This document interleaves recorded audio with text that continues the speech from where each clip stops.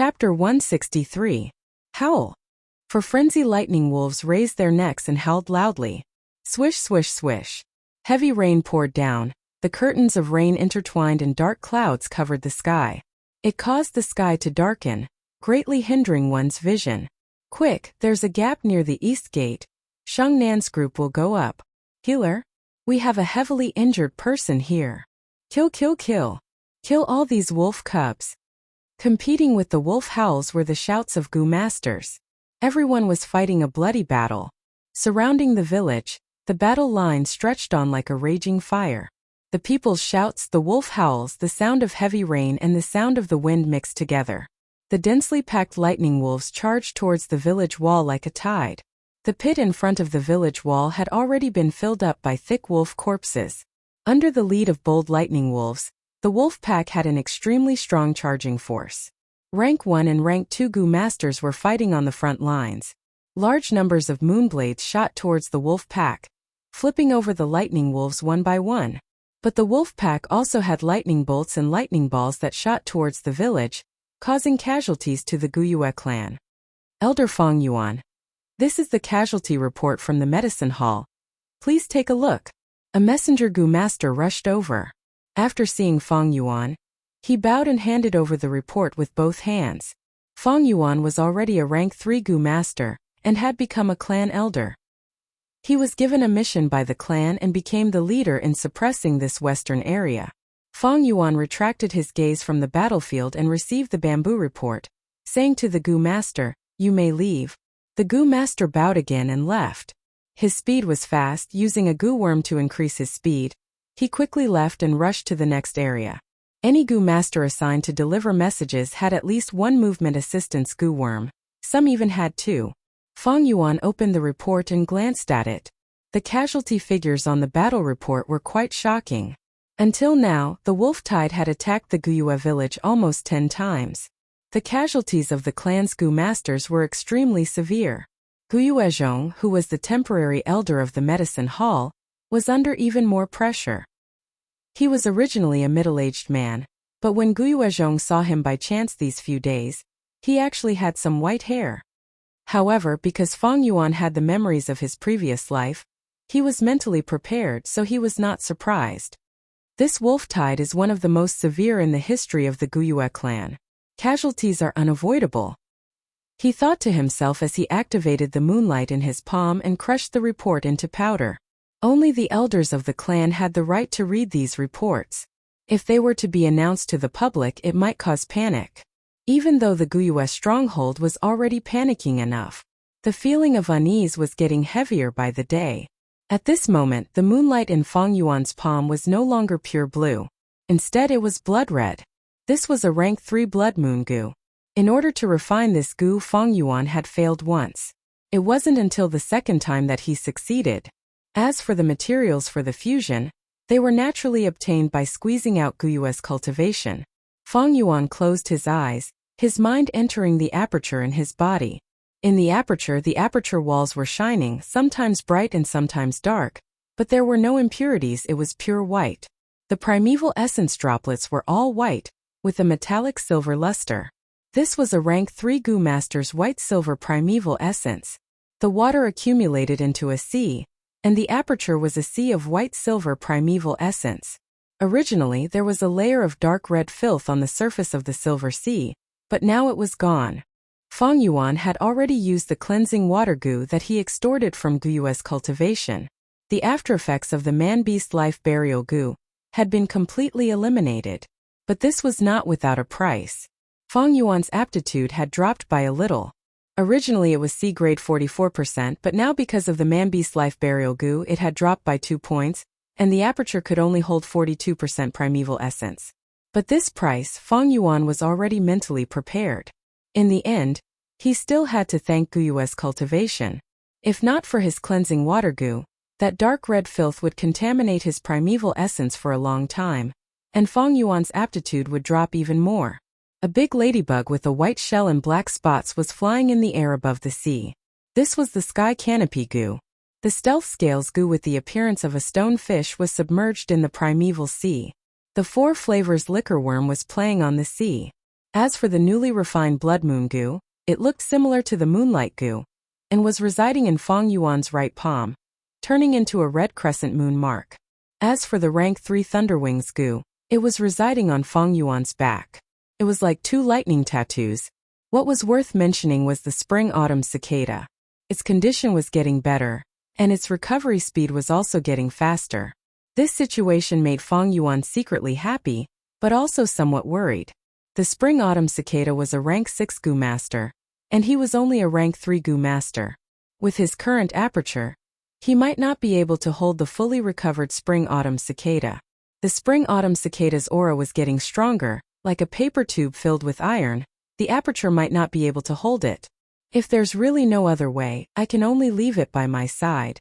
Fang Yuan sighed in his heart. This move had a huge disadvantage. Rank 6 goo worms were all related to the Tao, and contained fragments of the laws of heaven and earth.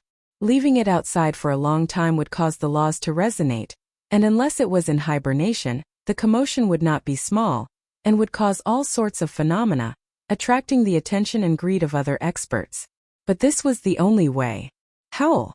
At this time a loud wolf's howl entered his ears. Fang Yuan suddenly retracted his consciousness. Lord Elder, frenzy lightning wolves have joined the attack. Guyue Zhongjian and the other elders are defending near the east gate, and hope you can go and help them. A goo master hurriedly reported. Crack.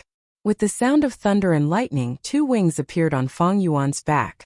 These 2 wings were formed by blue electric currents, and their appearance was simple and abstract. But with just a flap of the wings, it brought Fang Yuan up into the sky, its speed extremely fast, rushing towards the East Gate battlefield. Flying in a straight line, Fang Yuan arrived at the battlefield in just a few breaths' time.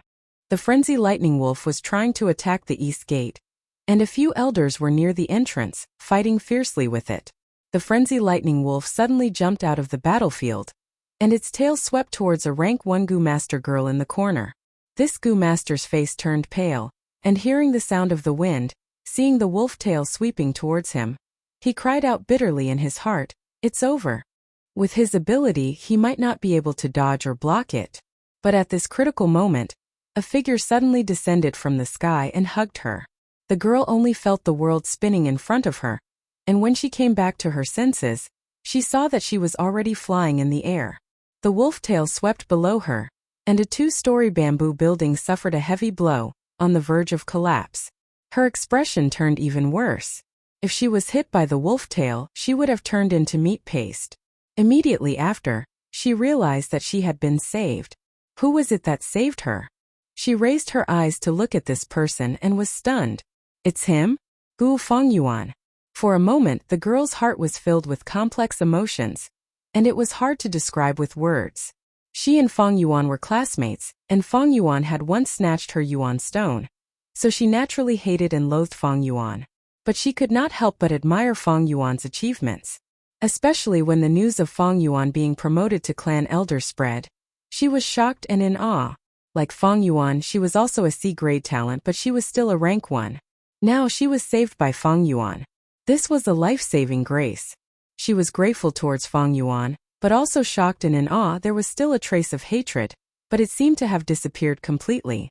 The battlefield here is dangerous. Retreat far away. Fengyuan flapped his lightning wings and landed on the ground, putting down the girl in his arms. He had some impression of this girl. She seemed to be his classmate, but he could not remember her name. After saying this, he turned around and left, no longer flying, but sprinted over and joined the battlefield. The Thunderwings goo was fast, but its consumption of primeval essence was not slow either. Fengyuan was a C-grade talent, and among rank 3 goo masters in terms of primeval essence reserves, he was at the lowest level, thus primeval essence should be used more sparingly. Blood Moon goo. He waved his hand and a moonblade flew out. This moonblade was blood red, and when it hit the frenzy lightning wolf's body, it immediately caused a wound, and blood flowed continuously. The girl stayed on the spot, staring blankly at Fengyuan's fighting figure. Slowly, her eyes started to shine with an indescribable light. 17 to 18 years old, it was the age of love. This Fengyuan, what do you think? Far away, clan leader Guo saw this scene and asked a trusted aide beside him. The aide immediately said, I heard Elder Fong Yuan has already responded to the medicine hall's call and handed over the 9-leaf vitality grass in his possession. He had just received the first allowance and gave it all to his uncle and aunt as a sign of filial piety. These days he has repeatedly participated in killing frenzy lightning wolves, and his attacks are sharp and ruthless, gaining many merits. Not only that, he has saved his clansmen many times. His reputation is getting better and better. There are already some rumors in the clan. Prodigal son turning over a new leaf is more valuable than gold. Let's see the new elder of the Fong faction, etc. From what I see, although Fong Yuan is only a C-grade talent, he is quite an outstanding battle talent. He came at a good time. With his parents' inheritance, just that 9-leaf vitality grass alone is an endless source of income. He has used 2 red steel relic goo, but to be able to cultivate to rank 3, there is still luck involved. As he said this aide could not help but reveal a slightly jealous expression. He was also a C-grade talent, but only had rank 2 cultivation. To reach this step today he had used up most of his life. And that Fong Yuan was only 17 years old, but he was already a clan elder. Truly, comparing oneself to others is infuriating. Guyuebo listened to his aide's words, nodding his head non-committally. The aide's words represented the majority of the clansmen's opinion, but it was somewhat superficial. Guyuebo had been the clan leader for many years, and his horizons were naturally higher.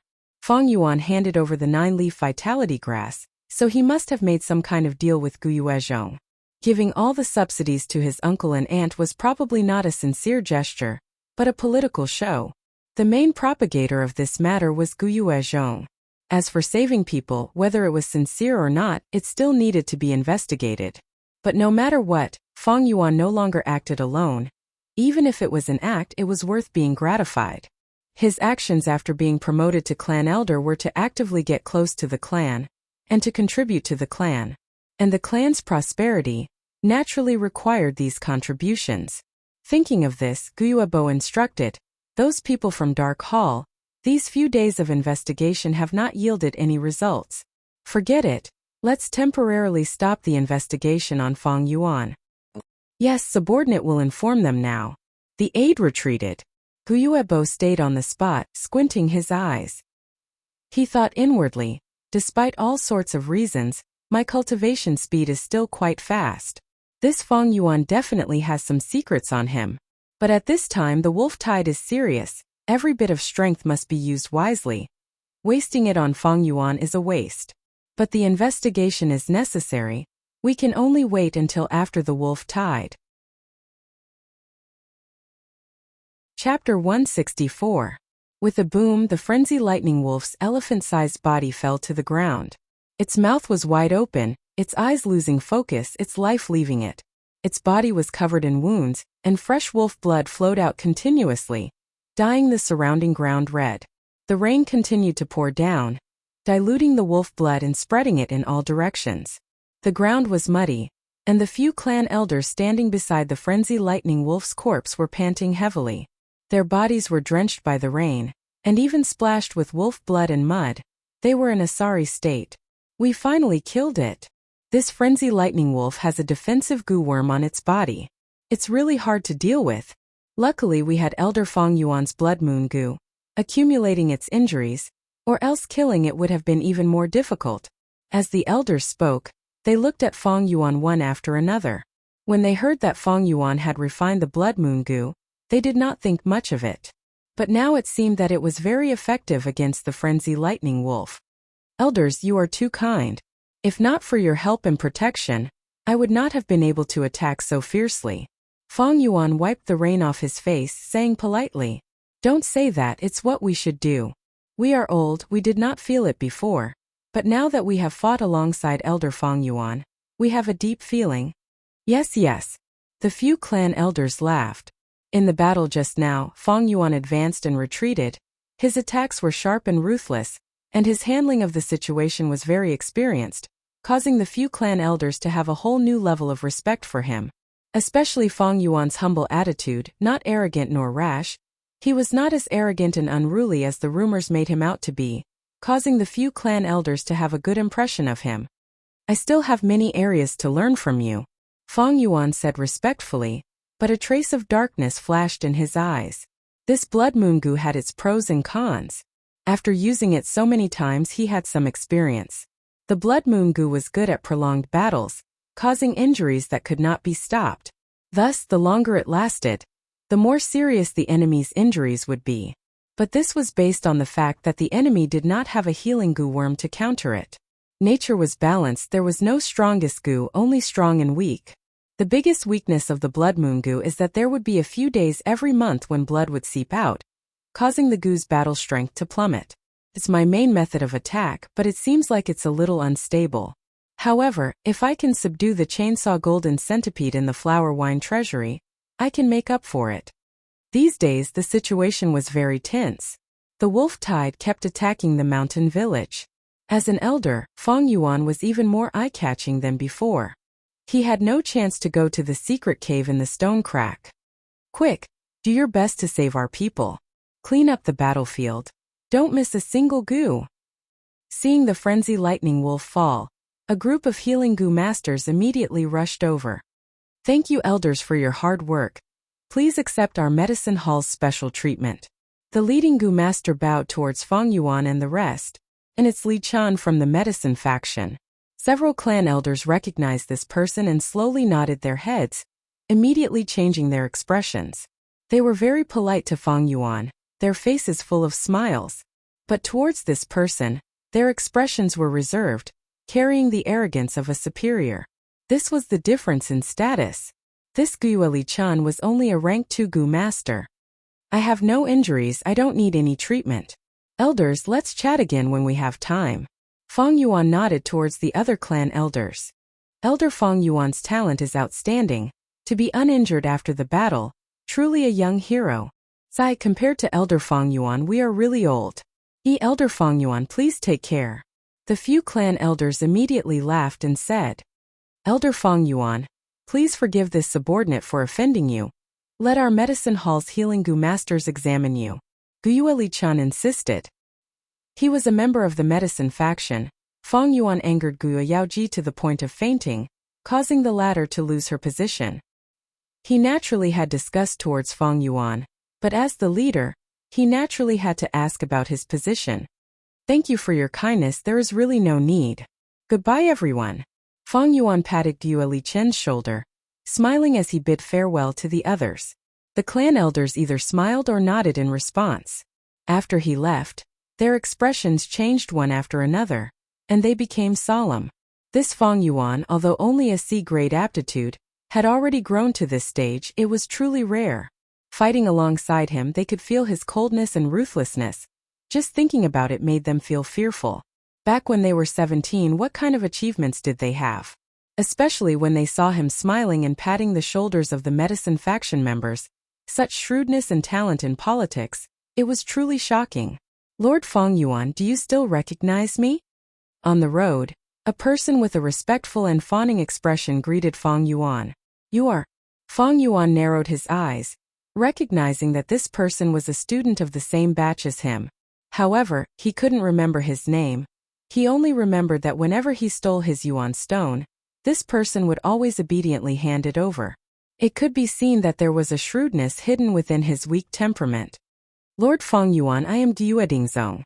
It is this lowly one's honor to be your classmate for a year. Actually, after the news of your promotion to clan elder spread, many of your classmates admired and envied you, wanting to find an opportunity to ask you for some cultivation experience. I wonder if you are free tonight? Guo Dingzong rubbed his hands, his eyes narrowing into slits as he smiled. Oh, is that so? Fang Yuan raised his eyebrows, nodding slightly. That's fine. However, I need to change my clothes. This rain is making my entire body uncomfortable. This lowly one has already prepared hot water and new clothes. There are also a few virgin maids waiting to serve you. Guo Dingzong smiled, his expression rippling. Fang Yuan shook his head and refused. No, before that, I still need to go to the underground cave. So that's it. Guo Dingzong was immediately moved. Only clan elders could freely enter the underground cave. To people of their level, it was the clan's restricted area. Next, his smile became even more humble, his waist also drooping, his words revealing a flattering tone. Lord, please go ahead and do what you need to do. This lowly one's time is not valuable. Waiting for you is also a kind of honor. Fang Yuan nodded, no longer speaking. He took a step and walked away. Guyue Dingzong hurriedly took a step back, giving way, slightly bending his waist as he watched Fang Yuan leave. Entering the underground cave again. This secret room that stored precious goo worms was very spacious, almost as big as the square on the ground. But the number of goo worms stored inside was not many, only a few dozen. Kong Declaration Grass, Returned Space Cicada, Skeleton Dragonfly, Phoenix Butterfly. There were rank 2 to 4. But rank 2 goo were rather rare. Among them was Love Separation. This was the number 1 poison goo among rank 2. Even a rank 3 healing goo might not be able to heal the damage it caused. This Love Separation was used by Wang Er back then. After being killed by the clan, it had been kept here ever since. Most of the goo worms were rank 3, and there were few rank 4 goo worms. Fang Yuan originally did not have high hopes. Although the clan had a deep foundation, it was still a mid-sized clan, with 2 other clans competing against it, and the pressure of the wolf tide. But to think that he would actually find a rather ideal goo. Tusita flower. Rank 3 grass goo, shaped like a red lantern. Its green leaves were oval, the leaf flesh was thick and plump, divided into 3 pieces. The distance between them was the same, pointing in 3 different directions. This Tusita flower was as famous as Tusita grass. Not only could it store food, it could also store yuan stone. It was one of Fang Yuan's ideal goo worms. I didn't expect that the Guyu village would also have this Tusita flower. With it, I can solve the problem of logistics. Fang Yuan was overjoyed, immediately choosing it. Actually, the clan definitely has rank 5 goo worms. In the history of Guyue clan, there were 2 rank 5 experts. They definitely left behind goo worms. But it is impossible to leave them here. These rank 5 goo worms are the clan's trump card, and are fed by the clan with all their resources. Rather than feeding, it is more like offering. Fang Yuan left the cave. The rain had stopped, but the sky was still gloomy, and the air was not very fresh, filled with the smell of blood. Fang Yuan changed into a clean set of clothes, before slowly making his way to the gathering location. Elder Fang Yuan, you are here. Your presence brings light to my humble abode. Guyue Dingzong was already standing at the door, looking at him eagerly. He saw Fang Yuan from the corner of the street from afar, and hurriedly welcomed him with a flattering smile. He led Fang Yuan to the bamboo building, where a sumptuous banquet was already prepared, and a group of people were seated. After seeing Fang Yuan, they quickly stood up. Next, all kinds of flattering words flooded towards Fang Yuan like a tidal wave. Greetings, Elder Fang Yuan. Elder Fang Yuan, I haven't seen you for a day, but you are even more elegant than before. This lowly one is full of admiration. To be able to be classmates with Elder Fang Yuan, I am truly fortunate. Now that I think about it, it is a dreamlike experience. Fang Yuan glanced around, seeing that these people were all from the same batch as him. They were all familiar faces, and he had snatched yuan stone from them before.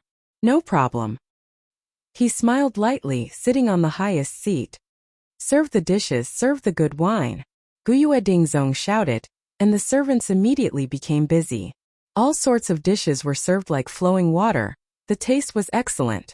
This Guyue Dingzong's family still had some assets. To be able to prepare such dishes under the wolf tide, they had indeed paid a price, showing their sincerity. Elder Fang Yuan, this lowly one would like to propose a toast to you. Elder Fang Yuan, please do as you please. This lowly one cheers. Fang Yuan was really very casual, pouring a cup of wine, only taking a sip each time, but no one had any objections. Toasting and toasting, the wine went on for 3 rounds. He suddenly raised his wine cup, stood up and said with a smile, "There are always times when one is young and frivolous. I was a little immature in the past and did some things I hope everyone will forgive me and not mind." With him standing up, no one else dared to sit down and all stood up. Everyone knew that Fang Yuan was bringing up the past, and was talking about the yuan stone incident. They hurriedly shouted, "Not at all, not at all. Elder Fang Yuan is a true man, a true hero. To be able to catch Elder Fang Yuan's eye on this lowly one's yuan stone, that is our honor. That's right, Elder Fang Yuan's elegant demeanor has always been deeply engraved in my heart." This cup of wine, Fang Yuan downed it, and the entire hall immediately cheered. Chapter 165. Fang Yuan put down his wine cup and sat down. Only then did everyone dare to sit down. These people were not all from the same school. For example, Ma Bei, Qi Cheng and others with deep backgrounds were not among them. It's about time I should leave. This banquet was not bad. Fang Yuan expressed his intention to leave. Guyue Dingzong was instantly overjoyed after being praised. He hurriedly stood up and took out a money pouch. The pouch was naturally filled to the brim with yuan stones. He bowed and smiled flatteringly. Today, after listening to Lord's teachings, this lowly one was enlightened and learned a lot. This is just a small gift to express my gratitude. He was full of nonsense. Since the start of the banquet, he had only been bootlicking. When did he ask for any cultivation topics? But everyone acted as if this was really happening. They loudly cheered and encouraged Elder Fang Yuan to accept it. Fang Yuan did not refuse. He smiled and naturally took the money pouch. Following that, the second and third person came up to give gifts. All of them were yuan stones. Well said, well said. Fang Yuan squinted his eyes and smiled as he accepted all of them. How could Fang Yuan carry tens of bags of yuan stones?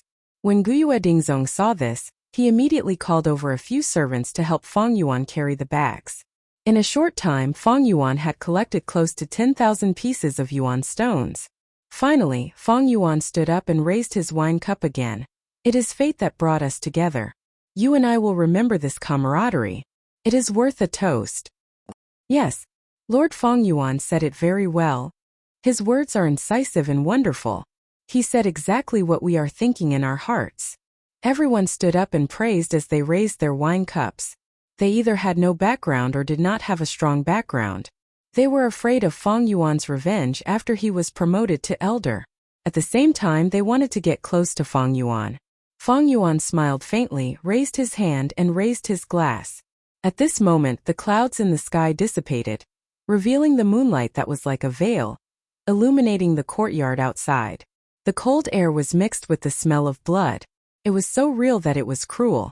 In this hall, the decorations were elegant, and the lights were bright. Wine, women, and wealth filled the air. Everyone had an exaggerated smile on their faces. It was like a warm paradise on earth. This is the charm of an organization.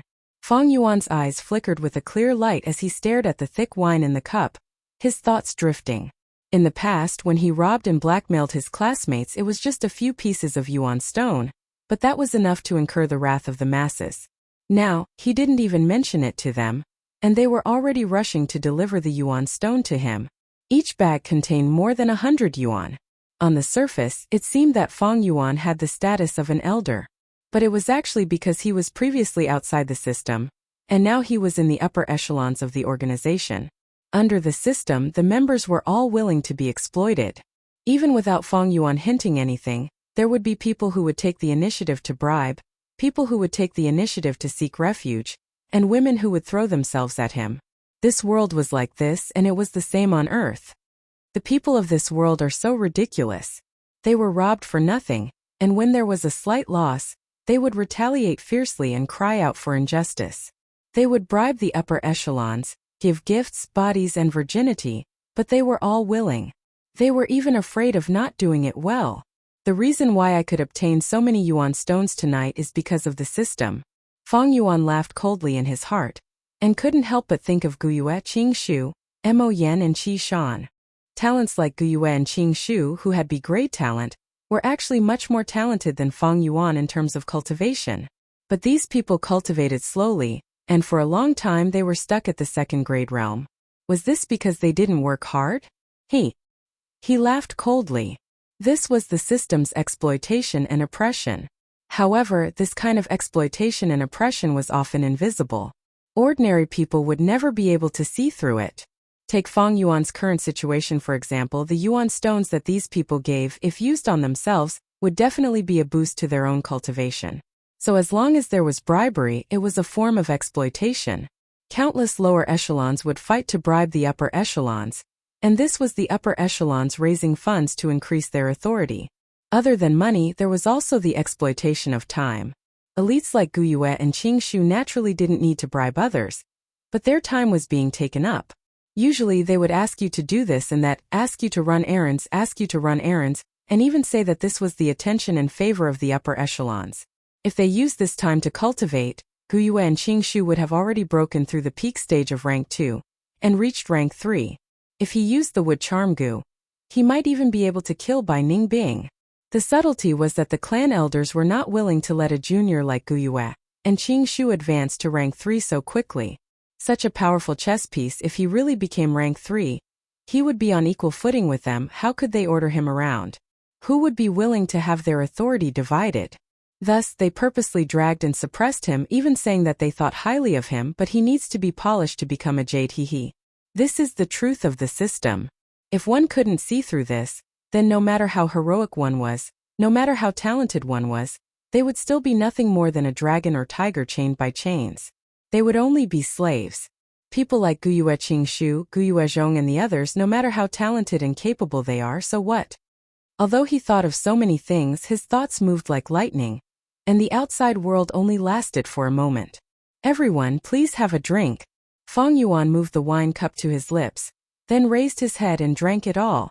Everyone hurriedly drank, not daring to leave even half a drop. Farewell. Feng Yuan cupped his fists and walked away. Behind him, the servants each held a yuan stone and followed suit. Everyone hurriedly sent him off. You all can drink, there's no need to send me off. Although Feng Yuan said this, no one dared to do so. They all left their seats and flattered him. Feng Yuan said again, I like peace and quiet. Everyone looked at his expression, then dropped the subject and stayed in the hall. Looking at Feng Yuan's receding figure, some sighed, some were silent and some sighed. Elder Feng Yuan is truly an extraordinary person, so carefree. They were all frogs at the bottom of a well, looking at the moon through the fog. They only felt that Feng Yuan was carefree, but they could not see through the system. Actually, as long as they joined the system, they would be exploited, and their benefits would be sacrificed. Even the clan leader would be sacrificed, dedicating a large amount of time and effort to manage the clan. It was just that the situation of the lowest level members being exploited was even more serious. The higher the level, the greater the benefits they enjoyed. At the start, Feng Yuan snatched the yuan stone and created opposition, acting independently, not even letting his own younger brother off. In order to avoid this level of exploitation, he had sufficient time and energy to break through to the 3rd rank, becoming a clan elder. This result shocked countless people. Now he had become a clan elder, gentle and refined, with high status and authority, enjoying the benefits of a clan elder, causing others to be extremely envious. This separation and joining this and that, this was filled with deep wisdom. But how many people could see it clearly? Feng Yuan was not being exploited, but enjoyed the benefits. In the eyes of mortals, this was carefree. All right, place the items on the table and you may leave, Feng Yuan said. The servants did not dare to have any objections. After placing the items on the table, they bowed towards Feng Yuan and left. This place was no longer the house that Feng Yuan had rented in the past. Ever since Feng Yuan became a clan elder, the clan allocated a brand new bamboo building for him. There was a study room in the bamboo building, as well as a secret room for cultivation. But the servants did not have one. Feng Yuan had to find one himself. Tusita flower, come out. With a thought from Feng Yuan, silver primeval essence poured in, and the Tusita flower imprint on his tongue immediately came to life. He opened his mouth and spat out a red light. The Tusita flower slowly rotated like a lantern, floating in the air and appearing in front of him. Feng Yuan activated the Tusita flower, and immediately the red light expanded, turning the surroundings into a sea of red. One by one, the primal stones flew out of the bag and into the Tusita flower, as if they were being pulled by an invisible force. After a while, the red light faded. Feng Yuan opened his mouth slightly, and the Tusita flower flew back into his mouth, landing on his tongue and turning into a red lantern imprint. This Tusita flower is a rank 3 gu. It can store yuan stone and other things. It is one of the best rank 3 storage gu, and can store up to 30,000 yuan stone. But considering that it also needs to store other things, I can store up to 15,000 yuan stone. Although this was Feng Yuan's first time using this gu, with his rich experience from his previous life, he quickly deduced its limit. Yuan stone was the most basic resource for a gu master's cultivation. Without Yuan Stone, a Gu master would seriously lack motivation. Moreover, Yuan Stone could quickly recover primeval essence, and was a great help in battle. Especially for a Gu master who was alone, Yuan Stone was the most basic form of protection in the wilderness. Normally speaking, a Gu master needed at least 10,000 Yuan Stone to ensure a Gu master's basic supply for a certain period of time, and every once in a while it needed to be replenished. A reserve of 15,000 Yuan Stone to Feng Yuan was too little, but it was still at an acceptable level. I borrowed 3,000 Yuan Stone from Qi Lian, and with today's harvest, I won't have to worry about Yuan Stone in the short term. Now I have 6 main aspects: the Blood Moon Canopy for offense and defense, the Thunderwings Gu for movement, the Tusita Flower for storage, and the Earth Communication Eargrass for scouting. The only thing I lack is a healer.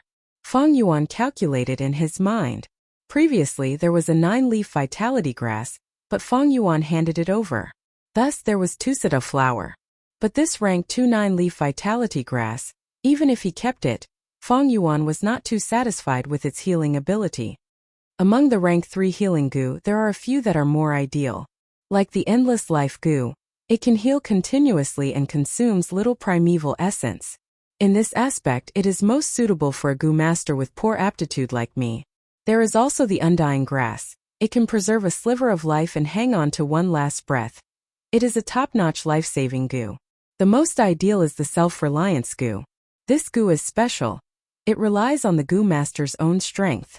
As long as the Gu master's strength is great, it can stimulate the Gu master's metabolism, thus healing injuries. But these 3 Gu, where could Feng Yuan find them? As for the Guyue clan, even the underground wormhole had been searched by him, but he did not find any. There was no way such a rare Gu worm would appear on the substance list. The only thing that had hope was the Flower Wine Monk's inheritance. But this possibility was minuscule, and Feng Yuan did not have any hope. He already felt that the Flower Wine Monk's inheritance was coming to an end. How could there be a Gu that Feng Yuan needed at the very end? If that was the case, then it would be too ideal, too perfect. But Feng Yuan knew that this world was cruel and incomplete. If he really placed his hopes on it, then he would be naive. But even so, it is time to explore this inheritance. At least that chainsaw golden centipede should be in my hands. Feng Yuan had some thoughts in his heart. Chapter 166. Gu Zhenren 162_Gu Zhenren's full text free reading _section 162. Heavenly Essence Treasure Lotus. Although he planned to investigate the Flower Wine inheritance, Feng Yuan could not leave.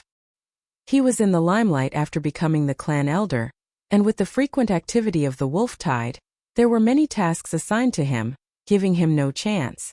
Look / when he finally arrived at the Rock Crack Secret Cave, it was already more than 10 days later. Late summer night. The light rain had just stopped, bringing with it the scent of autumn.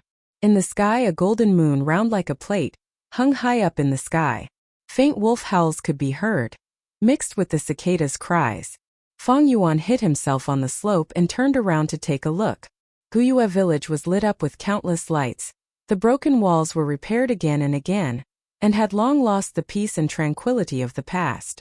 It was like a huge beast that had gone through countless battles, lying on the ground and panting. After rebirth, even the progress of the wolf tide changed a lot. In my memory, the Thunder Crown Wolf had arrived 3 days ago, but now it is nowhere to be seen. Feng Yuan took a glance, then turned his gaze away. Tonight was the time he had fought for. He had to make good use of it. After a while, he entered the Rock Crack Secret Cave again. The cave entrance was covered in dust, but there were no footprints, showing that this place had not been discovered yet. This little detection method was not very useful, but in Feng Yuan's experience it was surprisingly useful. Of course, he did not only set up this method. After a few inspections, he confirmed that this secret cave was temporarily safe. He heaved a sigh of relief. Ever since his rebirth, more and more things had changed. Especially during the wolf tide, Gu masters moved out frequently. Who knows, someone might discover this place. He walked into the tunnel and entered the second secret room, pushing open the stone door and arriving at the mountain rock forest. In the rock forest, there were many Jade-Eye stone monkey groups migrating along the previously cleared path. But now Fong Yuan was already a rank 3 Gu master.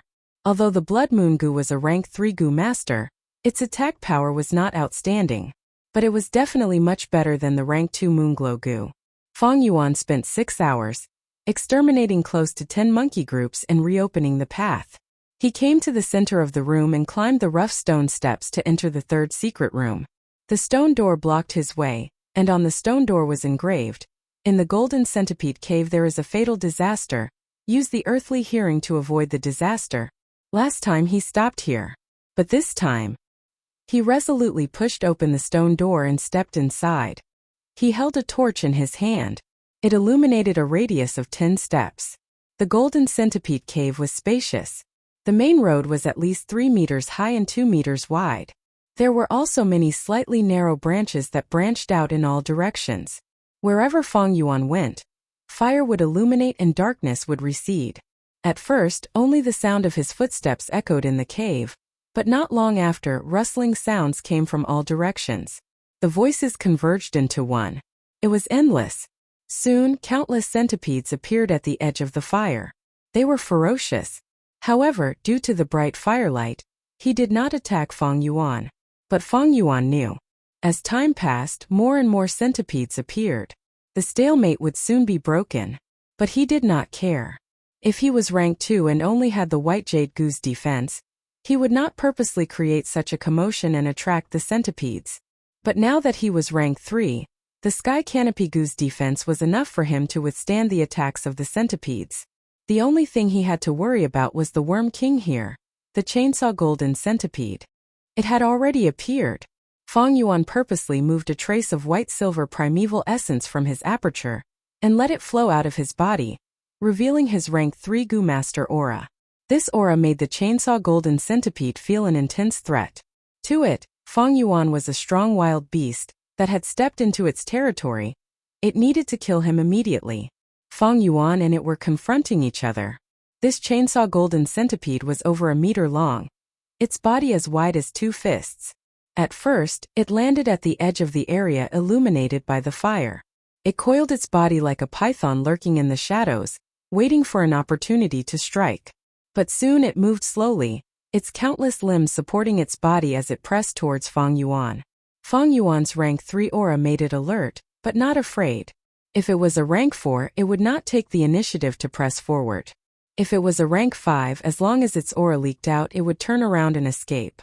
Fong Yuan raised the torch high. The flame on the torch was burning, illuminating the surrounding cave with light and shadows. In the light of the fire, the Chainsaw Golden Centipede's dark golden shell shone with a faint light. The sides of its body were filled with silver serrated teeth. As it pressed forward, the serrated teeth also moved slowly, like a slowed-down electric saw, making a buzzing sound. The other small centipedes surrounded Fong Yuan from the ground and walls. Some of them climbed to the top of the cave, then fell down, landing on Fong Yuan's shoulders and back. Fong Yuan did not care.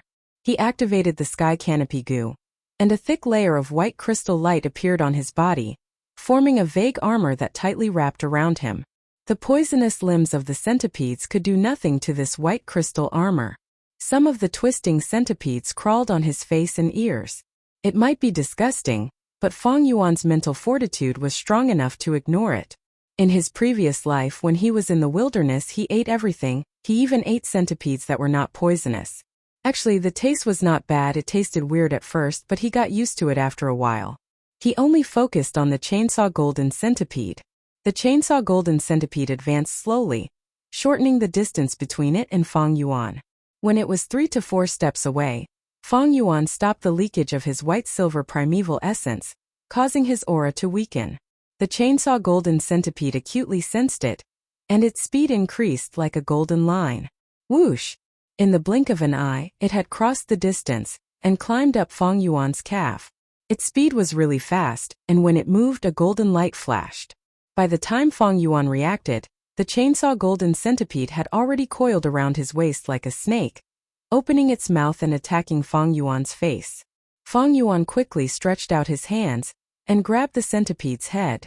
The Chainsaw Golden Centipede struggled intensely, and even though Fong Yuan had the strength of 2 boars, he was gradually losing strength. especially since the chainsaw golden centipede had a row of serrations on each side. It started to spin rapidly. Crack, crack, crack. A strong tearing force ground the sky canopy goo's white crystal light. At once, Feng Yuan's white-silver primeval essence in his aperture decreased rapidly, and at the same time the white light was like sparks, being ground by the serrations. Feng Yuan's primeval essence was only initial stage light silver primeval essence, and he only had 42% in reserve, so it could not withstand such consumption. But Feng Yuan did not panic in the face of danger. Even if he could not get rid of the chainsaw golden centipede, he still had a trump card. Spring-autumn cicada. He willed, and the spring-autumn cicada's figure appeared in his aperture. The spring-autumn cicada's recovery was much better. Its two wings were not only fresh and tender like leaves, its body also had the glossy luster of a noble tree. But overall it still gave off a dry feeling. It had already recovered by 20%, and its aura was naturally stronger. This aura was released. The struggling chainsaw golden centipede immediately withered. It was only a rank 3 wild goo worm, facing the rank 6 spring-autumn cicada's aura. It did not dare to move at all. Feng Yuan felt it the most. A moment ago he was still holding on to the chainsaw golden centipede tightly, as if he was holding on to a poisonous python, trying to stop it from biting. In the next moment it turned into a soft rope made of grass. Feng Yuan smiled and activated his white-silver primeval essence. The chainsaw golden centipede had already surrendered. Feng Yuan's will was immediately destroyed.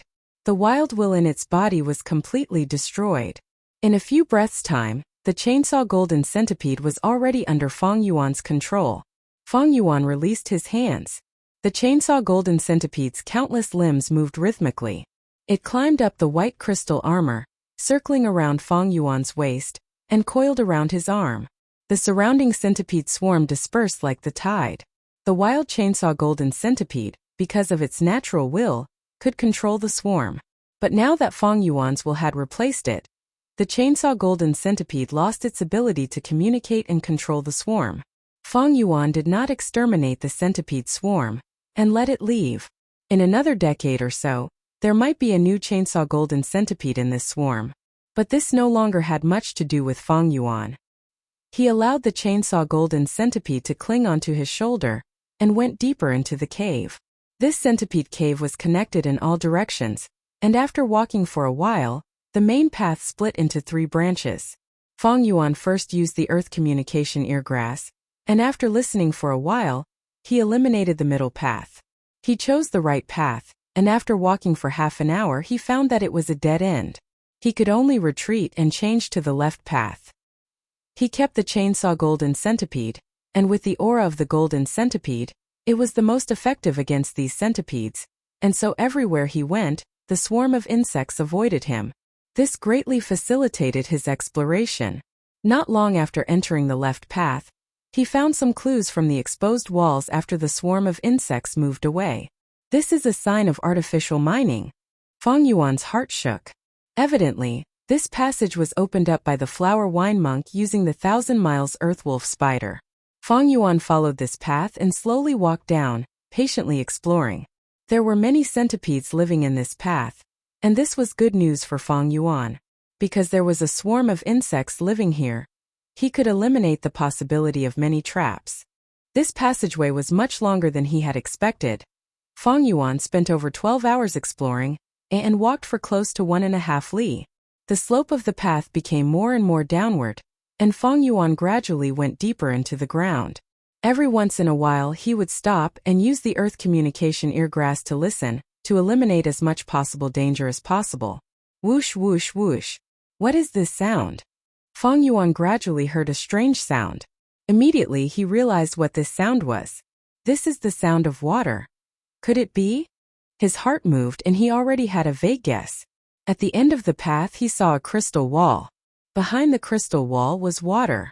In the water there were streams of grayish-white water, forming a spiral shape, rotating around each other. It was like a miniature tornado, rising and falling, growing and multiplying endlessly. Just as I guessed, this is a natural spirit spring. Seeing this, Feng Yuan's eyes could not help but focus. Immediately, He saw that there was something else in the spirit spring behind the crystal wall. A blue and white flower bud was floating leisurely in the spring water. This is actually the heavenly essence treasure lotus. Feng Yuan's heart shook. Chapter 167. Feng Yuan looked at the heavenly essence treasure lotus in front of him, and the doubts in his heart dissipated by half. He deduced the rough history. Turning back time close to 1,000 years ago, a rank 5 Gu master expert alone came to Qingmao Mountain and coincidentally found this natural spirit spring in the underground cave.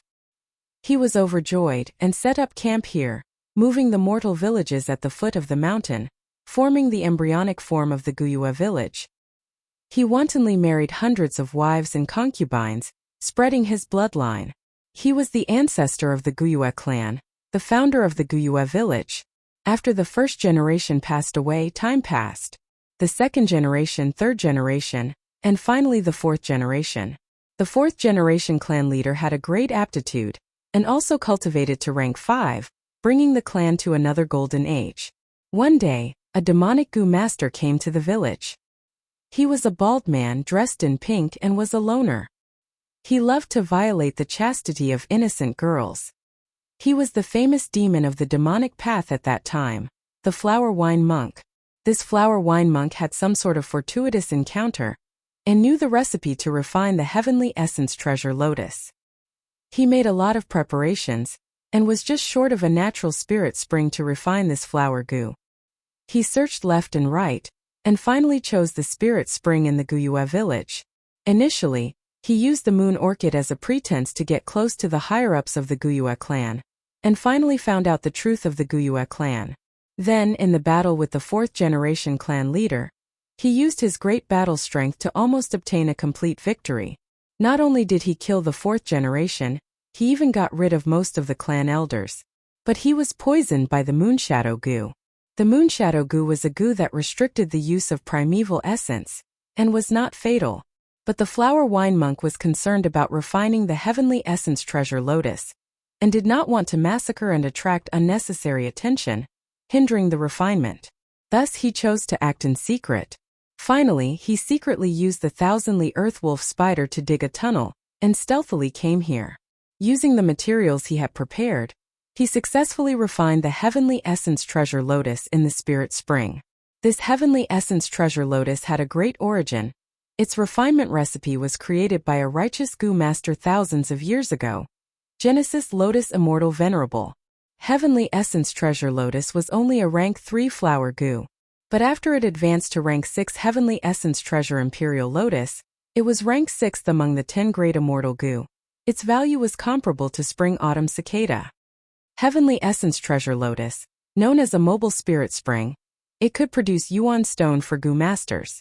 However, the cost of fusing it was extremely high. To refine the heavenly essence treasure lotus, a natural spirit spring was needed.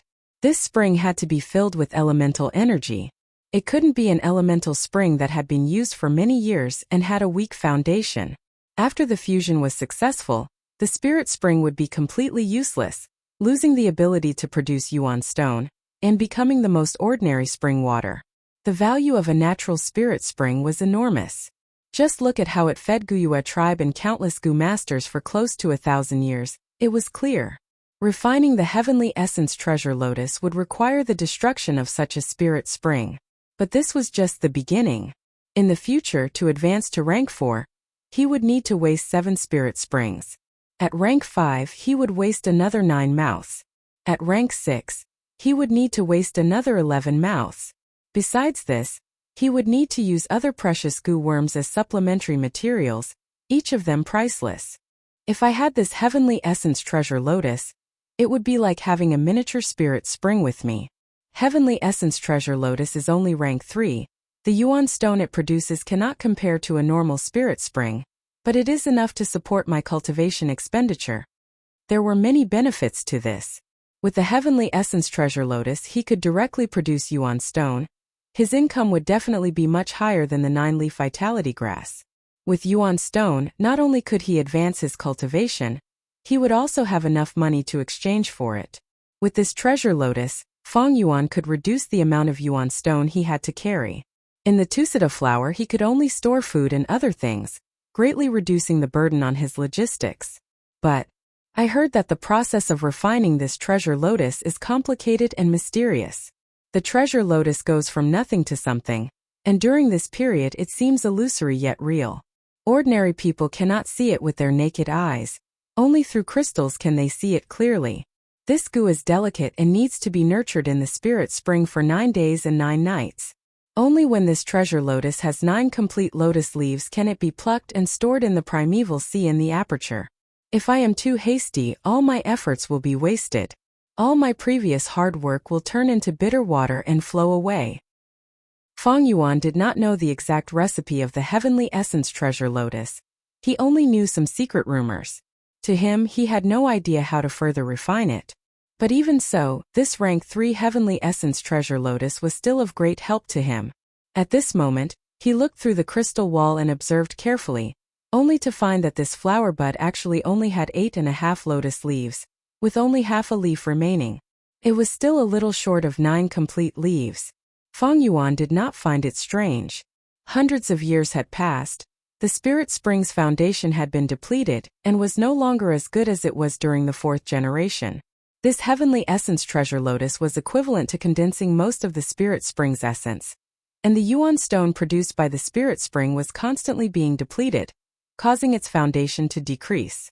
Thus, the treasure lotus gradually turned around and replenished the Spirit Spring's losses. Only when there were losses would there be remnant leaves. The heavenly essence treasure lotus can only be plucked if it has 9 leaves. Right now, there are only 8.5 leaves. If I want to pluck it, I will have to throw yuan stone into the spring. Yuan stone was the crystallization of the Spirit Spring. It could nourish the treasure lotus and allow it to grow again. But don't underestimate this half a leaf to grow it. A large amount of yuan stone would be needed. If I am not wrong, this crystal wall should be the effect of the moat goo. Fong Yuan tried to touch it with his hand, and found that this wall was both real and illusory, like a shadow of light. His hand went into the wall, but there was no obstruction. But he quickly withdrew his hand, not daring to go deep into the Spirit Spring. The Spirit Spring was most taboo to be polluted. He poured in his primeval essence, activating Tusita flower and taking out a yuan stone. He threw the yuan stone into the crystal wall, and as if the wall did not exist, the yuan stone went through it and quickly entered the spring. It crashed into the heavenly essence treasure lotus phantom. The blue and white flower bud of the heavenly essence treasure lotus immediately shook like water. Almost in an instant, this yuan stone was digested by the heavenly essence treasure lotus. When the flower returned to normal, Fong Yuan focused his attention, but did not see any changes in the leaf. His expression was calm, and he threw in tins of yuan stone, but the leaf still did not grow. Fong Yuan continued to throw in yuan stone, and at the same time counted the number of yuan stone in his heart. When he threw in more than 500 yuan stone, he saw the leaf grow by a little. Seeing this, Fong Yuan's heart sank.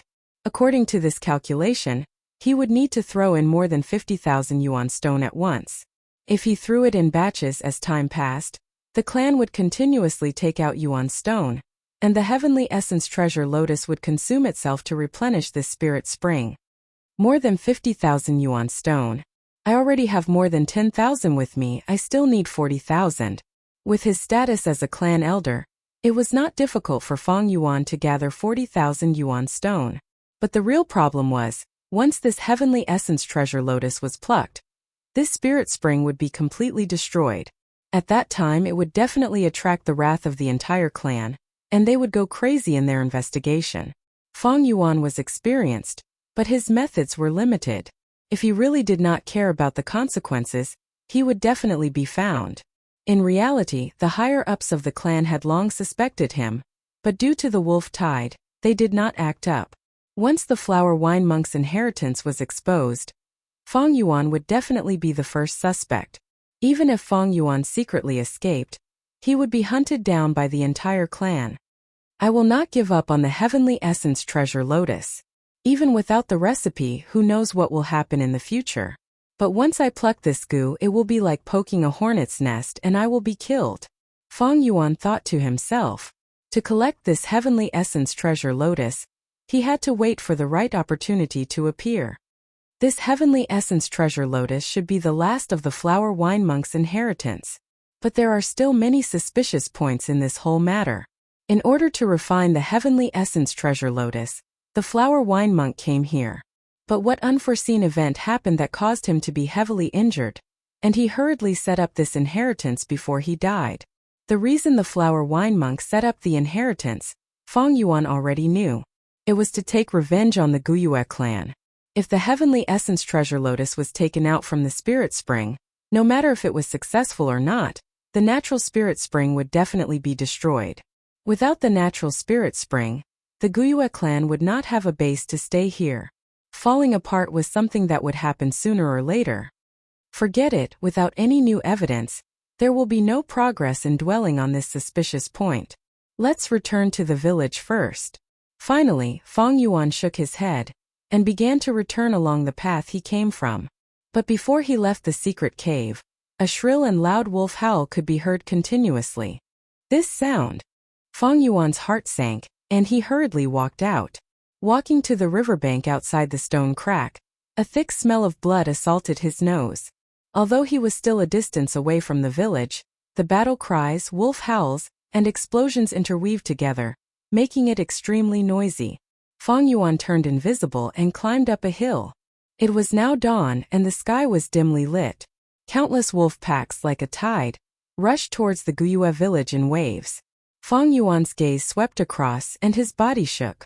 At the back of the wolf pack, he found a lightning wolf that was as large as a small mountain. King of Beasts, Thunder Crown Wolf. This wolf's body was slender, its limbs strong, and its entire body was covered in blue scales. Tufts of golden wolf fur were distributed on the wolf's claws, head and tail. Especially the fur on its head. It was all puffed up, forming the shape of a towering crown. It half squatted on the ground, and was as quiet as a statue. The frenzy lightning wolves and bold lightning wolves that were constantly howling around it only served to accentuate its elegance and nobility. It was only sitting on the ground, but it already brought great psychological pressure to the Guyue clan. We've finally welcomed the King of Beasts. The Guyue village has reached a crucial moment of life and death. Feng Yuan looked towards the village, where countless Gu masters were fighting intensely, trying their best to resist the crazy wolf tide.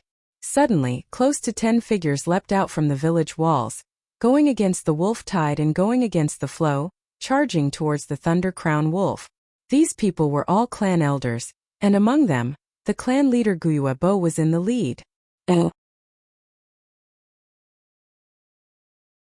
Chapter 168. To fight the Thunder Crown Wolf, they had to take the initiative. Its strength was too great, and if they let it into the village it would cause a huge loss. This team was strong, with the rank 4 clan leader Guyue Bo as the spearhead and the other clan elders as support. They had a great impact force. The wolf tide surged, but they went against the flow. Their teamwork was strict like a warship, splitting the wind in waves, advancing forward bravely. Everywhere they went, they were invincible. The closer they got to the Thunder Crown Wolf, the greater the pressure from the wolf tide. Guyue Bo's face was calm. Suddenly, he stretched out his right palm and slashed fiercely in front of him. Swoosh! A golden moonblade the size of a grown man formed in an instant and shot forward. Swoosh, swoosh, swoosh. After flying for a few meters, the moonblade suddenly changed, splitting into 3. The 3 moonblades moved side by side, bringing with them the sound of the wind. Like a knife cutting through flesh, 3 bloody paths were carved out. The wolf pack fell down, broken limbs flying everywhere and miserable cries could be heard. A frenzy lightning wolf growled, pouncing towards the Gu masters from the right. Let me. A clan elder took a deep breath and suddenly turned from a skinny man to a fat man. There was a loud bang. He used his round belly and sent the frenzy lightning wolf flying. The frenzy lightning wolf was aggressive, and the greater the impact, the stronger the rebound. It was thrown high up in the air, drawing an arc in the air and landing hundreds of meters away. The other clan elders also displayed their abilities. Some had long hair like needles, shooting out from time to time, sweeping away groups of lightning wolves. Some had light armor on their bodies, enduring the biting of the lightning wolves. The Thunder Crown Wolf slowly stood up from its half-sitting position. It stared at the Goo Masters charging towards it, its eerie eyes flashing with vigilance. It opened its mouth and let out a low growl, revealing its sharp and jagged teeth. The Frenzy Lightning Wolves and Bold Lightning Wolves heard its growl and immediately mobilized, pouncing towards the Goo Masters. The Goo Masters' charge slowed down, feeling a strong obstruction. Clan leader. Clan elders were counting on you. You must win. Countless pairs of eyes were focused on them.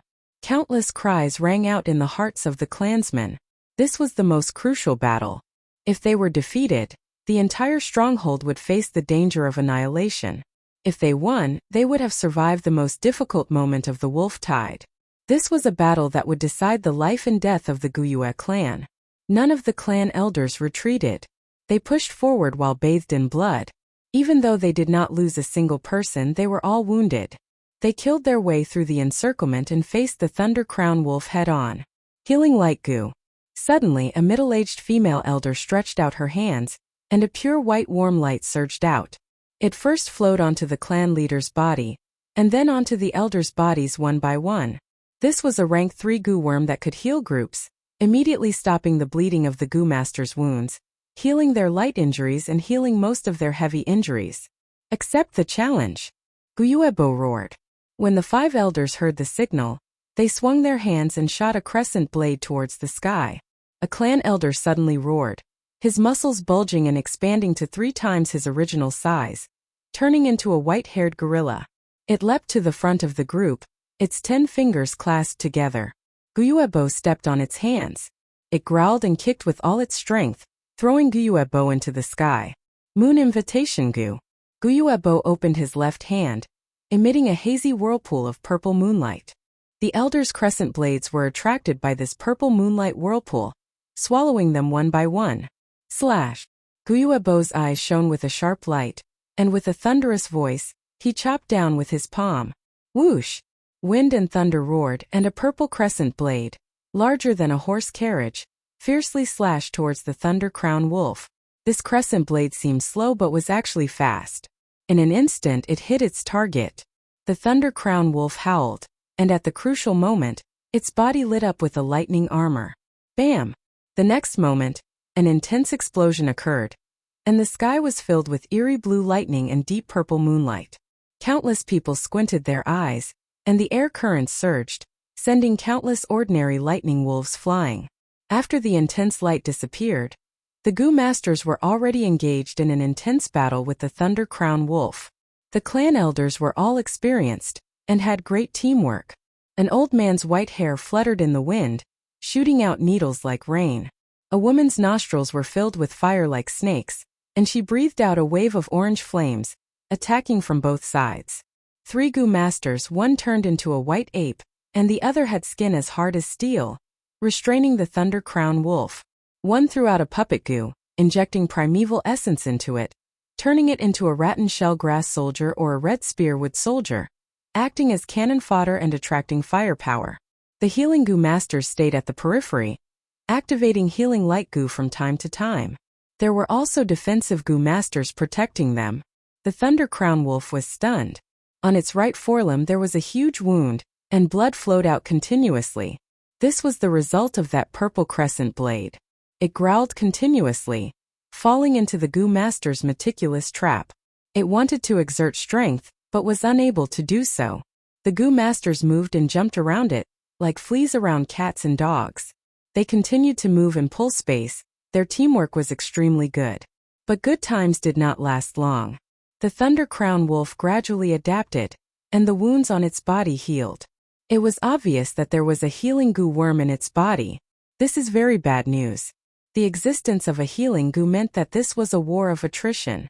Wild Goo worms could directly use the natural primeval essence in the air, but Goo Masters could only use the primeval essence stored in their aperture. After fighting for 15 minutes, the Thunder Crown Wolf suddenly howled towards the sky, and its body flashed with lightning. Its speed doubled. The white ape that the clan elder had transformed into did not dodge in time, and was caught off guard. The Thunder Crown Wolf bit into it, and with a swing of its head, it tore it into 2. It tore a gap in the battle line. and with a swing of its tail, waves of purple-blue lightning shot out. The Gu masters could only retreat. In the face of danger, clan leader Guyuebo stepped forward. He was a rank 4 expert, his attacks were sharp and his defense was outstanding. He was like a pillar of strength, using all his strength to turn the situation around. Mountain rocks crumbled, lights and shadows exploded. The battle expanded, and the aftermath wreaked havoc on the battlefield. Not a single lightning wolf dared to join the battle. The battle became more and more intense. The Thunder Crown Wolf's injuries worsened, and blood flowed non-stop. Some wounds were so deep that bones could be seen. The Gu masters also suffered heavy losses, losing 6 clan elders one after another. If not for the clan elders in the village rushing out to provide support, the battle would have already collapsed. Everyone hold on and we will win. Guyuebo's eyes were bloodshot, his voice hoarse as he tried to raise the morale. But at this moment, the Thunder Crown Wolf suddenly went berserk, and its body was covered in a layer of bright red light. Rank for Berserk Gu. Its strength, speed, agility, and other attributes had all increased by 2 times from its original foundation. Bam! With a loud sound, its right claw smashed a clan elder into meat paste. With a swing of its tail, the wind howled, and an electric net flew over, covering a group of grass puppets, turning them into charcoal. I can't. My puppet Gu has been used up. The clan elder shouted in panic. The situation took a turn for the worse, and the true terror of the myriad beast king was displayed, causing everyone to despair. Guyuebo's brows furrowed, almost crushing his teeth. He suddenly shouted, "Trap it, use the iron chain snake." The clan elders felt a chill in their hearts when they heard this. When the wolf tide started, they had already deduced countless tactics. This tactic was only used as a last resort. Wind rope Gu. A clan elder shouted, breathing out a green wind from his nose, coiling around the Thunder Crown Wolf's claws. Swamp Gu.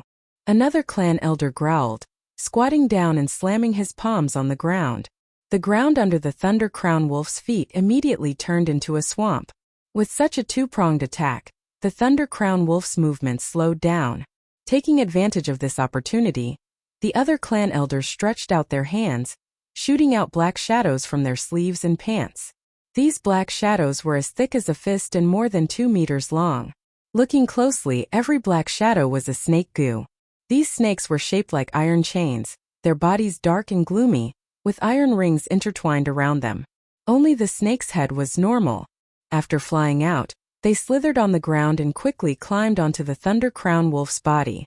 Their heads and tails were connected, biting each other tightly. In the blink of an eye, they had formed a metal net, taking root in the ground and trapping the Thunder Crown Wolf in place. But this situation was only temporary. As the Thunder Crown Wolf continued to struggle, the iron chains broke one by one. In just 5 to 6 minutes, this iron chain snake formation collapsed, no longer able to trap the Thunder Crown Wolf. Qiguang, Suaping, stay behind and prevent the wolf group from attacking the iron chains. The rest of you retreat to the village with me. Guyuebo shouted coldly, choosing to retreat. But the other clan elders were not surprised.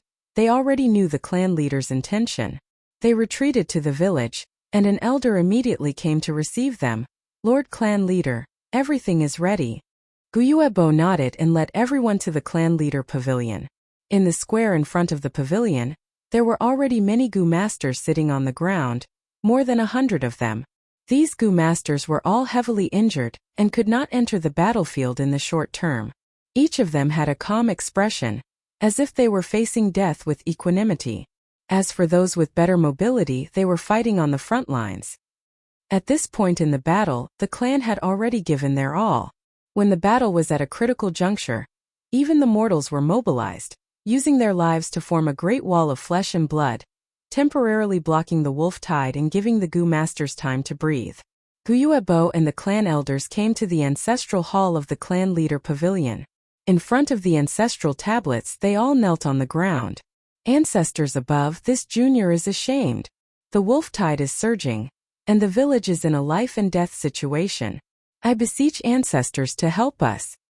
Guyuebo said in a deep voice, and the ancestral hall fell into a deathly silence. Drip drip.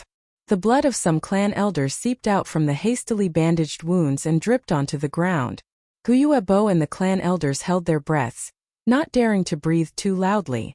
In the past, the first-generation clan leader had a premonition of impending death and left the village. Before leaving, he left behind his will. If the clan met with a calamity in the future, facing the danger of extinction, he could pray to his own tablet, and at that time a goo worm would descend from the sky and help the clan through the crisis. In history, the Guiyue clan had met with several major crises and passed through them all like this. This was the final trump card of the Guiyue clan. Chapter 169. The ancestral hall was deathly silent. The clan elders and clan leader lowered their heads, feeling like a huge rock was pressing down on their hearts.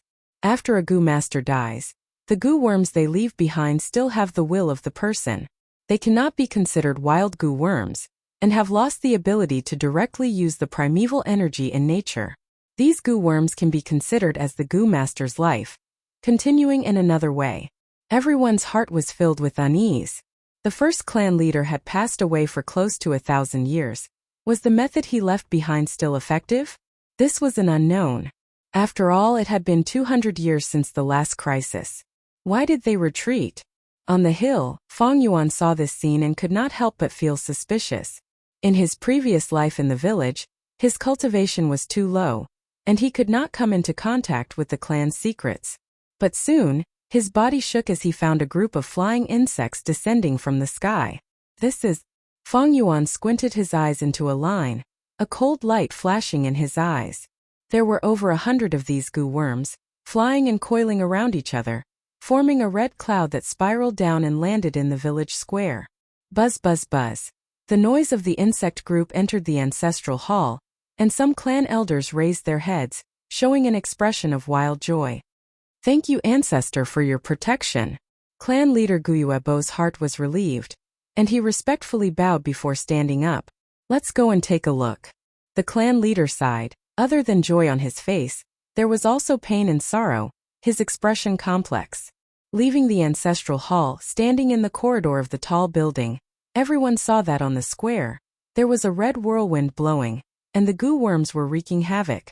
These goo worms were only the size of a fingertip, shaped like flying mosquitoes.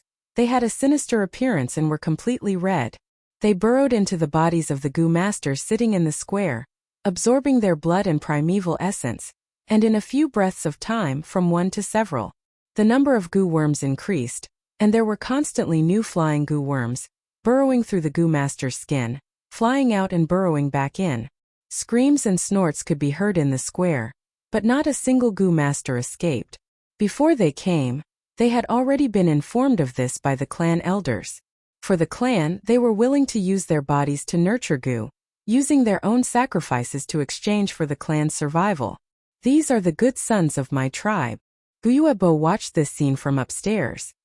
His voice was extremely low, and his hands that were holding onto the windowsill were trembling slightly. The rest of the elders had pained expressions and remained silent. This situation was exactly the same as the family's records. This group of goo worms left behind by the first-generation ancestor had to be fed with the lives of goo masters before they could be satisfied. Only then would they be able to help the clan resist external enemies. Soon this group of flying goo were full. They flew up again. Their momentum was even greater, and in a short period of time, the swarm's numbers had increased by dozens of times. Leaving behind a pile of white bones on the square, they formed a scarlet hurricane that whistled towards the wolf pack outside the village. It really is the flying guillotine. Feng Yuan thought to himself as he watched the scene from the hillside far away. This blood guillotine was a rank 5 goo worm, nurturing and using in one. It was extremely mystical. It feeds on goo master's vital blood essence, and after it is full, it will split and split from 1 to 2, from 2 to 4.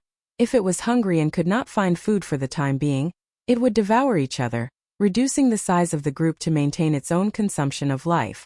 When the flying guillotine was at its peak, the flying insects covered the sky and earth, able to destroy entire villages, and were even more terrifying than many rank 6 goo worms. When it was weak, there were only 1 or 2 of them, and they were all alone, not even comparable to a rank 3 goo. Especially when this flying guillotine evolved further, it would become the famous rank 6 demonic goo, blood deity. Among the top 10 demonic goo in the world, it was ranked 7th. When Feng Yuan created the Bloodwing demon sect in his previous life, the first thing he wanted to refine was not the spring-autumn cicada, but the blood deity. Unfortunately, there were many things in this world that he could not do anything about. Due to various reasons, he could only settle for the next best thing and refine the spring-autumn cicada. This group of flying guillotines numbered in the tens of thousands. They swept through the battlefield like a hurricane, and everywhere they went, the wolves howled. They swept left and right, drilling into the bodies of the lightning wolves. In just a few breaths, the blood of the lightning wolves was sucked dry by the flying guillotine. But this beast's blood could not split the flying guillotine. Only a goo master's blood essence that contained primeval essence could have this effect. One by one, the lightning wolves were turned into dried corpses, falling to the ground, losing all signs of life. Only bold lightning wolves and frenzy lightning wolves could spit out electric currents that could restrain these flying guillotines. However, they usually only managed to electrocute a small group of flying insects before they were swarmed by the densely packed flying guillotines behind them, sucking them dry. Howl! The iron net broke, and the Thunder Crown Wolf regained its freedom, letting out an angry howl. The flying guillotines sensed it and gathered together, forming a large red cloud that covered an area of several mu, firmly covering the Thunder Crown Wolf. The Thunder Crown Wolf's tail swung around, and blue electric plasma burst out. Hundreds and thousands of flying guillotines were electrocuted into charcoal in an instant. The crackling sound was like firecrackers exploding. A gust of wind blew, carrying with it the unpleasant smell of the burning flying guillotines. The flying guillotine was indeed a rank 5 goo worm, but it was not controlled by anyone, and could only attack by force. On the Thunder Crown Wolf's body, there were many rank 4 goo worms, and some of them had a wide attack range, which countered the flying guillotine. The flying insects surged like a red cloud, and the Thunder Crown Wolf that was the size of a small mountain roared and struggled, howling as it moved. The Thunder Crown Wolf's huge body had become its weakest point, and was targeted by the fingertip-sized flying guillotines. The battle was intense, and large numbers of flying guillotines fell to the ground. The Thunder Crown Wolf's scales were broken, and some of the flying guillotines drilled into its body, sucking blood wantonly. The Thunder Crown Wolf had no choice but to spray electric plasma on its body, electrocuting these flying guillotines to death. This way its muscles were gradually roasted, emitting a rich meaty aroma. The wolf tide's attack on the village had already stopped. Countless lightning wolves under the Thunder Crown Wolf's call charged towards the insect swarm. The goo masters could be said to have narrowly escaped death, and all of them held their breaths, nervously watching the grand and tragic slaughter in front of them. The insect swarm was like a whirlwind of death. Countless lightning wolves could not get far before collapsing. However, the lightning wolves sacrificed themselves, causing the insect swarm to expend their energy. The number of flying guillotines decreased, and the cloud-like density gradually turned into a thin mist. Towards the end, they only danced in the air, like a whirlwind. The Thunder Crown Wolf struggled to get out, whimpering as it ran away. More than half of its blood had been sucked, and now its limbs were sore. Its running speed was not even a tenth of its original speed, and the electric currents on its body were sparse to the extreme. As the leader of the wolf pack, once the Thunder Crown Wolf left, the rest of the lightning wolves lost their will to fight. They also ran away with their tails between their legs. We finally withstood it. The goo masters saw this and were stunned. Some of them collapsed on the ground, unwilling to get up. I'm actually still alive. Many goo masters had complex expressions. Some were happy and some were sad. In the wolf tide, how many clansmen were sacrificed? Buzz, buzz, buzz. The sparse flying guillotine swarm flew into the sky, circling around the Guyue village once, and then disappeared into the clouds. Feng Yuan saw this and his eyes flashed with a thoughtful light. With the Thunder Crown Wolf's defeat, the Guyue village was safe. In fact, the wolf pack was almost dead and was no longer in scale. This wolf tide could be said to be over. However, the wolf pack was vengeful, and as long as this myriad beast king was not dead, it would come back again in the next wolf tide. After a few years of recuperation, it would be even more cunning and stronger. Right now it was at its weakest. Killing it and taking the goo worms on its body could make up for some of the clan's losses. Yao Zhong, Gu Yan, you two stay behind and deal with the aftermath. The rest of the clan elders, follow me and chase after the Thunder Crown Wolf. Guyuebo hurriedly made the arrangements, and immediately led the remaining 7 clan elders who could still fight out of the village, chasing after the Thunder Crown Wolf. Fang Yuan's gaze flashed, and he weighed his options. Although the clan's strength is weak, the situation is not chaotic. Moreover, these flying guillotines are suspicious. I should follow the clan leader and observe the situation. He concealed his figure and walked down the hill. The Stealth Scales Gu and Thunderwings Gu could not be used at the same time. Thunderwings Gu was a rank 3 Gu, and once activated, it would form a pair of lightning wings. The rank 2 Stealth Scales Gu could not conceal it. Against a rank 3 clan elder, the Stealth Scales Gu's concealment ability was not reliable. Fang Yuan could only follow the traces and follow from afar, not daring to get too close. When the Thunder Crown Wolf attacked, he was still in the rock crack secret cave and did not participate in the battle. If he suddenly appeared now, the clan elders and clan leader would be furious and question him. Moreover, there were many things that Fang Yuan could not explain clearly. The Thunder Crown Wolf's injuries were heavy, and its speed was not fast. After chasing for about half an hour, Fang Yuan could faintly hear the sounds of fighting and cursing in the valley ahead. He stealthily moved over, climbing up a mountain rock, and saw a group of Gu masters fighting. That Thunder Crown Wolf was lying on the ground, with many new wounds on its body, blood flowing non-stop, and it was on the verge of death. Its eyes were dim, as if it was on the verge of death. Old Bai Mao, you guys are really shameless, daring to come and take advantage of us. Guebo, your words are wrong. This Thunder Crown Wolf was obviously stopped by us. If you know what's good for you, get out of the way. Guyuebo and the Bai clan leader fought fiercely. There were 3 Thunder Crown Wolves in the wolf den. All of them were myriad beast kings, each leading a pack of tens of thousands of wolves. They did not belong to each other, and no one could suppress the other. The wolf pack's movements were always about teamwork. The 3 Thunder Crown Wolves also developed intelligence, and started hunting the 3 remaining beast packs on Qingmao Mountain. In their eyes, humans were also wild beasts and even more so, prey. In their understanding, the wolf tide was a large-scale hunt where everyone went out of their nest. On Qingmao Mountain, Guyue, Xiong and Bai clans had been in a stalemate for hundreds of years, and naturally had their own trump cards. Xiong clan was the weakest, and was still resisting the wolf tide with difficulty. Bai clan had risen in recent years, and their overall strength had already surpassed the Guyue clan. After killing the Thunder Crown Wolf and repelling the wolf tide, the Bai clan leader brought a group of clan elders and rushed to the Guyue village to see if there was anything to take advantage of.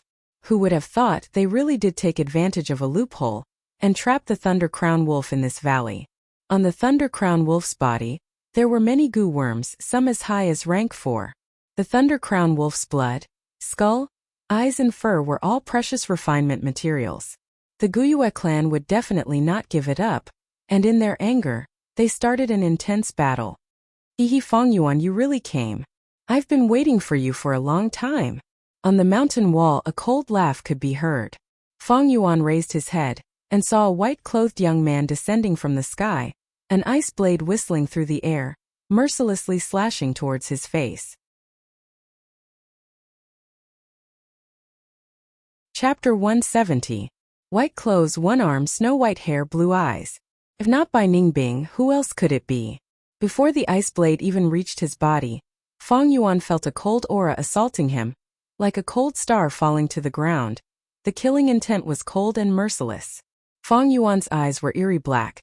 Not moving in the face of danger, he leapt backwards and poured his primeval essence into the sky canopy goo, creating a white armor to protect himself. With a muffled sound, the ice blade heavily struck the ground, and in that instant, a pile of white icicles burst out, protruding from the ground. Crack, crack. The sharp icicles protruded all the way, extending in a straight line towards the direction Fang Yuan was retreating, forming an ice path. Fang Yuan lightly flipped to the side, dodging it. The mountain path was narrow, and he slid down into the valley. Fang Yuan, oh Fang Yuan, why do I always want to kill you when I see you? Tell me. Bai Ningbing excitedly shook, laughing maniacally. His laughter attracted the gazes of the other Gu masters in the valley. Seeing Bai Ningbing and Fang Yuan, their expressions varied. Lord Bai Ningbing, I'm here to help you. A Bai Clan Gu master who was standing at the side shouted, pouncing towards Fang Yuan. Clan leader, it's our clan's Fang Yuan. A Guyue Clan Gu master shouted. I know. Clan leader Guyue Bo's expression was uncertain. He dodged the Bai clan leader's attack and made up his mind, shouting, deal with this first. Fang Yuan had mysteriously disappeared before the wolf tide, causing Guyue clan's higher-ups to be suspicious of him. Adding on the huge pressure from the Bai Clan Gu masters, no one went to help Fang Yuan. Bai Ningbing looked at the arrival of his helper. But he was furious, shouting at the person, go away, this is my battle, don't interfere. Lord Bai Ningbing, you lost an arm, it is detrimental to your battle. You are our Bai clan's hope, we cannot touch you. Let me clear the obstacles for you. The Bai Clan Gu master shouted. As he leaped, he charged in front of Fang Yuan. He activated his Gu, and an orange-yellow light surged out of his palms. Bang! He patted the ground lightly. When the yellow light entered the ground, a mound of earth immediately rose up. The mound moved rapidly towards Fang Yuan, growing larger and larger. Suddenly, the mound exploded. A yellow and muddy hand appeared. This hand was incomparably huge and was as tall as an adult. It grabbed at Fang Yuan from afar, and its might was suffocating. Fang Yuan snorted disdainfully. The gigantic hand was about to grab him and kill him. Suddenly, a dark golden light surged out of the aperture, forming a dazzling light band that wrapped around Fang Yuan's body. When the giant hand reached him, it was twisted a few times by the dark golden belt of light and shattered. What kind of goo is this? Bai Ningbing was shocked. The dark golden light dissipated. The true appearance of the goo worm was revealed. It was more than a meter long and as wide as 2 fists. The dark gold carapace exuded a domineering aura, and the sharp silver teeth on both sides of its body flickered with a cold light. Chainsaw Golden Centipede. Come! Fang Yuan shouted and shook his right arm. His right hand turned into a palm. The Chainsaw Golden Centipede's countless legs climbed agilely on his body. Its body twisted like a snake, coiling around his right arm. It opened its mouth and swallowed Fang Yuan's right palm, all the way to his forearm. Fang Yuan swung his arm, and the meter-long golden centipede swung its tail. It drew an arc in the air, making a light sound. At this moment, the golden centipede shrunk its body to the limit. Its length of nearly 2 meters immediately shrunk to 1.5 meters. At the same time, its 2 legs shrunk into the carapace. Only 2 rows of silver teeth were left. At first glance, it was as if Fang Yuan was holding a dark gold and silver sword with a pointless blade. The Bai Clan Gu master who came to help was shocked. He had never thought that the Chainsaw Golden Centipede could be used like this. Gu masters nurture Gu, refine Gu and use Gu, all of them were profound. Fang Yuan's usage could be said to be bold and imaginative, pushing the limits of one's imagination. In fact, this usage was not invented by Fang Yuan. In his previous life, 300 years later, there was a new talent of the demonic path, known as the Chainsaw Mad Demon. He used the rank 4 Lightning Tooth Killer Centipede, which was one of the directions of the rank 3 Chainsaw Golden Centipede's advancement. But in this life, Fang Yuan's usage of it was unprecedented. I'll show you. Fang Yuan's lips curled into a cold smile, activating his aperture's primeval essence and pouring it into the Chainsaw Golden Centipede's body. Buzz! Buzz! Buzz! The Chainsaw Golden Centipede's 2 rows of silver teeth started moving crazily, letting out a manic sound that caused one's heart to tremble. Thunderwings Gu. Fang Yuan's eyes shone with a sharp light, and a pair of eerie blue lightning wings formed behind him with a swoosh. Swoosh! The thunderwings flapped and he shot out like lightning. Fast! Fast! Fast! This speed caused the Bai Clan Gu master's pupils to shrink, a cold glint flashing in his eyes. The aura of death assaulted him, and he screamed, activating his strongest Gu worm. His body shone with a thick yellow light. The yellow light was like armor, but before it could fully form, Fang Yuan had already charged towards him. His black hair danced in the wind, his eyes like lightning, like a demon god coming out of a nightmare to kill his way into the mortal world. His movements were fierce, completely stretching out his muscles, and the strength of 2 boars burst out to the limit. The golden centipede was like a sword, drawing a beautiful golden shadow in the air. The sawteeth spun crazily, fiercely slashing at the Bai Clan Gu master's waist. Crack, crack, crack. The yellow light armor was crushed by the sawteeth, and before it could fully form, it disintegrated in an instant. The sawteeth pierced into flesh like cutting butter. Fang Yuan swung and his flesh was minced into pieces, his spine snapped, and his organs were instantly destroyed. The Bai Clan Gu master's upper body flew up, but his lower body remained on the spot. Plop. His eyes were wide open, looking at his lower body in horror, and he died in extreme shock. This commotion caused the attacks of everyone in the midst of a fierce battle to stagnate. They looked at Fang Yuan, their gazes filled with shock and anger. This Bai Clan Gu master was a rank 3 elder, and was quite famous. But Fang Yuan's attacks were wild, pressing forward with indomitable will, killing him in an instant. His body was covered in blood, and the Bai Clan Gu master's flesh and bones were still on him. The chainsaw golden centipede's 2 rows of sawteeth spun crazily, such a ferocious might that people could not help but look at it. What a good Gu worm! Bai Ningbing shouted, his eyes suddenly shining with crazed excitement. Fang Yuan, you did not disappoint me. Let's fight! He shouted, his expression as passionate as fire, pouncing towards Fang Yuan. Noisy! Fang Yuan's expression was cold as ice. He turned around and counterattacked. Bam!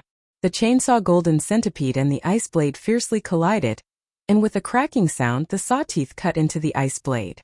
Ice shards flew in all directions. The next moment, the chainsaw golden centipede broke the ice blade and swept towards Bai Ningbing's face. Bai Ningbing's expression changed. He decisively gave up on the ice blade and retreated, pulling out a distance of over 2 meters. The chainsaw golden centipede was only 1.5 m long when shrunk. Including Fang Yuan's right arm, it was still a little short of Bai Ningbing's size. But Fang Yuan willed, and the chainsaw golden centipede suddenly extended its body. This! Bai Ningbing was shocked, not expecting such a change. He was hit in the chest by the centipede's tail. Even with the protection of the ice muscles, a large wound was still cut open. At that moment he felt a strong force surging towards him. He unavoidably flew backwards, crashing into a huge rock behind him. Blood splattered on the surface of the rock, but the ice muscles quickly stopped the bleeding. Bai Ningbing coughed violently, and was about to get up when he suddenly heard a thunderous wind. The wind howled in his ears. An unprecedented sense of danger filled his heart. Bai Ningbing's pupils shrunk, and without raising his head, he quickly rolled away. Bam! The next moment the chainsaw golden centipede descended from the sky, carrying a fierce aura as it heavily struck the huge rock he was lying on. The silver edges of the blade moved crazily. The huge rock crumbled. If this attack landed on me, I'm afraid. Bai Ningbing felt a chill in his heart, and an unyielding anger rose in his heart. Ever since the battle with Guyue Qingshu, he did not suppress his cultivation, and allowed it to grow freely. Although he lost an arm, his cultivation was still intact, but he was actually suppressed by a rank 3 initial stage Fang Yuan. Unwillingness. Humiliation. Anger. Kill.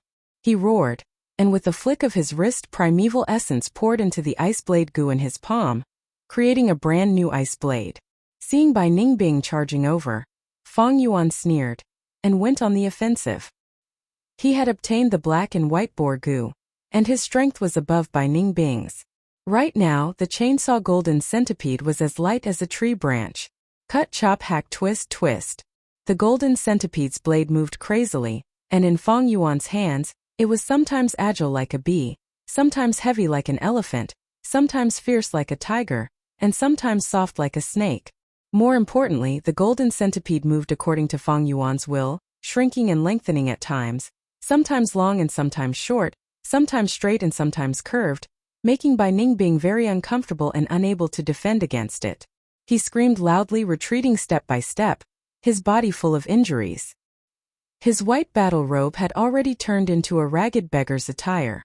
Fang Yuan's black wind danced, and his expression was cold as he displayed his proficient sword skills, blade skills, axe skills, and rod skills. He combined all of them together, and the chainsaw golden centipede became a deadly weapon. Gu worms also depended on who was using them. Good one, Fang Yuan. Bai Ningbing screamed. Countless ice blades were destroyed, and he finally realized that he could not fight with Fang Yuan head-on. His body was bathed in blood, and his ice muscles' defense was almost broken, but this made him even more passionate for battle. If close combat was not possible, then long range. Bluebird ice coughing goo. Bai Ningbing pulled some distance away and spat. Birds flapped their wings, flying towards Fang Yuan. Fang Yuan was not flustered, and his expression did not change. With a flick of his left wrist, the blood moonblade intercepted these ice birds, causing them to self-destruct in the air. Others were usually only good at using one hand's moonblade, but with Fang Yuan's rich battle experience, he could use his left hand's moonblade skillfully and skillfully. Bai Ningbing saw that this did not work, and used icicle goo. Icicle after icicle flew out, and mixed with the blue birds, forming a concentrated attack. Fang Yuan only had one long-range method, and could only choose to intercept the more threatening ice birds. As for the icicles, he dodged them, and used the sky canopy goo to block them. Bai Ningbing finally gained the upper hand, and was about to increase his battle prowess when he suddenly saw Fang Yuan sneer, and with a flick of his right hand, the chainsaw golden centipede left the ground, and quickly burrowed into the ground. The hidden threat was simply too great.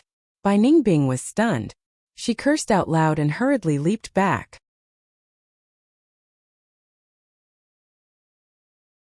Chapter 171.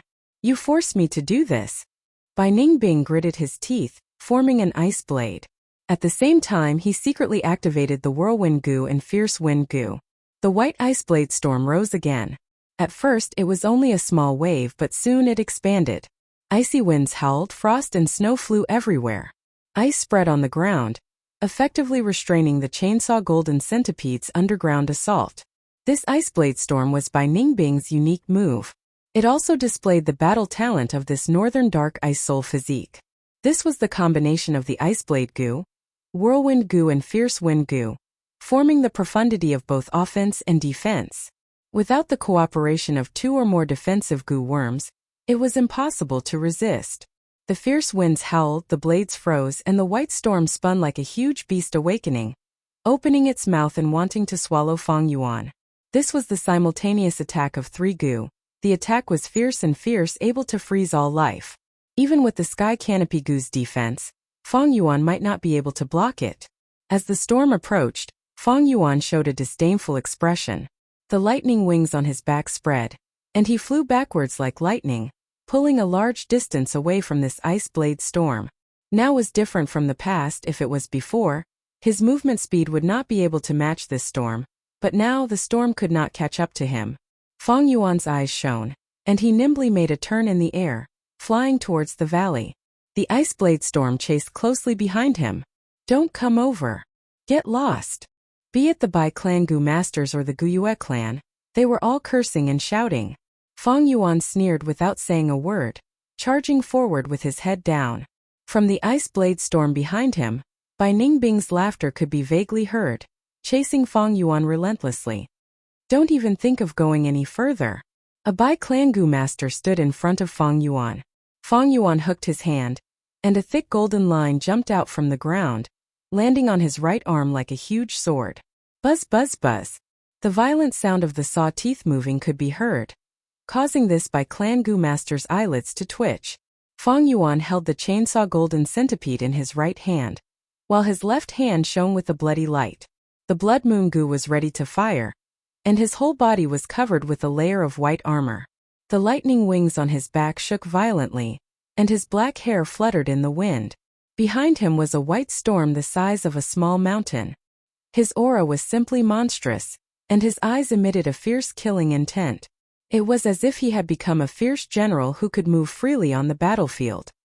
He wanted to trample all his enemies into minced meat and chop all his opponents into broken bones. Ah! That Bai clan Gu master felt an unparalleled pressure. Veins popped out on his forehead as he suddenly shouted, encouraging himself. But as he shouted, he saw Fang Yuan charging towards him with an indomitable will. He suddenly stopped shouting and started running. He was scared. The fear in his heart caused his fighting spirit to slacken. Fang Yuan didn't care about him. He rushed towards the dying Thunder Crown Wolf in the valley. Strong winds howled with ferocious momentum. Wherever he went, Gu masters would avoid him. The Thunder Crown Wolf roused its spirit, turning its head towards Fang Yuan. Lightning flashed in its sharp teeth. The dignity of a myriad beast king made it unwilling to accept death. And even at death's door, it had to retaliate. Just as Fang Yuan was about to crash into the Thunder Crown Wolf like a meteor crashing into the earth. But at the crucial moment, he suddenly stomped his feet and rushed into the sky, flying diagonally out of the valley. Not long after he flew out of the valley, he heard an intense explosion behind him. The Thunder Crown Wolf's miserable howls and the Ice Blade Storm's roars mixed together. A move like the Ice Blade Storm could be said to be by Ningbing's ingenuity, but it had a flaw, which was that it was difficult to control and control. Of course, this storm collided with the Thunder Crown Wolf because of Bai Ningbing's personality. The Thunder Crown Wolf was fiercely suppressed by the White Storm. It was already on the verge of death, and now it was even harder to resist. Its scales were sliced into pieces, flesh and blood splattered everywhere, and its white bones were exposed, but they were quickly cut into pieces by the ice blades. Damn it! Seeing this, the Guyue clan members all cursed. The Bai clan Gu masters also showed a pained expression. With Bai Ningbing's method, after the Thunder Crown Wolf dies, there would not be any valuable loot left on its body. But Bai Ningbing did not mind. Instead, he spun faster and faster, as if enjoying the pleasure of killing a myriad beast king. One by one, Gu worms turned into rays of light, flying out of the Thunder Crown Wolf's body. These wild Gu worms were living on the Thunder Crown Wolf's body, mutually benefiting each other and working together to survive. Now that the Thunder Crown Wolf was on the verge of death, they were like the crew of a shipwrecked ship, naturally abandoning this sinking ship and escaping for their lives. Catch them! Quick, stop these Gu worms! The two clan leaders shouted almost at the same time. The scene was in chaos again. The clan elders attacked each other, trying to stall each other. The two clan leaders could not free themselves, and in the end, only 2 or 3 clan elders with movement Gu worms managed to fly out of the valley. The wild Gu worms scattered in all directions. Fang Yuan concentrated, trying his best to distinguish them. Unfortunately, my investigative Gu is the earth communication eargrass. It cannot strengthen my vision. This Thunder Crown Wolf definitely has a healing Gu on it. Whether I can catch it or not will depend on my luck. This was purely a test of luck, but Fang Yuan had no other choice. There were thousands of investigative Gu worms, but he only had the earth communication eargrass. His lightning wings spread, and he charged towards the nearest Gu worm. This Gu was covered in a layer of blue light, and was flying far away. Fang Yuan caught up to it, and stretched out his hand, grabbing towards it. Whoosh! An intense electric current burst out from its body, attacking Fang Yuan. Lightning wings were formed from electric currents. It had speed but was not agile. Fang Yuan grunted, and relied on the sky canopy Gu to take this electric current. He could have gone against it and grabbed this Gu, but he wisely chose to give up. This Gu's ability had already been exposed. It could activate electric currents to attack enemies, and was clearly an offensive Gu worm, not the healing Gu that Fang Yuan wanted. Fang Yuan gave up on it, and pounced towards another Gu worm. As he got closer, he could see the Gu's full appearance. Its body was like a light blue glass, flying in the air, and its semicircular shell had turtle shell markings. Thunder Shield Gu. This was a defensive Gu, able to form a semicircular electric shield. Fang Yuan had already decided to let it go, and looked around, finding his third target. But at this moment, a white figure rushed out from the valley, holding an ice blade and shouting Fang Yuan's name. Fang Yuan sighed, knowing that luck was not on his side. He could only settle for the next best thing, grabbing the Thunder Shield Gu in front of him. The Thunder Shield Gu raised a lightning shield, and the eerie blue electric currents flickered, attempting to block Fang Yuan's hand. Fang Yuan laughed coldly, and the spring-autumn cicada's aura leaked out. This Thunder Shield Gu immediately withered, as if it had died. The shield dissipated, and it fell towards the forest below. Fang Yuan lightly grabbed it, and with a surge of primeval essence he refined it. Stealth Scales Gu. His body rippled like water, and he disappeared on the spot. Fang Yuan! Bai Ningbing shouted, lightning flashing in his eyes. This was the rank 3 lightning eye Gu, able to borrow the power of lightning to see through invisibility, but it did not have the ability to see through things. Fang Yuan paid attention this time, and although he was invisible, he still used the rocks and forest to hide his tracks. Bai Ningbing looked around and roared in anger, finding nothing. Fang Yuan found a hidden spot and immediately sat cross-legged, activating the Tusita flower and spitting out the Yuan stone. Although he advanced to rank 3, the primeval essence in his aperture was only 42%. Although he had the upper hand in the battle earlier, he could not maintain it for long. Now there was only a thin layer of primeval essence left in his aperture, less than 30%. Gu masters needed primeval essence to activate Gu worms. Without primeval essence, a Gu master's battle strength would plummet. In extreme situations they could not even win against mortals. The Yuan stone continued to shrink, and natural primeval essence continuously poured into Fang Yuan's body, and the primeval sea in his aperture started to rise. When he was rank 1 and rank 2, he could use the Yuan stone to replenish his primeval essence at an impressive speed. But after reaching rank 3, because the quality of the Gu master's primeval essence greatly increased, he needed to consume even more Yuan stone, and take a longer time to replenish it. The sounds of Gu masters fighting could be heard continuously, and after 8 to 9 minutes, Fang Yuan finally filled his aperture to the limit. He came out from his hiding spot, and found that 5 clan elders had died in battle. Among them, there were 3 from Guyue clan, and 2 from Bai clan. Every clan elder was the pillar of the clan, and to think that so many had been sacrificed at once. Guyue Bo and Bai clan leader fought intensely, both feeling heartache over the losses, and their eyes were bloodshot. Other than that, there were 3 groups surrounding the wild Gu worms. Ordinary Gu masters did not have the help of the spring-autumn cicada, and it was very troublesome to capture wild Gu worms. They had to capture the Gu worms, but they could not be too heavy-handed, and had to have a sense of propriety. 8 to 9 Gu worms flew out of the Thunder Crown Wolf's body, and no one knew how many the clan elders had captured, but there were still 3 left. The clan elders surrounded these 3 Gu worms, chasing and intercepting them. If one side attacked, the other side would definitely interfere. This caused the situation to be in a stalemate, with no one gaining an advantage. Water cage Gu cover. A Bai clan Gu master shouted and spat out a water ball. The water ball expanded to over 2 meters, and covered the wild Gu worm, trapping it within. Bam! At the next moment, a golden moonblade slashed the water ball cage, causing it to explode.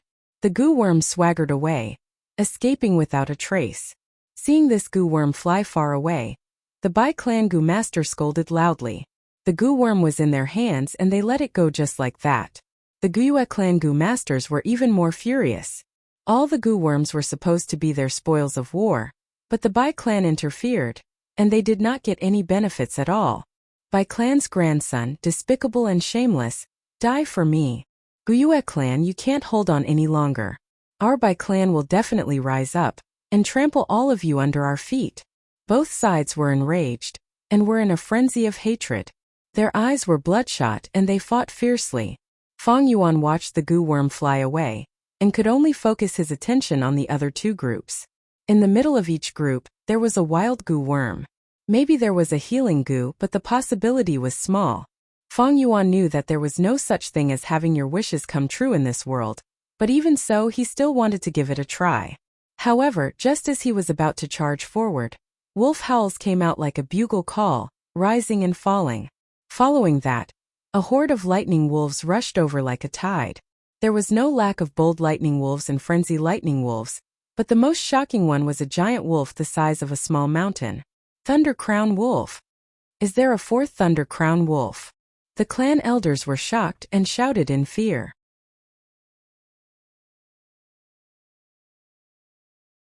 Chapter 172. The wolf pack surged forward, howling as it approached. The situation took a turn for the worse, causing the 2 clan leaders and the clan elders' expressions to change. Although the 2 clans had successfully resisted the wolf tide, they were in a precarious situation and barely held on. Now that such a strong wolf tide had appeared, they had no strength left to resist. At once, the clan elders and the 2 clan leaders stopped fighting. Didn't the report say that there were only 3 Thunder Crown wolves? An elder cried out involuntarily. That's not right, this Thunder Crown wolf is injured. And the size of the wolf pack isn't very big. Guyubo forced himself to remain calm. Don't tell me, this is the Thunder Crown wolf that attacked Xiong village? An elder slapped his forehead and shouted. The possibility of this was quite high, with an 80 to 90% chance. The clan elder's mood was still heavy, and someone said bitterly, this wolf pack has already appeared here. Doesn't that mean Xiong village is already? Damn this Xiong village, why are they so useless? They can't even defend against a wolf tide. Someone cursed loudly. But there were also people who were optimistic. Look, this Thunder Crown wolf's front limbs are heavily injured. Its muscles and bones are all atrophied.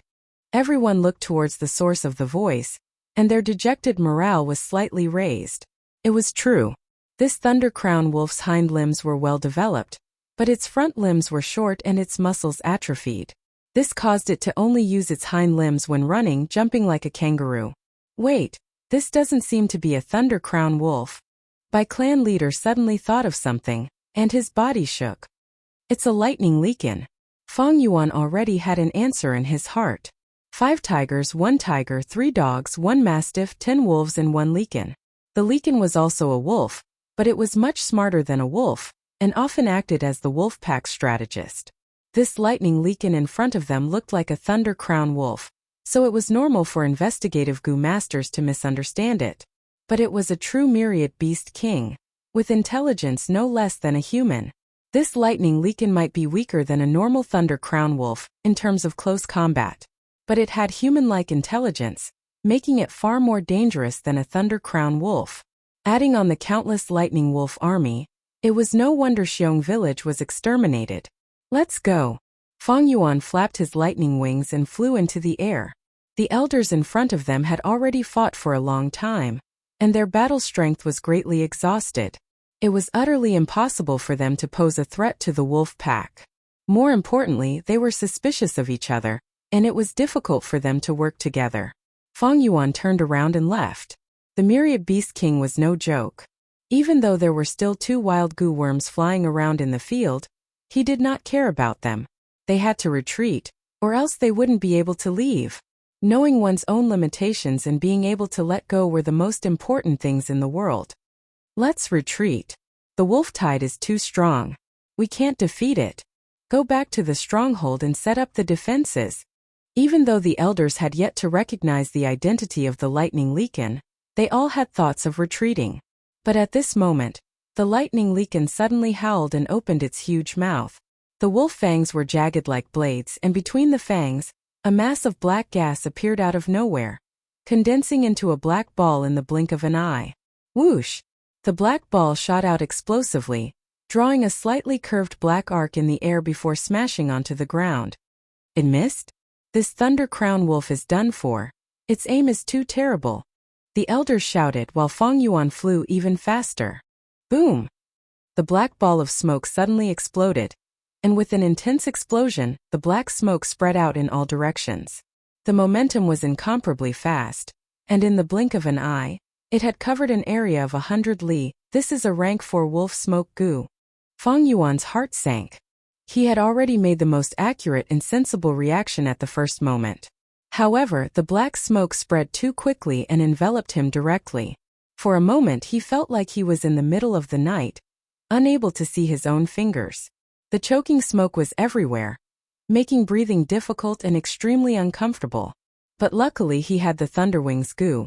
As long as he flew upwards, he would be able to escape the range of this wolf smoke. Crack!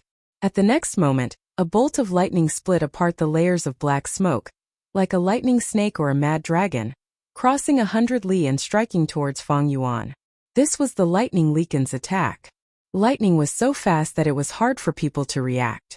But at the crucial moment, Fang Yuan's battle instinct surpassed his thinking speed, and he reacted first. Lightning Shield Goo. Sky Canopy Goo. A circular lightning shield suddenly appeared beside Fang Yuan. At the same time, his body lit up with a layer of white armor. The raging lightning was so bright that it was blinding. Like a roaring heavenly dragon, it bombarded the lightning shield first. The shield only lasted for less than a second before it was torn apart by the devastating lightning. The lightning struck Feng Yuan's body. At that moment, even though Feng Yuan had closed his eyes, he still felt the piercing pain. A huge force surged and knocked him down. He almost fainted. The lightning wrapped around him and numbed his muscles, almost making him forget to breathe. With a plop, he fell to the ground. Intense pain assaulted him, causing him to wake up. He endured the pain and numbness all over his body, and quickly climbed up. The lightning shield goo was already dead, and the thunderwings goo was also affected. It was on its last breath and could not be used anymore. The sky canopy goo's injuries were not light, and it was slightly dispirited. After all, it had suffered such a strong impact from the lightning. The lightning Leakin's attack just now was definitely the power of a rank 4 goo. The higher the goo's rank, the difference in power of a rank was like heaven and earth. A rank 4 offensive goo needed at least 2 rank 3 goo to defend against it. Of course, the reason why the lightning shield goo died was because it had fought for a long time, accumulating many injuries. To think that this lightning Leakin thought so highly of me. Feng Yuan laughed bitterly, observing his surroundings. It was pitch black, and there was thick smoke everywhere, making it impossible to tell his location. Be careful, that lightning crown wolf has shrunk to the size of an ordinary lightning wolf, and is hiding in the wolf pack. At this time, from the depths of the black smoke, an elder's shout could be heard. Feng Yuan's pupil shrunk when he heard this. This lightning Leakin was too cunning and very vicious. It seemed to want to capture all these goo masters in one fell swoop. Just now it targeted Feng Yuan and did not want to let a single one go. The surroundings quickly lit up with countless pairs of wolf eyes. Low growls and the sound of the wolf pack's charging wind could be heard towards Feng Yuan. In such a pitch-black environment, the goo master's vision was greatly hindered. But the wolf pack had no problem, because these lightning wolves had abandoned their sense of smell and had excellent vision. I need to escape as soon as possible. Who knows if I will meet that lightning Leakin? Even if I don't meet it temporarily, I will be surrounded by the wolf pack. With only 40% of my primeval essence left, I won't be able to fight a battle of attrition. Feng Yuan's thoughts moved like lightning, and he activated the earth communication eargrass. More than 10 roots grew out of his right ear, spreading outwards. Countless sounds could be heard. There were wolf howls, sounds of battle, the panicked growls of clan elders, and the blood-curdling screams of lightning wolves before their deaths. Too chaotic. The earth communication eargrass's scouting range was very wide, but it could not differentiate the details. Feng Yuan frowned and could only move towards the side with fewer sounds. But very quickly, he encountered a pack of more than 100 lightning wolves. The lightning wolves charged out of the black smoke, each of them extremely fierce. Feng Yuan summoned the chainsaw golden centipede, and at the same time activated the sky canopy goo. The chainsaw spun crazily, and the golden centipede was like a large sword, twisting the black smoke and slashing at the wolves' bodies, creating a rain of blood and bones. Feng Yuan was like a drowning boat, cutting his way through the thorns. One by one, the lightning wolves died under the chainsaw golden centipede. But soon there was a second one, a third one after another charging towards it. This lightning Leakin is too sinister. Actually letting the wolf pack surround me from behind. Feng Yuan rushed in one direction, and after a while he kept encountering lightning wolves. He suddenly understood. He retreated as he fought, and soon, his whole body was bathed in blood. The pressure was too great, and the surroundings were so dark that he could not even see his fingers in front of him. The wolf pack charged at him from all directions, making it hard for him to deal with all of them alone. Guebo, what do you say? At this time, the Bai clan leader's voice came from deep within the smoke. Fine, let's work together and break out of here first. Guebo's shout followed closely. This was also because of the situation. Only by working together would they have a chance of survival. Otherwise, if they fought alone, their primeval essence would be quickly depleted by the lightning wolves, and they would be eaten by the wolf pack. Their ending would definitely be miserable. Howl! Damn it! The next moment, a wolf's howl was heard, followed by an intense explosion. The two clan leaders shouted at the same time, and could no longer organize the clan elders. Obviously, the lightning Leakin had launched a sneak attack. It had intelligence that did not belong to a human, and once it attacked, it destroyed the two clan leaders' plans, and disrupted the clan elders' plans to resist. Without the two clan leaders suppressing the situation, could the clan elders cooperate sincerely? This was a huge question. I can't. I have expended too much primeval essence. I need to borrow other people's strength. After charging for a while, Feng Yuan felt tired. He had the strength of two boars, but his muscles were still aching all over. His primeval essence was already insufficient, and there were injuries all over his body. The sky canopy goo could only be used intermittently. The chainsaw golden centipede's body was dim, and its teeth were already broken. In a short period of time, it had killed no less than 1,000 lightning wolves, and among them were a few bold lightning wolves. Among them, a few had defensive goo worms, and were harder than iron and stone. The chainsaw golden centipede was not invincible, and without its teeth, its cutting ability fell drastically, becoming a tragic sight to behold. Feng Yuan did not linger, and moved as he fought. He relied on the earth communication eargrass, and tried his best to distinguish. Once he heard the frenzy lightning wolf's heavy footsteps, he would immediately change directions, and try his best to avoid it. He could not fight 1,000-beast king like the frenzy lightning wolf alone. Once he was pinned down and fell into a heavy encirclement, he would definitely die. I can't accept this. Suddenly, the clan elders' miserable cries came from the thick smoke, and the voice stopped abruptly. In the black smoke, the wolf tide surged, and many clan elders died tragically in the wolf's mouths, letting out unresigned howls. I can't hold on any longer. Feng Yuan felt the aura of death, but his expression was cold. The more dangerous the situation, the calmer his heart became. His heart did not waver in the slightest. In his previous life there were many more dangerous situations than this. The current situation was not too bad, and the two clan leaders were still fighting with the lightning leakin, so Feng Yuan still had hope. There are sounds of fighting ahead. Feng Yuan heard the sound, and immediately changed his direction. He could not hold on any longer, and whether it was the Guyue clan or the Bai clan Gu masters, it was beneficial to him. Kill! Kill! Kill! From afar, he could hear the Gu master's loud roars, and was in a fierce battle. Feng Yuan rushed over, but his momentum suddenly stopped. Bai Ningbing!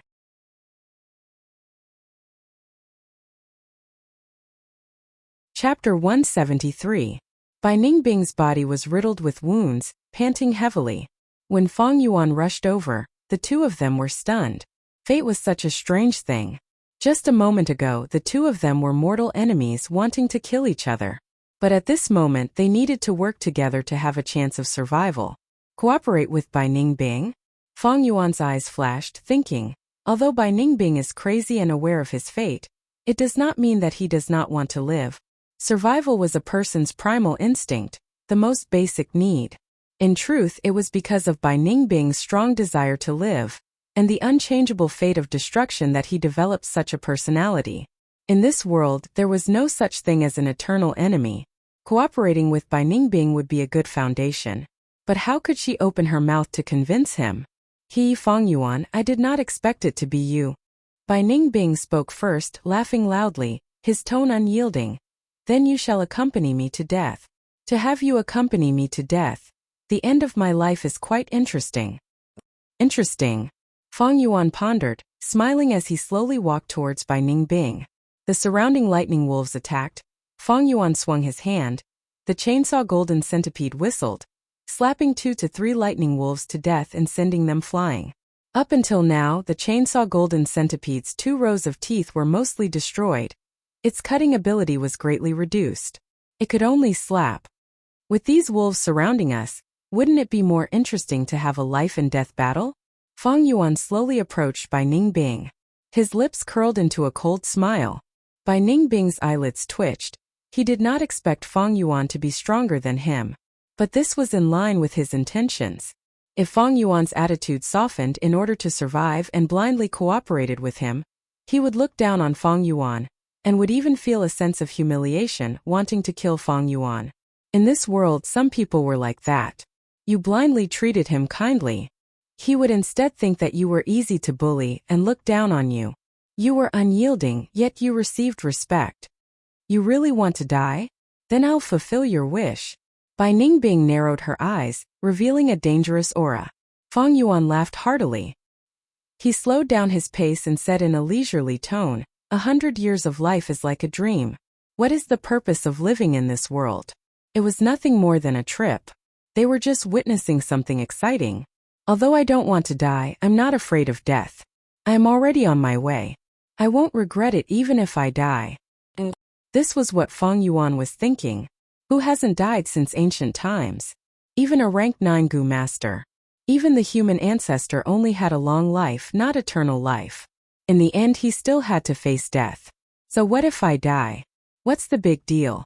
Even if Fang Yuan really died in this wolf tide at the next moment, he would not regret it. It was all because he had already fought for his goal. He had tried his best and lived according to his wishes. Let go of life and death. Only then can one see the magnanimity of life. Only then can one truly be free and unrestrained. Bai Ningbing heard this. His entire body trembled violently. He kept saying that he wasn't afraid of death, but that wasn't because he was truly carefree. He just couldn't see through it and couldn't let go of life and death. When a person is afraid, he becomes a slave. To think that he, Bai Ningbing, was just a slave under life and death.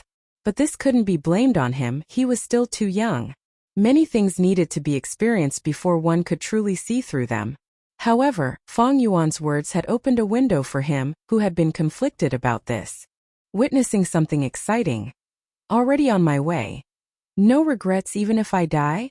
Bai Ningbing mumbled and suddenly asked, path? What is a path? Fang Yuan sneered and continued to get closer. Everyone has their own path, I don't need to tell you my path. How would I know your path?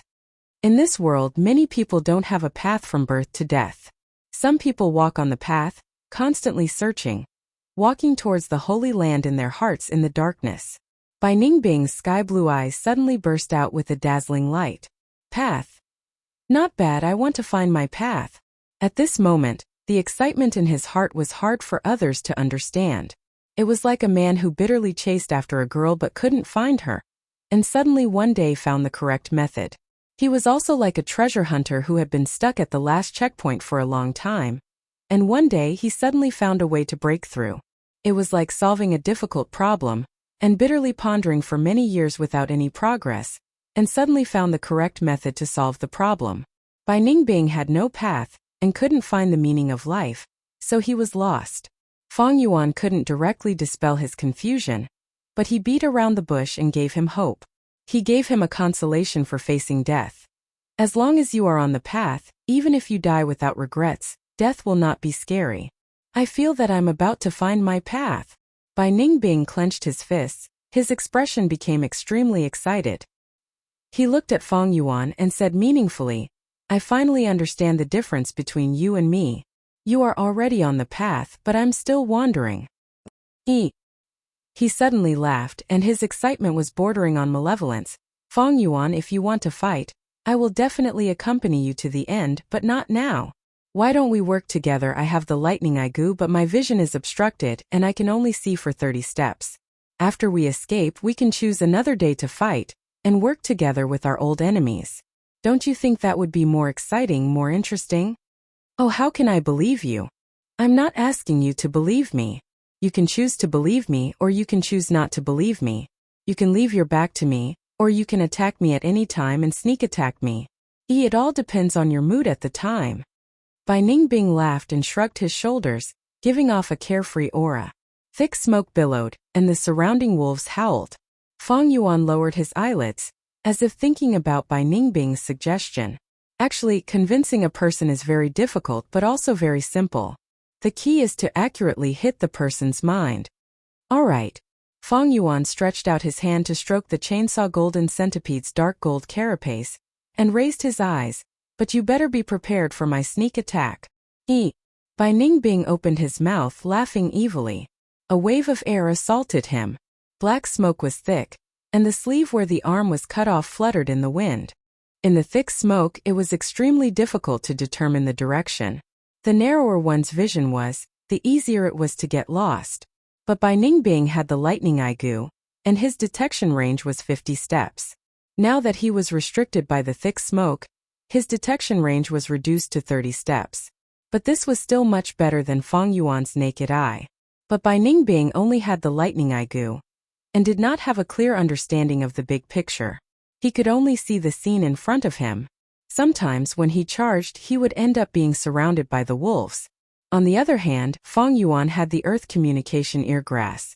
The thick smoke could weaken one's vision, but it could not block the transmission of sound. The surroundings were filled with sound, and the earth communication eargrass could detect up to 200 steps. But Fang Yuan could only go with the flow. His vision was too narrow. He could only see a tree and a rock beside him. Without any reference, he could not determine the direction. Cooperate. Bai Ningbing's lightning eye goo, and Fang Yuan's earth communication eargrass. The two goo stacked together, complementing each other, and immediately slowed down the situation. This is the south. If we go in this direction, we will face your Guyue village. Bai Ningbing's eyes flashed with electricity. Then he said, "No, there are too many wolves there. We need to take a detour." Fang Yuan's right ear whiskers fluttered in the wind. Then let's turn towards the southeast. How about it? Bai Ningbing licked his lips. Fang Yuan squatted down, his whiskers rooted in the soil, and listened carefully. During this time the lightning wolves charged over, but were all repelled by Bai Ningbing. Fang Yuan listened for a while and stood up straight. There is a gap in the southeast, but we need to hurry, it is closing up soon. Then let's charge. Bai Ningbing said, but was not in a hurry to move.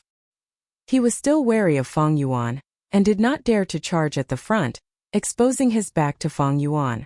Fang Yuan laughed coldly. He was also wary of Bai Ningbing. Finally, the two were 5 steps apart and fought side by side. The lightning wolves howled, attempting to surround and kill them. But relying on the lightning eye goo and the earth communication eargrass, Fang Yuan and Bai Ningbing avoided the strong points and attacked the weak points, continuously moving around, seizing a good opportunity to break through. The advantage of information was undoubtedly displayed at this time. Either Bai Ningbing or Fang Yuan would be in a difficult situation if they were to fight alone. But now that they worked together, they actually had the initiative and were able to move with ease. After fighting for a while, the view in front of them suddenly widened, and the bright sunlight caused the two to squint their eyes at the same time. We broke through. Bai Ningbing raised his head and laughed. Fang Yuan looked back, only to see a thick black screen behind him, like the bottom of a black pot covering a vast forest. Intense explosions and angry roars could be heard from the thick smoke. Obviously, the two tribe leaders were still fighting with the lightning leakin. To think that working with you is quite enjoyable. Bai Ningbing slightly turned his body, smiling. I feel the same. Fang Yuan's lips curled into a smile. But at the next moment, the two's eyes shone with sharpness. Ice blade goo. Chainsaw golden centipede. The long ice blade drew a cold light in the air. The thick golden centipede slapped horizontally, bringing with it a whistling wind. Bam! The two collided, and the ice blade left a wound on the golden centipede's back, before breaking into pieces. Fang Yuan and Bai Ningbing both jumped back a step, their eyes revealing intense killing intent. A short cooperation could not change the hostility in their hearts. Fang Yuan's black hair fluttered, and Bai Ningbing's white robe fluttered. There were too many similarities between the two. But precisely because of this, the two became natural enemies. Black eyes and blue eyes stared at each other, almost creating sparks in the air. But the killing intent on both sides gradually retracted. Humph, I don't even need to do anything, for the heavens will take the life of a dying person. The most important thing now is not Bai Ningbing, but the heavenly essence treasure lotus.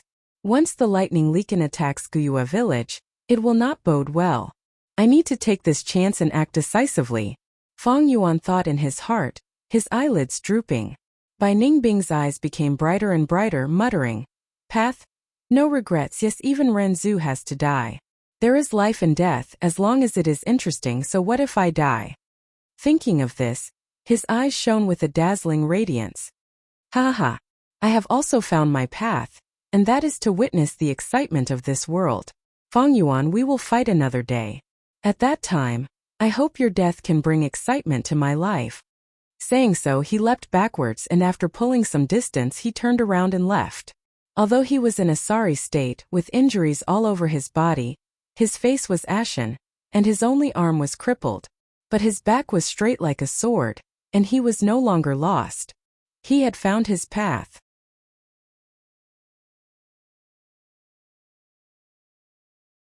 Chapter 174. Fang Yuan looked at Bai Ningbing's back until he was far away, witnessing the wonders of the world. The young man's black eyes flashed with a trace of seriousness. Bai Ningbing, who was no longer confused, was in even more danger than before. Life and death no longer bothered him. The closer he was to death, the more he could display the unparalleled power of the northern dark ice soul physique. But you want to fight me another day, ha? Fang Yuan laughed lightly. You are destined to be disappointed. The moment he escaped from the smoke, Fang Yuan decided to leave Qingmao Mountain immediately. Although the battle with Bai Ningbing was interesting, there were no benefits to speak of. Bai Ningbing defined the wonders of the world on Fang Yuan, because he was too young, and his horizons were limited to Qingmao Mountain. But Fang Yuan was different. In his rebirth plan, Qingmao Mountain was just a starting point. As long as he had great ambitions, he would have a broad heart and not care about small conflicts with others. It's time to go. The lightning lichen is more cunning than the thunder crown wolf and harder to deal with. With the current strength of Bai clan and Guyue clan, it will be hard to resist. Unless a rank 5 expert appears and turns the tide. Or the two clans work together. Bai clan and Guyue clan had a grudge against each other, so they had to work together if they worked together. But even if they worked together, they would not be able to cooperate sincerely. Fang Yuan was not optimistic about their future. Qingmao Mountain's situation will depend on the outcome of this crucial battle.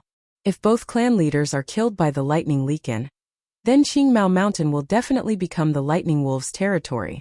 If only one clan leader is left, then if they work together, the other clan will definitely be sacrificed as cannon fodder. If the lightning lichen is killed, the two clans will definitely suffer heavy losses and need to recuperate. The clan will reorganize its internal affairs, and I will definitely be investigated. Fang Yuan was very clear about this change in situation. This was the world of Gu, where an individual's strength was above the collective. Thus, the higher the Gu master's cultivation, the more he could turn the tide. Whether it was Bai clan, Guyue clan or the Lightning Wolf pack, as long as any one of them had a rank 4 expert, he would definitely be able to turn the tide. But no matter what the situation was, it was disadvantageous to Fang Yuan. It's time to leave. Although he still lacked an ideal Gu worm in terms of treatment, how could everything in the world come true? I will return to the village and take the Heavenly Essence Treasure Lotus, as well as a healing Gu from the clan treasury, then I will be on my way. Fang Yuan took one last look behind him. There was still a violent roar coming from the black smoke. He turned around and left, heading towards Guyue's village. He had the status of a clan elder. He could use this to forcefully open the clan treasury and obtain Yuan stone and Gu worms. This was the most turbulent period.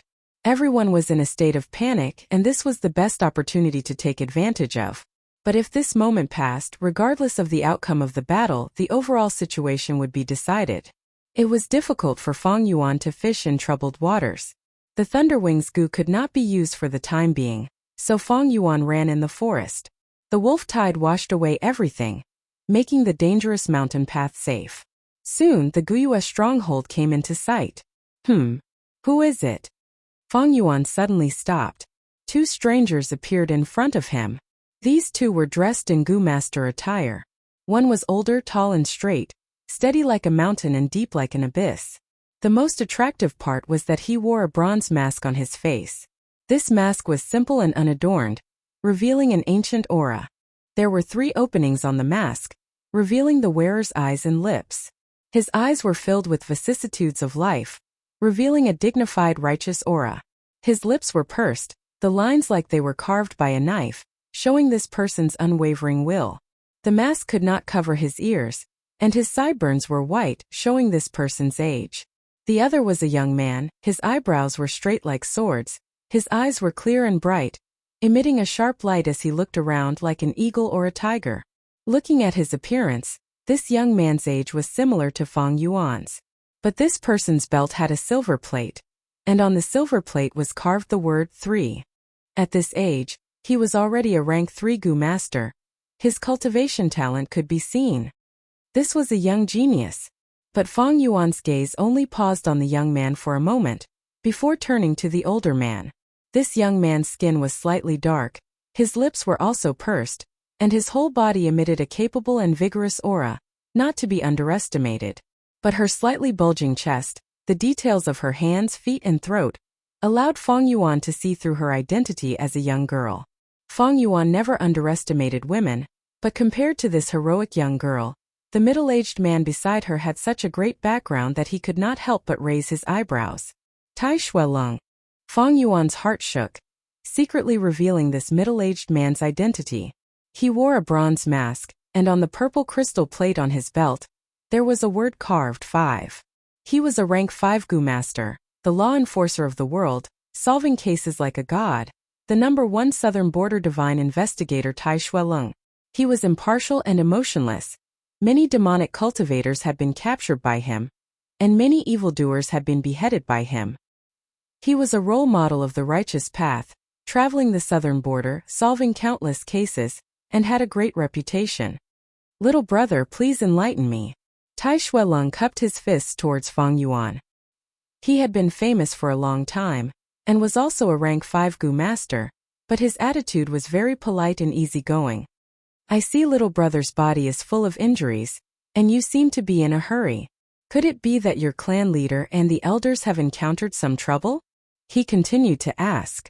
Fang Yuan's expression naturally changed to one of anxiety, surprise, and even suspicion and fear. Who are you? How do you know this?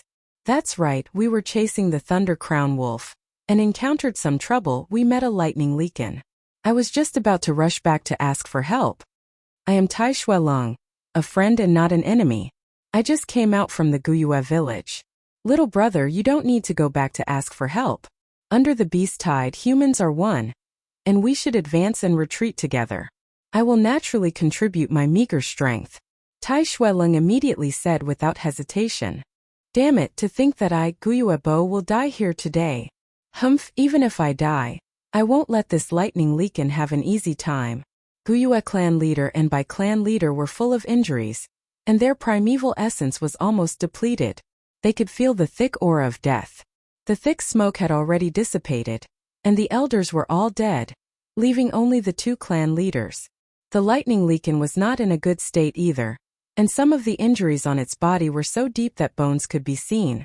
It gritted its teeth and hid behind the lightning wolf army.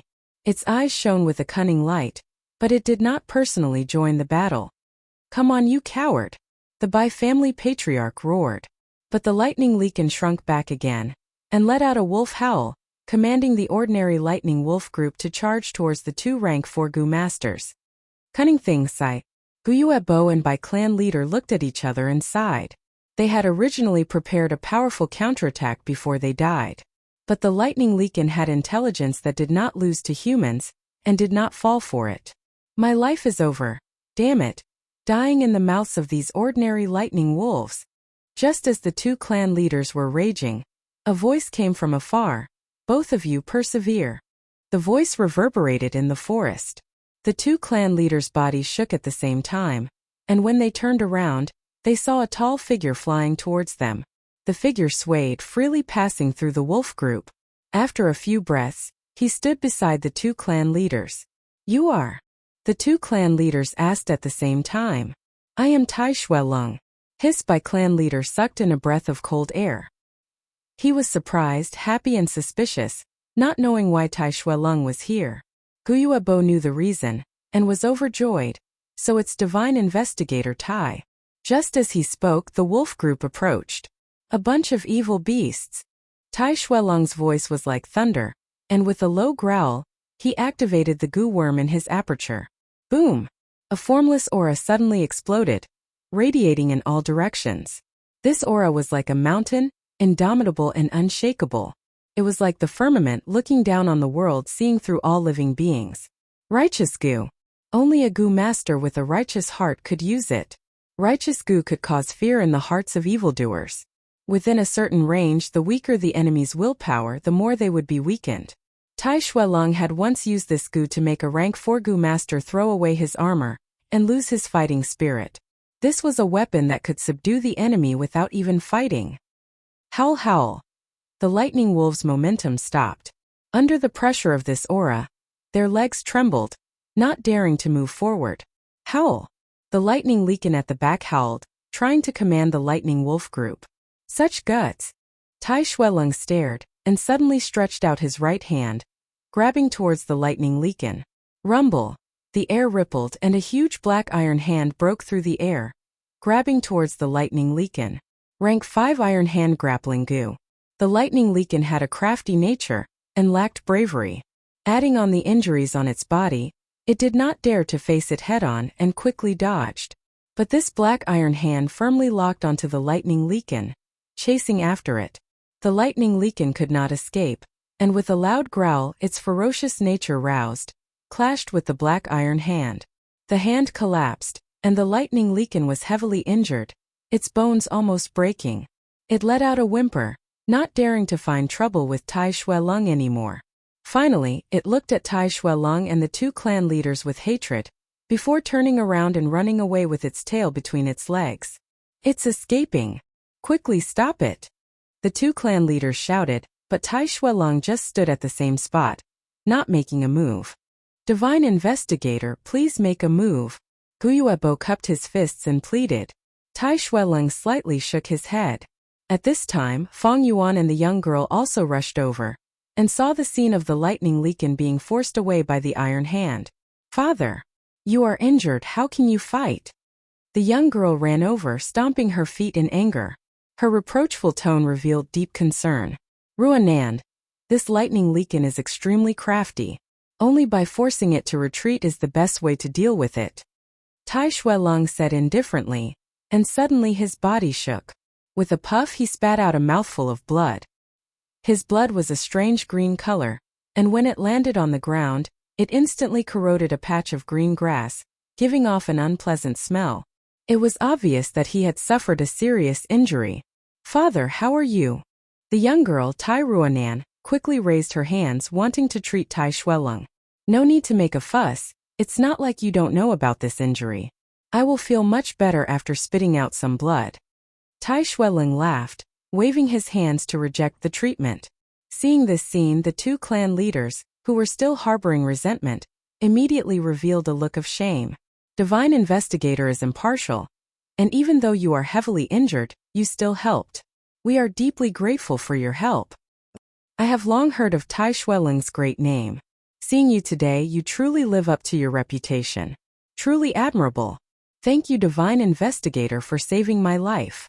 The 2 clan leaders cupped their fists and thanked him. Lord Divine Investigator, please come to our Bai clan as a guest. We must repay you for saving our lives. The Bai clan leader said again. At the side, how could Guyuebo just watch as the Bai clan pulled Tai Shuelong away? He knew Tai Shuelong's motive and smiled proudly. I already know why Lord Divine Investigator is here. You were asked by Jia Fu to investigate the murder case, right? Our Guyue clan will definitely cooperate with you. Hearing this, the Bai clan leader's expression instantly changed. Tai Shuelong said, that's right. However, I am not the leader of this investigation. My daughter Tai Ruanan will be in charge. Oh! In an instant everyone's gaze focused on the young girl.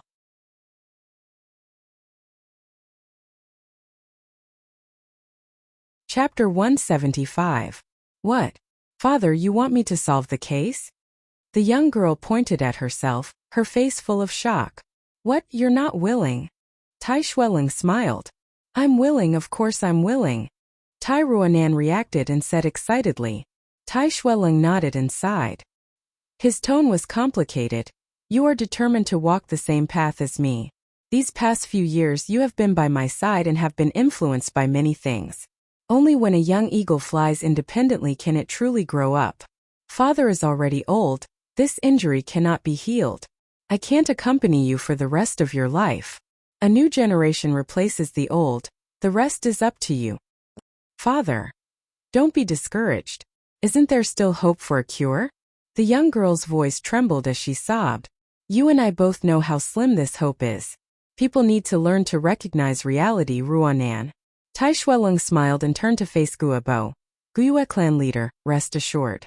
My daughter has already learned 70 to 80% of my skills. With my guidance, I will not let your clan suffer any injustice. You're too kind. Guyuebo quickly cupped his hands. Young heroines are not inferior to men. They are heroic and are also the descendants of heroes. How can I not be assured? Please come to the village and let the two of you wash away the dust. The dishes were laid out on the table. The fragrance of the wine filled the air as it formed a line in the wine jar and poured into Tai Shuelung's cup. The wolf tide had just passed and Guyue's village had entered its most difficult period. A large amount of resources had been consumed, resulting in a shortage of food and resources. There were even mortals who starved to death. But even so, in order to receive Tai Shuelung, Guyue's clan still put together this banquet. As the clan leader, Guyuebo sat on the main seat with Tai Shuelung and the young girl Tai Ruonan beside him. In addition, there were Guyue Zhong, Guyue Guyan, Guyue Lian, Guyue Yaoji, as well as Feng Yuan and the others. They were all clan elders. Before the wolf tide, the Guyue clan had dozens of elders. But now, only this table was left, and there weren't even 10 people left. Not only that, all the elders present were injured. This was especially true for Guyue Lian, who was seriously injured in the resistance battle 2 weeks ago, and had been hiding in a secret room to recuperate. He was originally lying on the bed, but when he heard that Tai Shuelung was coming, he forced himself to stay strong, to attend this banquet. However, this allowed him to escape a calamity. Meanwhile, his old rival, Guo Mochan, had followed the chief to hunt down the Thunder Crown Wolf, but had been killed by the Lightning Leakin. If it wasn't for Brother Tai's help today, I'm afraid I would have become the Lightning Leakin's meal. Guyuebo stood up, held the cup with both hands, and slightly bowed as he sincerely expressed his gratitude. I did what I could. Tai Shuelung raised his glass. He took a sip of wine. He was strict by nature and did not gamble or whore. Restrain oneself and never drink too much. Because of this, he never got drunk. Guyuebo drank the wine and looked around at the people in the banquet. His eyes were red as he sighed and slowly sat down. Tai Shuelung had seen this kind of situation many times, and comforted him. Chief Guyue, please don't be sad. As long as the people are still here, the mountain stronghold will prosper again. Furthermore, the Lightning Leakin is also injured, and the Lightning Wolf pack is also greatly depleted. In the next few years they probably won't attack again. This time the wolf tide has passed. The worst period of the wolf tide had indeed passed.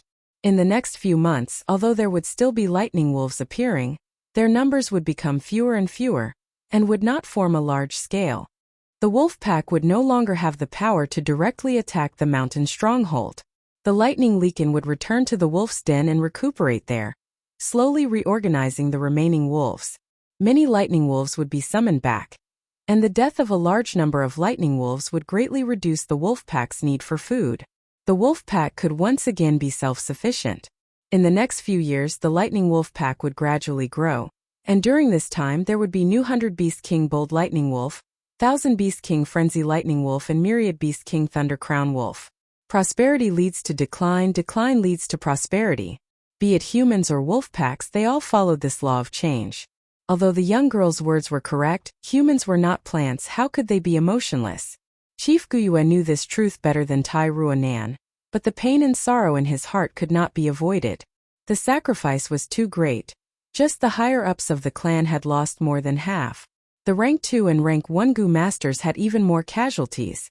The entire Guyue mountain stronghold's strength was at rock bottom, and could not withstand any more disturbances. Why didn't you all counterattack and directly destroy the wolf's den? At the side, Tai Ruonan did not understand and asked in confusion. That is because there are over 10 thunder chi worms living in the wolf's den, numbering close to 1 million. There are also large numbers of wild Gu mixed in. It is hard to do anything unless the 3 clans join forces. Guyue Yaoji opened her mouth and explained. As she said this, she suddenly snorted, casting a sinister gaze towards Feng Yuan. But this possibility is too small. Even in our Guyue clan, there are clan elders who shrink back at the last moment, and when the wolf tide attacked, who knows where they hid? Hearing this, the other clan elders could not help but shift their gazes towards Feng Yuan. Earlier, Fang Yuan had been exploring the flower wine hidden treasure in the rock crack's secret cave, causing him to miss the battle against the wolf tide. In everyone's eyes, this was a sign of being crafty and being a coward. Thus, the clan elders looked at Fang Yuan with dissatisfaction, disdain, and a faint anger. Even Guiyue Bo's expression was not good. As the clan leader, he hated people like Fang Yuan the most, who did things his own way, was mysterious, had his own plans, and did not let people feel at ease using him. The atmosphere at the table suddenly changed. The Tai father and daughter also felt this change, and followed everyone's gaze, looking at Fang Yuan. Fang Yuan's youthful appearance had already attracted the attention of Tai Ruanan as a peer. Fang Yuan calmly drank his wine. Even though everyone's gazes were focused on him, he did not seem to notice. His expression was indifferent, as he had already expected this situation. This matter is troublesome. He sighed in his heart. Although he was worried, he was not panicking. Tai Shuelong's appearance had seriously ruined his escape plan. If he took the heavenly Yuan treasure lotus and destroyed the foundation of Guiyue's mountain stronghold, this would definitely cause the Tai father and daughter to capture him. The name of divine investigator was not just a rumor. With his current methods and strength, as long as Tai Shuelong started to pursue him, there was absolutely no possibility of failure. Even if he did not take the heavenly Yuan treasure lotus, his mysterious disappearance would still be investigated by the clan. Because it involved Jia Jinshang's death, he would be investigated by the Tai father and daughter. If he left without saying goodbye, in their eyes, it would be a guilty conscience, fleeing to avoid punishment. Without any other choice, Fang Yuan could only choose to stay and observe the situation. Although he was blamed by everyone, this was not the worst situation. If he left directly, he would be messing up the situation and messing up the situation. Is the wine good? Guo Yaoji laughed sinisterly, looking straight at Fang Yuan. Are you not going to explain? Fang Yuan slowly put down the wine cup, looking up at Guo Yaoji's broken arm. It was said that the older one was, the wiser one was. In order to save her life, Guo Yaoji cut off her own arm, using injury as an excuse to escape the clan's mission. This had happened in Fang Yuan's previous life. Who would have thought that Guo Yaoji would do the same in this life? Her abandonment of the rook to save the king was indeed effective. To prevent being killed by the Thunder Crown Wolf, she did not participate in the pursuit, so her life was saved.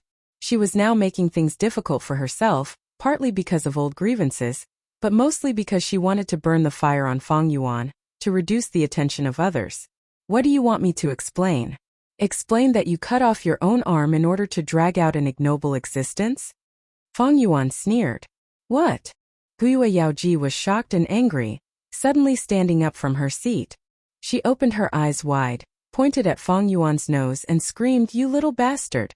You dare to bite me, slander me, and frame me! How can you be so despicable? How did our Guiyue clan produce such a thing like you?" Guo Yaoji. Guiyue Bo's expression changed, and he shouted, "Sit down, we have an important guest here. Where is the propriety of yelling?" Guo Yaoji wanted to continue scolding, but seeing the Guyu clan leader's gloomy expression, she could only swallow her words back into her stomach. She angrily glared at Fang Yuan and angrily sat down. After Guiyue Bo dealt with Yaoji, he shifted his gaze to Fang Yuan. "Elder Fang Yuan, I need an explanation. When the wolf tide attacked the village, where did you go?"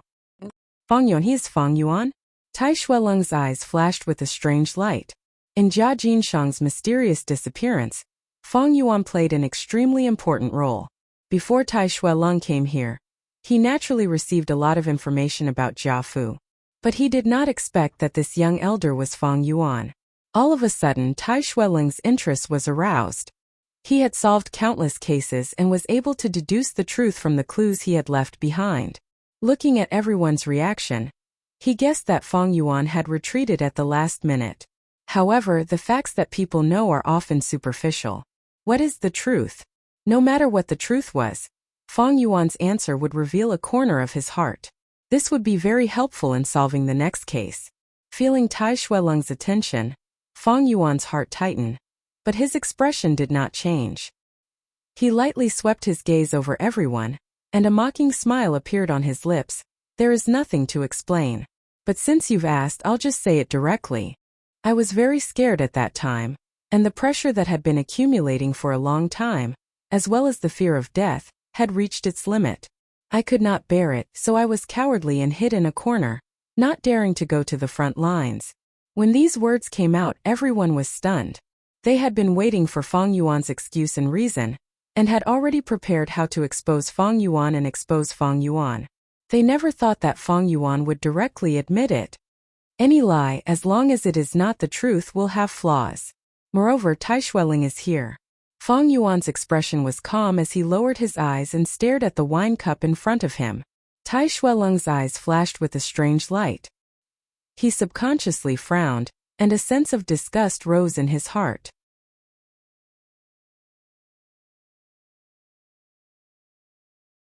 Chapter 176. In the banquet there was complete silence. Everyone was stunned, looking at Feng Yuan blankly. They did not expect Feng Yuan to answer like this, admitting it directly and being so honest. He is still too young to actually say such words. These words mean the destruction of his entire political future. From now on, this Feng Yuan is no longer a concern. The clan elders' thoughts were in turmoil. At this point in the wolf tide, the outcome was already set. In the next few months, only small wolf packs would appear, and with the continuous recall of the lightning leaken and the elimination of Gu masters, the lightning wolves would basically disappear by the end of the year. But the fights would never stop. Where there are people, there are benefits. Where there are benefits, there are fights. Under the wolf tide, there are fights between humans and wolves. Now that the most difficult part of the wolf tide had passed, the internal fights between the clans had surfaced, becoming the main conflict. When the wolf tide attacked the village, many Gu masters died, and the old forces were destroyed. The benefits that these forces originally controlled lost their original owners, and naturally needed to be redistributed and divided. In the Guyue clan's upper echelon, there were many elders who originally had a share of the entire village's profit cake. But now, only Feng Yuan and less than 10 elders were left, but the cake was still there. To split this big cake, there was naturally a need to compete. Political fights, although not as bloody as the wolf tide, plots and calculations, cold wind and traps, were deep and dangerous. Originally, Feng Yuan was the only newly promoted clan elder. He had great momentum and was in the limelight. But now that he admitted it, destroying his own political future, it was equivalent to giving up the chance to compete with the other clan elders for the profit cake. In an instant, the threat level of Feng Yuan in the hearts of the clan elders decreased by many times. The many gazes towards Feng Yuan, the pressure contained within was clearly reduced. At this time, clan leader Guyuebo sighed. Since Feng Yuan has already admitted it, then as the clan leader, I have no choice but to punish you for deserting. According to the clan rules passed down by the ancestors, deserters will be stripped of their clan elder positions.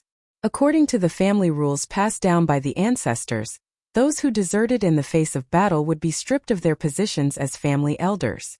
However, the final outcome will be decided by me and a few other elders. We will decide according to the circumstances.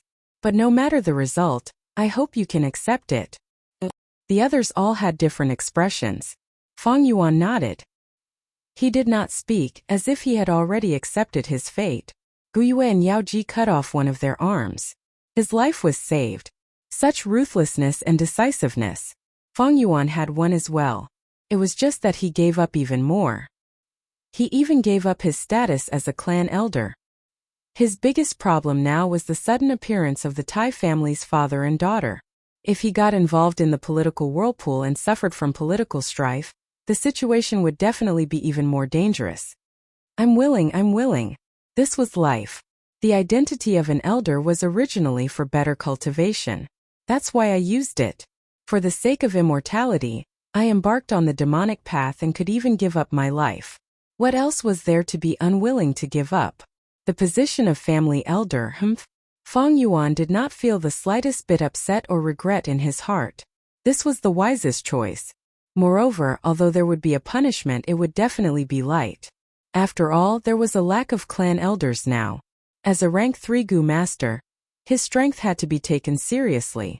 The clan leader had to punish him and also borrow Feng Yuan's strength to stabilize the village. Thus he had to appease him. As for the other clan elders, Fang Yuan had already withdrawn from this crucial political game and was no longer a threat. Moreover, he would not kill Fang Yuan. If he forced Fang Yuan to retaliate, wouldn't he be asking for trouble?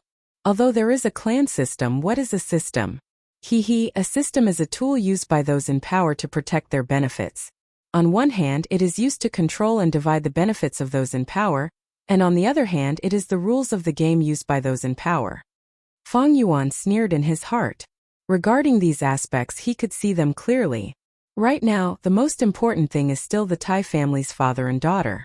Damn it, they actually came faster than I expected. They arrived before the wolf tide had even retreated. Humph, but such actions are in line with Tai Shueleng's character of hating evil and risking his life.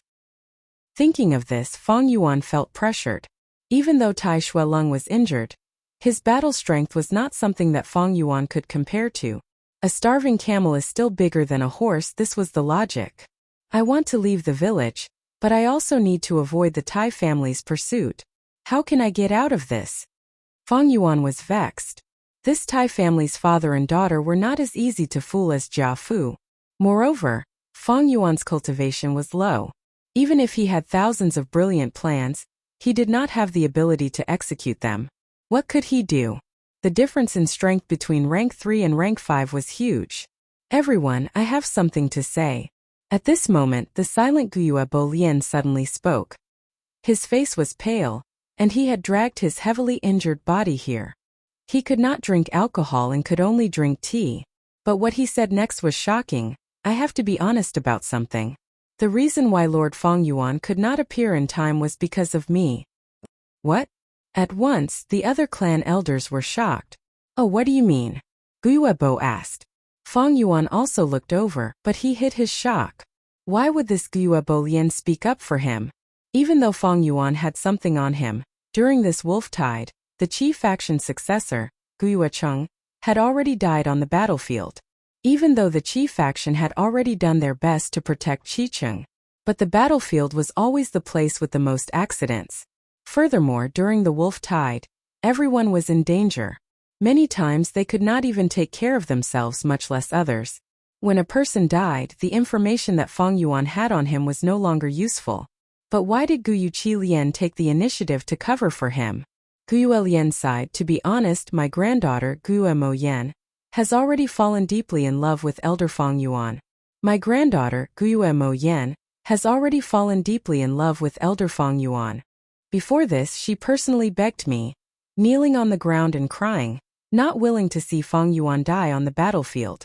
I only have one granddaughter, and because of my selfishness, I forced Fang Yuan to stay in the residence and drugged him. Only when he chased after the Thunder Crown Wolf did I let him out. So it was all my fault. It was all my fault. It has nothing to do with Lord Fang Yuan. What? Oh, is that true? The clan elders revealed doubtful expressions. Guiyue Lian's words were a bit too far-fetched, and the credibility was not high. It is normal for young people to fall in love. Guiyue nodded, looking meaningfully at Fang Yuan, trying to find some clues from his face. But Fang Yuan had already lowered his eyes, his expression calm. No emotions could be seen. The clan leader did not know what to say. The other clan elders were also exchanging glances, not understanding why Guiyue Lian was so biased towards Fang Yuan. His words exonerating Fang Yuan was sacrificing his own reputation, destroying his own political future. Guiyue Lian continued, Elder Fang Yuan, in order to protect my reputation, was willing to bear the blame. But I have already missed it once. How can I make another mistake? This is the truth. How should I punish him? Please enlighten me, clan leader. I plead guilty and submit to the law. If I am to be stripped of my status as an elder, this old man is willing as well. The clan leader hurriedly waved his hand. Elder Qi Lian has worked hard and made great contributions. This is understandable.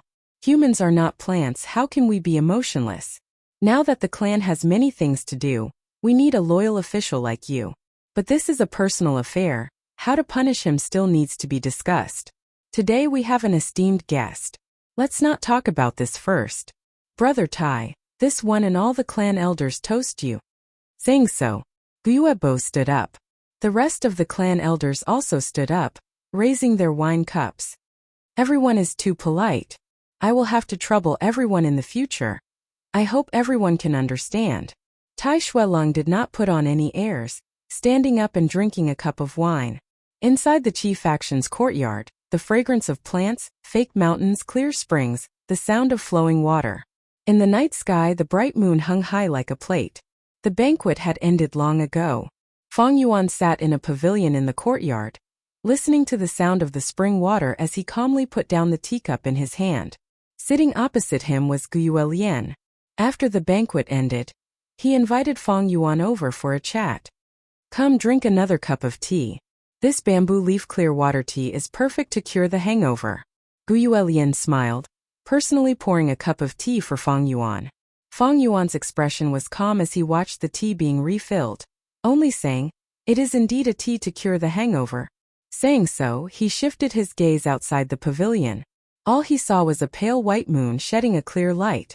Under the moonlight, the courtyard was quiet and elegant, but with the mottled shadows in the wind, one could faintly see that the Qi faction courtyard was in decline. During the banquet, Fang Yuan had already seen through Guyue Lian's thoughts. Now that he saw this scene, he was even more certain. The Qi faction had no one left. With Guyue Cheng's death, the entire Qi faction would lose its heir. Although Qi Cheng still had a sister, Mo Yan, the clan's rules were passed down from generation to generation, favoring males over females, and the family business would only be passed down to males, not females. Even if Guyue and Mo Yan became rank 3 in the future, they would be promoted to clan elder. But her family business did not mean that the Qi faction was legitimate, it only belonged to her. If she married in the future, the family business would be transferred to her husband's name. If a clan's political power lost its heir, it would have no future prospects, and no one would follow them. The Qi faction was already in a difficult situation, facing the danger of collapse. But the heavens always left a way out. The Qi faction was not in a hopeless situation. There was still a sliver of hope. This sliver of hope rested on Guyue and Mo Yan. Although she was a girl, she could still marry.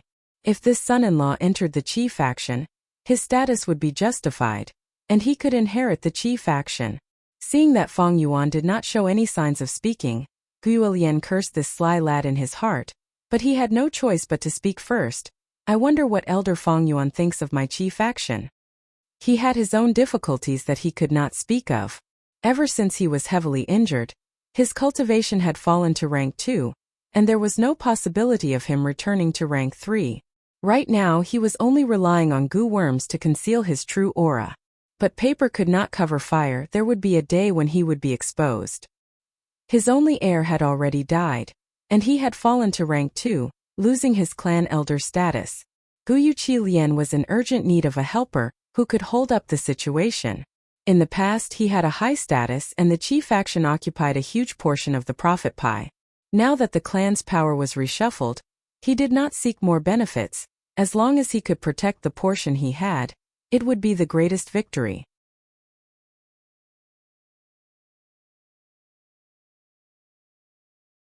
Chapter 177. The sunset clouds overflowed with coldness. The silver hand spun silently. Bai Ningbing looked at the night sky through the window. A bright moon, sparkling and translucent, hung in the night sky. Wolf howls could be heard from afar, adding a sense of desolation to the moonlight. In the study room, Bai clan leader sat by the side. His face revealed a despondent expression. Just now, Bai Ningbing had told him about the Northern Dark Ice Soul physique. Northern Dark Ice Soul physique. 10 extreme aptitude. Bai clan leader muttered. I feel that I don't have much time left. My aperture is gradually unable to bear the burden. These years I have caused you trouble. Bai Ningbing sighed lightly. His expression was calm. The morbid wildness and madness of the past had disappeared. Replacing it was a sense of tranquility and peace. This tranquility came from the heart. He, Bai Ningbing, had found his own path, and was no longer troubled by life and death. Everyone grows up. Under the stimulation of life and death, one could become even more mature. The moonlight was like water pouring down, shining on Bai Ningbing's white skin. As the light flowed, his blue eyes had a trace of profoundness. A beautiful young man with snow-white hair and white clothes. He was like an immortal in the clouds, attracting the attention of others. How can this be? When I tested your aptitude back then, it was clearly a grade 99%. It was not the Northern Dark Ice Soul physique. My clan leader still could not accept it. That is indeed the case. But in the process of cultivation, there was a day when my aptitude rose. I have checked the clan's records, and this situation was also recorded in the books. 99% of a grade aptitudes have the possibility of becoming 10 extreme aptitudes during cultivation. Bai Ningbing said, 10 extreme aptitudes defy the heavens. The great Tao does not tolerate it. Even the 10 children of Ran Zhu did not have a good ending. Sai, is there really no way to save it? Bai clan leader looked at the beautiful young man in front of him, feeling pity and regret. He was the pride of the clan, the hope to rise. But he did not have much time left. His life was coming to an end. Even though he was becoming more and more resplendent, but like fireworks, he could only be dazzled at the last moment. There is no way to eradicate it, but there are some ways to delay it. But these methods require many years of preparation, and I no longer have the time. At this point, Bai Ningbing smiled faintly. He was calm and collected, as if he wasn't talking about himself, but an unrelated outsider. It doesn't matter. Who didn't die? True immortality does not exist. As long as you live a wonderful life, that's enough. He comforted the chief instead. I can't accept this. Absolutely not. Damn it, my Bai family has been suppressed by the Guyue family for hundreds of years. We finally had hope, but this is the result. No, there's still a glimmer of hope. There's still hope. The clan chief's voice grew louder and louder. Then, a look of determination appeared on his face, as if he had made up his mind. Come with me, I'll take you to a place. He stood up and said. After a while, the moonlight was like water, shining on a deep pond. Could this be the spirit spring? Bai Ningbing asked. Led by the Bai clan leader, he walked through a long secret passage and arrived at this place. Not bad. This was the forbidden area of the clan, the location of the spirit spring. As you know, the foundation of every clan is a natural spirit spring. They can use it to produce yuan stone for cultivation. Our Bai family is only a small to medium-sized clan. Only after we swallow up the Guyue family and the Xiong family, and possess at least 3 spirit springs, can we be considered a large clan. The Bai clan leader sighed. Then why did you bring me here, clan leader? The Bai clan leader showed a complicated expression. He turned to look at Bai Ningbing, and his expression became hesitant. I never thought of bringing you here. But life is unpredictable. I didn't expect you to have the Northern Dark Ice Soul physique. Your only chance is in this spirit spring. What's in this spirit spring? Bai Ningbing asked. There's a great deity. The Bai clan leader said solemnly. Great deity? Bai Ningbing was surprised. Great deity is a respectful title for it. It's a snake goo left behind by our first ancestor. It likes cleanliness and feeds on the spirit spring water. It has always been secretly residing in the spirit spring. The Bai clan leader introduced. Back then, before the first ancestor passed away, he set up the inheritance treasure and left behind this snake goo as a clue. If you can get the recognition of the great deity, it will lead you to the inheritance treasure. If you can't get its recognition, the Bai clan leader hesitated. Then what will happen? Bai Ningbing asked. The Bai clan leader's expression was solemn. Then it will kill you. At the same time, Guyue village.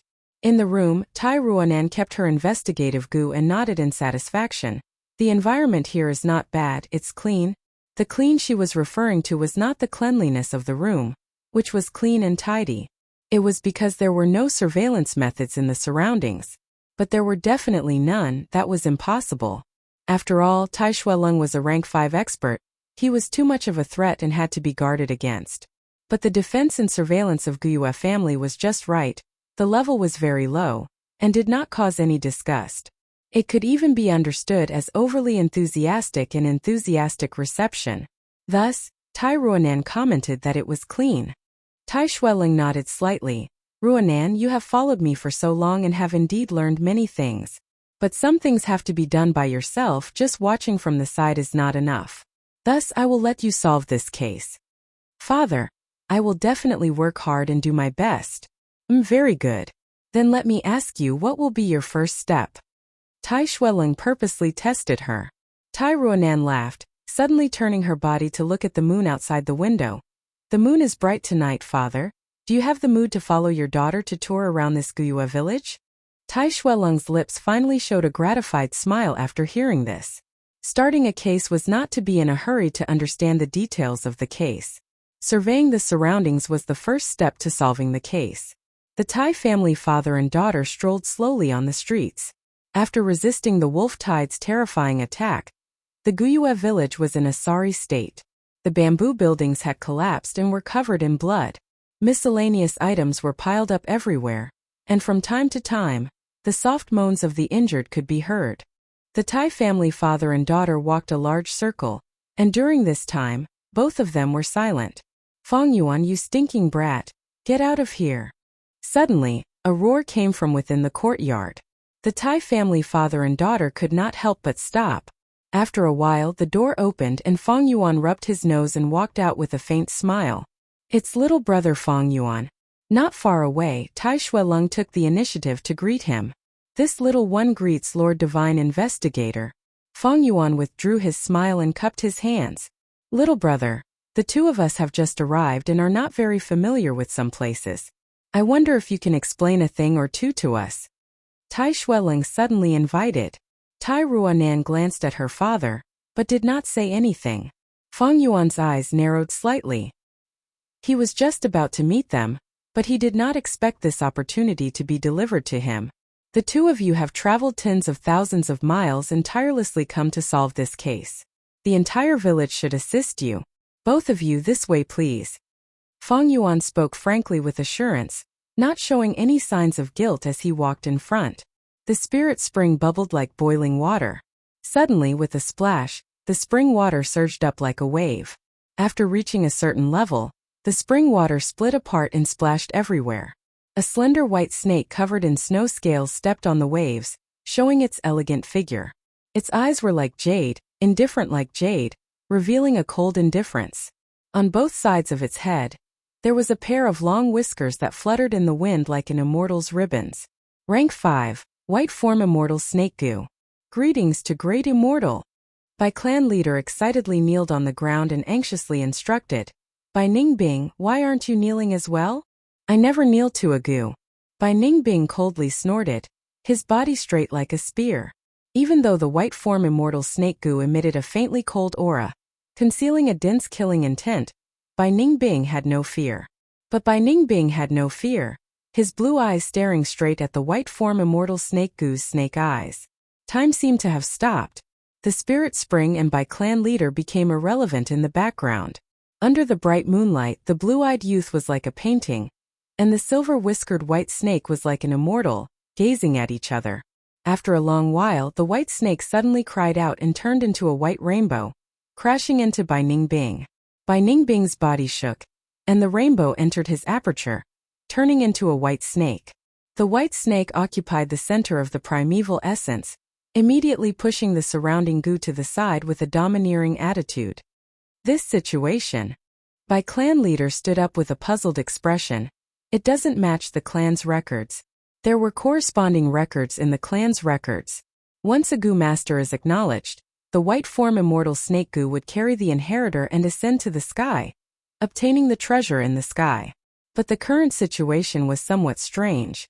The white form immortal snake goo entered Bai Ningbing's aperture.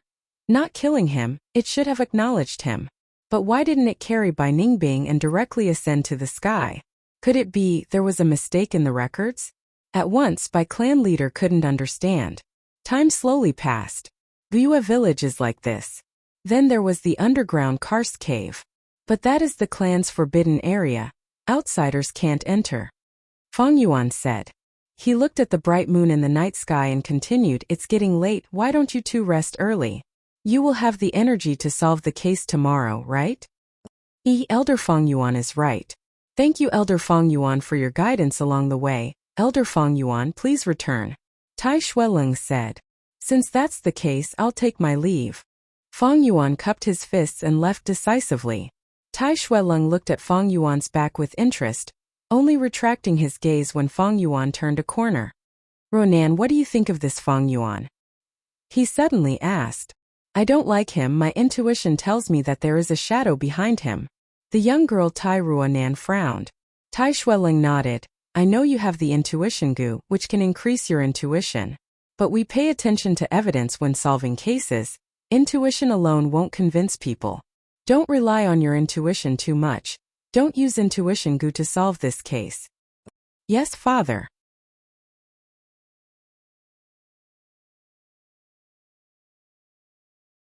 Chapter 178. Tai Shuelong continued, now analyze Feng Yuan as a person. Father, are you suspecting Feng Yuan? Tai Ruonan was stunned for a moment before continuing. He is a very rational and intelligent person. When he introduced the village to us, every sentence he said was appropriate and logical. Tai Ruonan suddenly sucked in a breath of cold air.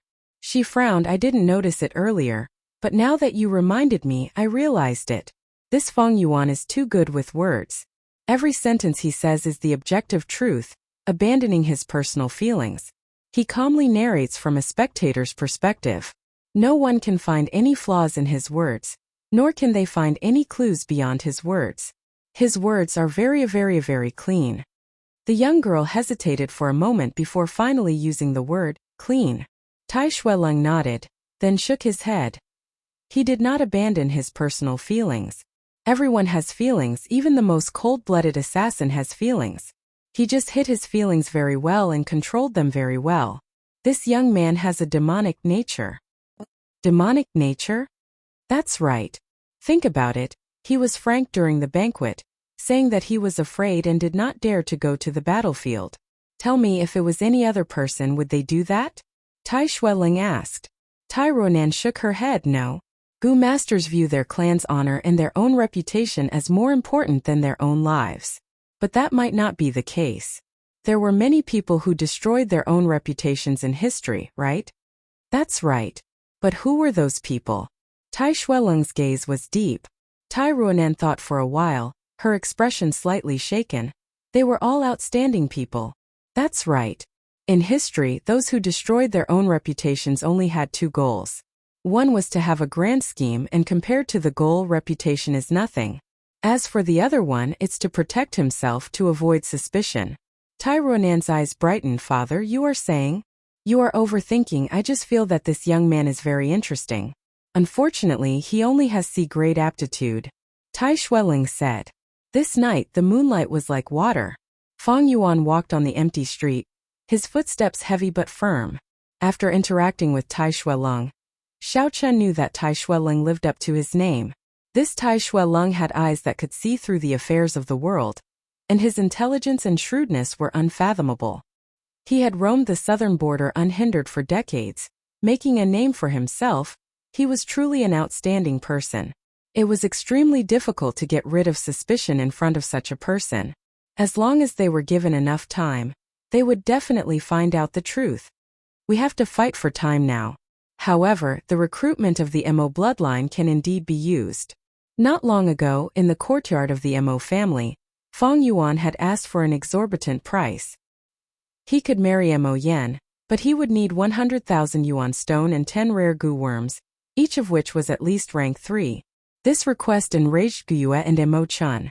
I'm going to marry my precious granddaughter to you, but you're still pretending to be obedient. Furthermore, he shamelessly asked for betrothal gifts and was so greedy. This was truly intolerable. Therefore, the negotiation failed and Feng Yuan was chased out. Feng Yuan turned around and left without any hesitation. He knew Mo Chen's thoughts and was certain that he would compromise. As for him asking for an exorbitant price, it was nothing more than asking for an exorbitant price. However, this matter has both pros and cons. Although I have the Yuan stone and can feed it to the heavenly essence treasure lotus, but my original plan of withdrawing from the political whirlpool has also been disrupted. During tonight's banquet, Guyue and Mo Chan sacrificed themselves in exchange for my political future. Next, I'm afraid there will be suppression from the various clan elders. Right now, the political situation of the Guyue village was like this. The clan leader was alive and one of the two ministers, Guyue Lian, was dead. But the chief faction was not without people. The heir Guyue Cheng was still alive, and there was also a clan elder like Guyue Zhong who came from the same faction. And the Emo faction had lost its heir and Emo-chan was heavily injured, falling to rank 2 and could not even keep his clan elder status. The two great forces of the past were now in decline.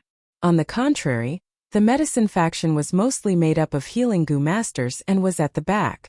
There were fewer sacrifices and their strength was preserved, showing signs of rising. The medicine faction was originally part of the clan leader's faction, but now it had the qualifications to be independent. But regardless of whether Guyue and Yao Ji chose to be independent or continue to rely on the clan, to strengthen themselves, they would need to snatch and annex. The Qi and Emo bloodlines, which were in dire straits, were the best targets. If they did not act now, when the two great forces recovered, it would be hard to say. The whirlpool of the mortal world cannot be controlled by oneself. Riding the wind and breaking the waves for 30,000 li. This is the demonic path. Feng Yuan looked up at the moon and sighed bitterly. He wanted to escape from this political whirlpool. But Guyue and Emo-chan forcefully pulled him back. Pressure from all sides surged towards him. Tai Shuelong had already started to solve the case. And on the other side, Bai Ningbing had also obtained a new helper. It was like sailing on a submerged reef, with danger lurking everywhere. How could they make a path? The next day. What? You said Jia Jinsheng's killer has been found and even killed? Even killed? Tai Ruanan was astonished. This morning, she woke up early and started to understand the case. But to think that the first news she got was that the killer had already been executed. That's right. The killer is a demonic Gu master. He even tried to assassinate our clan's rising star, attempting to kill a genius, but was killed on the spot by our clan's Gu master. An elder provided clues. Is it really like this? Did he directly admit that he was Jia Jinsheng's killer? Tai Ruanan frowned deeply. Beside her, Tai Shuelong wore a bronze mask, standing silently like a statue. That's not true. But if it is not him, who else could it be? The elder shrugged. Tai Ruanan pondered in her heart. These are all guesses, there is no evidence. But no matter what the truth is, this demonic Gu master must be investigated thoroughly. Very likely, this is a clue that leads straight to the truth. Thinking of this, Tai Ruanan raised her head. Where is he buried? I want to open the coffin and examine the corpse. In the shabby coffin there was a corpse. The stench assaulted the nostrils, causing the servants and Gu masters who helped open the coffin to hide far away in disgust. But the Tai father and daughter seemed to not smell it. Tai Ruanan's eyes shone with a layer of light, and she bent down to examine the corpse with great interest. On the corpse there were many traces left behind. Many times, one or two small traces could be irrefutable evidence pointing to the killer. On this corpse there were many scars, and the person's appearance could be vaguely seen. He was also wearing his original clothes. Tai Ruanan searched for a long time, before standing up reluctantly. Did you find anything? Tai Shuelong softly asked, testing her. Guyue clan thinks that this person is very likely to be Jia Jinsheng's killer. Thus they preserved this corpse very well. There is a big problem with this corpse. Tai Ruanan answered. He is a middle-aged man, his right arm is thicker than his left, and both his hands have a thick layer of calluses. The distribution of the calluses is not uniform. His body is full of scars with many fatal injuries. Before his death, he had an intense battle. But on his body there are also many internal injuries. Especially on his left foot, he is missing 3 toes. This is an injury from many years ago. Saying so, Tai Ruanan deduced, he is very likely to have been a hunter when he was alive. There is a lot of evidence.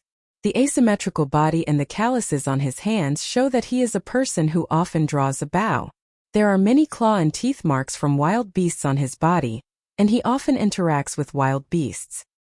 His clothing is also not that of an orthodox Gu master. Especially the straw sandals on his feet, they are even more interesting. The grass used to weave the straw sandals is bamboo hemp grass.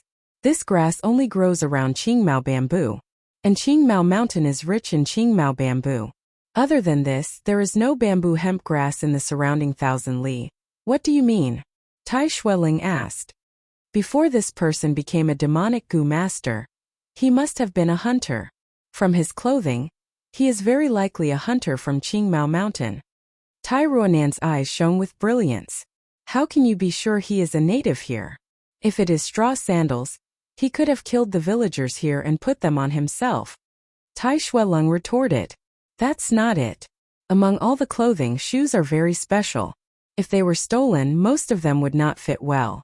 But look at this pair of shoes, not only do they fit well, they are also tightly knit, as if tailor-made. His left foot is missing 3 toes, so the straw sandals on his left foot are correspondingly shorter. The wounds on his toes are at the base and are very sharp. I guess it is very likely that he stepped into a trap many years ago. Tai Ruanan said. Tai Shuelong did not comment. Neither did he confirm anything, nor did he criticize anything. Just like what he said earlier, he would leave everything to Tai Ruanan to solve. Tai Ruanan continued to speak. With this deduction, we can definitely go to the surrounding villages and carry out investigations. We might be able to find more clues. As she spoke, the young girl's expression suddenly froze. She suddenly recalled that Qingmao Mountain had just experienced a wolf-tide catastrophe. Even the village had suffered heavy losses, not to mention these villages at the foot of the mountain. She wanted to use this method to find out this person's identity and information, but the chances were very slim. But even if the chances are slim, as long as there is a possibility of success, I will still try. This was the first time the young girl had solved a case on her own, and she was full of energy. However, half a day passed, and she returned in low spirits. This wolf tide was the most terrifying in history, and some villages did not even have any survivors. This made it very difficult for her to conduct her investigation. This clue is broken. What are you going to do next? Tai Shuelong asked at an appropriate time. The young girl gritted her teeth, her tone revealing stubbornness and tenacity. No, it's not over yet. Father, didn't you say that the real clue is hidden even deeper? And as long as we continue to dig, it will appear. This demonic Gu master's death is very fishy. First, why did he attack Fangzheng? How did Fangzheng offend him, causing him to disregard his own safety and risk his life to assassinate Fangzheng amidst many strong enemies? Secondly, he is a local. But why did no one recognize him after his death? Her words caused Tai Shuelong to raise his eyebrows. Child, you have really grown up. The divine investigator sighed, his tone filled with relief.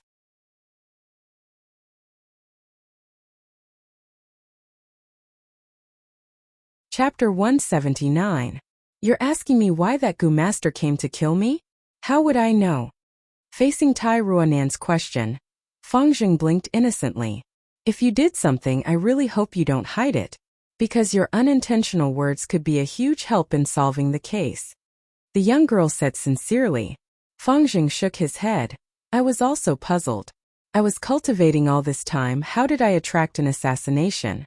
But after that, the people around me analyzed that this demonic Gu master was hired by the other 2 clans to kill a rising star like me. You also know that Bai and Xiong clans have always hated our Guyue clan. Xiong clan is the most suspicious.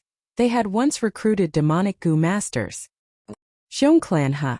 Tai Ruanan could not help but feel dejected. Xiong clan was already swallowed by the wolf tide. It seems this clue is broken again. But at this time there was a commotion outside the door. Look, isn't that Xiong clan's men? Didn't Xiong clan get exterminated? Why are their envoys here? The appearance of Xiong clan's envoys caused a huge commotion in the entire village. Everyone was discussing. Soon, there was news from the clan head pavilion. Xiong clan still has a large number of survivors. They retreated on their own, using a Gu left behind by our ancestor. At the same time, they concealed many of their figures, deceiving everyone. This group of bastards, passively avoiding battle and letting the wolf tide spread to our side. Humph, these Xiong clan people are big and crude, but their hearts are actually very sinister. They want to use the wolf tide to weaken us. Too despicable. Guyue clansmen were filled with righteous indignation. The appearance of Xiong clan's envoys caused the entire situation of Qingmao Mountain to change drastically. Originally, they thought it would be a battle between Bai clan and Guyue clan, but to think it would still be a battle between 3 clans. But thinking about it, it was understandable. Xiong clan was a clan that had stood strong for hundreds of years, and similarly had a deep foundation. Which clan did not have an old ancestor or a trump card? After Xiong clan's envoys left, Guyue Bo immediately called for an elder meeting. These bastards from the Xiong clan village are really despicable. They actually retreated. I really can't look down on anyone. The Xiong clan has always been ranked behind our clan and the Bai clan, and is considered to be at the bottom of the Qingmao mountain. But since they have such a scheme, we have to be even more careful in the future. They want to kill us with a borrowed knife, using the wolf tide to eradicate us. If it weren't for that lightning leakin, we wouldn't have had to sacrifice so many elders. These people deserve to die. If not for Divine Investigator Tai's appearance, I'm afraid that even the two patriarchs would have lost their lives. We can't let these people go for nothing. It's necessary to demand compensation. It was us and the Bai family who worked together to get rid of the lightning leakin. But as for how to ask for compensation, I still need to think it over carefully. The elders spoke one after the other, and finally came to a conclusion after the discussion. The Guyue clan would send an envoy to the Xiong clan. He must find out the truth about the Xiong family. If the Xiong family was strong enough, they would have to ally with the Bai family. If the Xiong family was too weak, they might just send people to eliminate them and seize their spirit spring. Then, who is the most suitable person to go to the Xiong clan? Guyuebo looked around and asked, which elder can take on this responsibility? The hall immediately became silent. The elders looked at each other. No one was willing to go. Now was the time of internal strife, and the crucial time to divide the cake of benefits. If they went to the Xiong clan and caused their own bloodline to be leaderless, others would take advantage of it. When they returned, the situation would be set. I feel that to go to the Xiong clan, there must be an experienced and mature person who can take charge. Among everyone here, only the Emochan clan can take on this responsibility. Gu Yaoji suddenly said. Gu Emochan snorted, and immediately retorted, in terms of qualifications, Master Yaoji is more qualified than me. Especially in terms of popularity, I can't catch up and concede defeat. Looks like we will have to trouble Master Yaoji to go to the Xiong clan. Elder Emochan is right. I also recommend Madam Yaoji. A family elder stood up. I feel that Master Emochan is more suitable. Another elder immediately retorted. The scene was chaotic. Guyuebo sat on the main seat and watched coldly without making a sound. The medicine faction already had the intention of leaving him, and was no longer under his control. Therefore, he didn't want to help either side, and quietly watched the situation. This was the first contest between the medicine faction and the Emo faction. Both sides had political allies. It could be seen that the leaders of both sides had made many compromises and exchanges of benefits. But overall, the medicine faction was slightly stronger. Guyue Yaoji's popularity and the Qi faction's inclination were the main reasons for this situation. Guyuebo watched coldly from the side, secretly remembering everyone's factions. As the clan leader, of course he didn't want to see power fall to someone else. These elders were all his opponents. But he decided to wait and see first and not make a move. The Emo faction has too many resources and power, and they lost an heir. Therefore, the medicine faction is in a hurry to jump out and take a bite. Therefore, the key to this battle is on one person. Guyuebo thought inwardly and moved his gaze to Feng Yuan. Feng Yuan had been sitting on his seat, not saying a word. It seems that this Feng Yuan and the Emo faction aren't very close and haven't reached an agreement of benefits. Otherwise, he would have helped already. Is this my chance? Guyuebo couldn't help but think.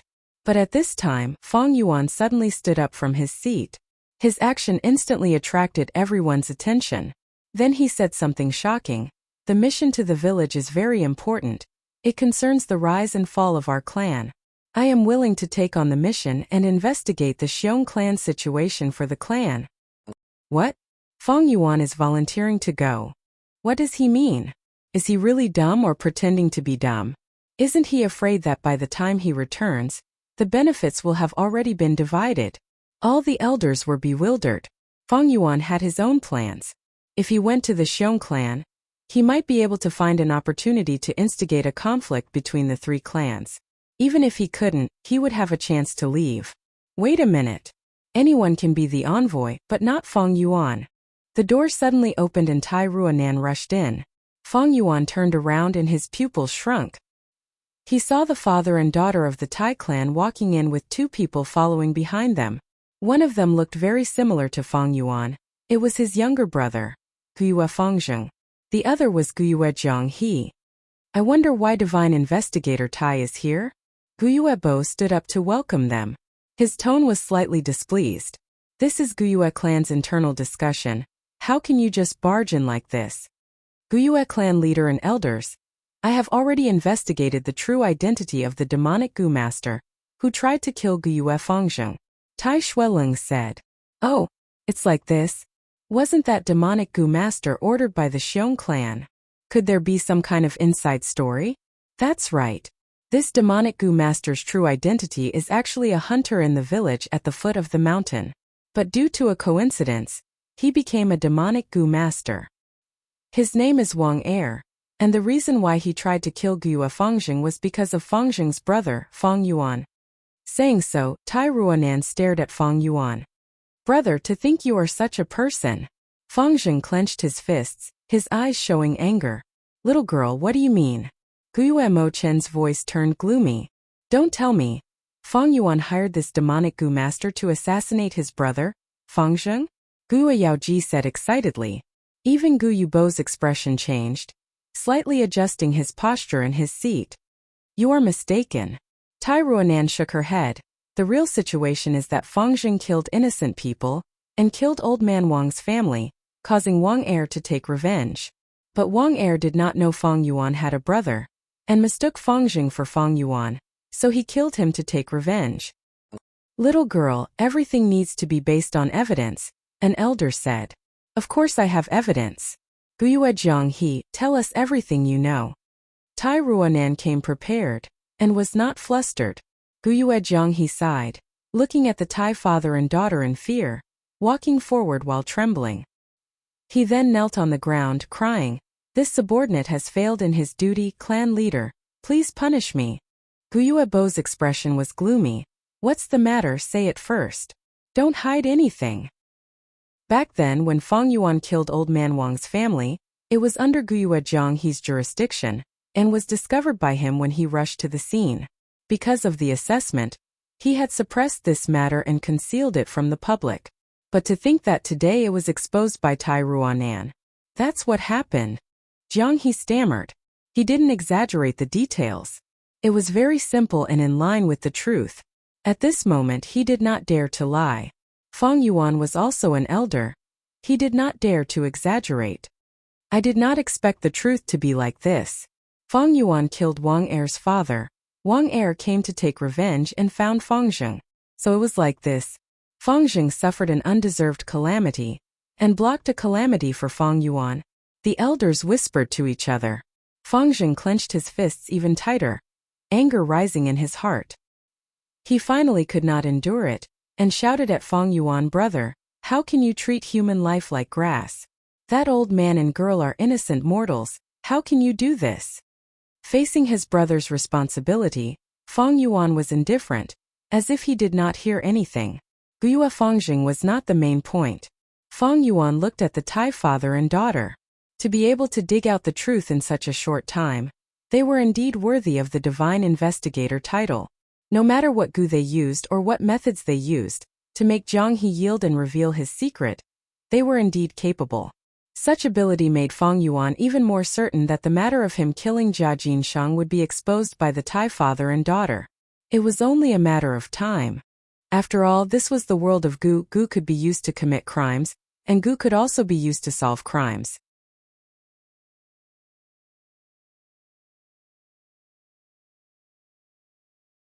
Chapter 180.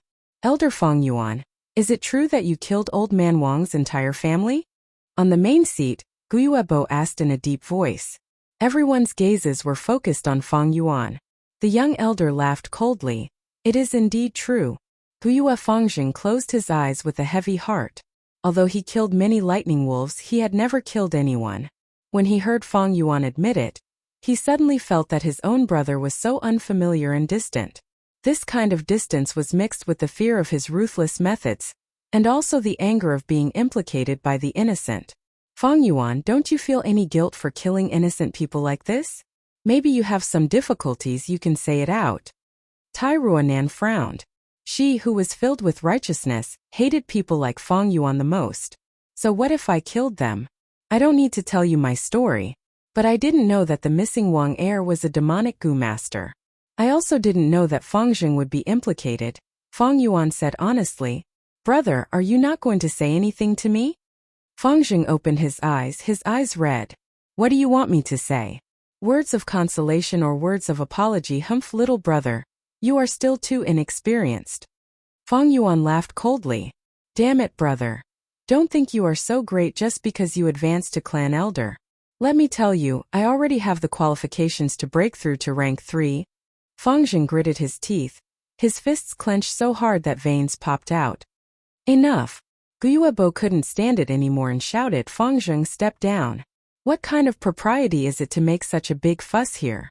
His words had a hidden meaning, hiding his dissatisfaction. Tai Ruanan couldn't sense it, but divine investigator Tai Shuelong reacted immediately. He took a step forward and cupped his fists. "Clan leader Guyuan, clan elders, my daughter barged into your clan's discussion hall. It is indeed inappropriate. I apologize for offending all of you." The clan elders hurriedly stood up and said that they didn't dare. Guyuebo's expression softened. Tai Shuelong continued, "However, this little brother Fang Yuan, because he is involved in Jiajin Shang's case, he is still a suspect. I hope that he can stay in the stronghold and try not to go to the outer stronghold."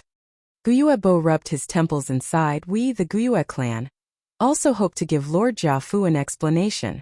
Since this is what the divine arrestor wants, Elder Fang Yuan will have to suffer a little before he is cleared of suspicion. I hope you can understand." Guyuebo looked at Fang Yuan. His expression was sincere, but his gaze was deep. Although Fang Yuan killed Old Man Wang's family, they were only mortals.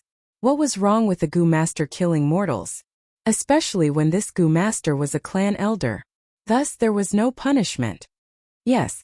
Fang Yuan looked at Guyuebo and replied expressionlessly. "Damn it, it's like this again." Tai Ruanan punched the tree trunk, causing the leaves to fall. She was furious and gritted her teeth. He clearly killed someone, but he turned a blind eye to it and didn't say anything.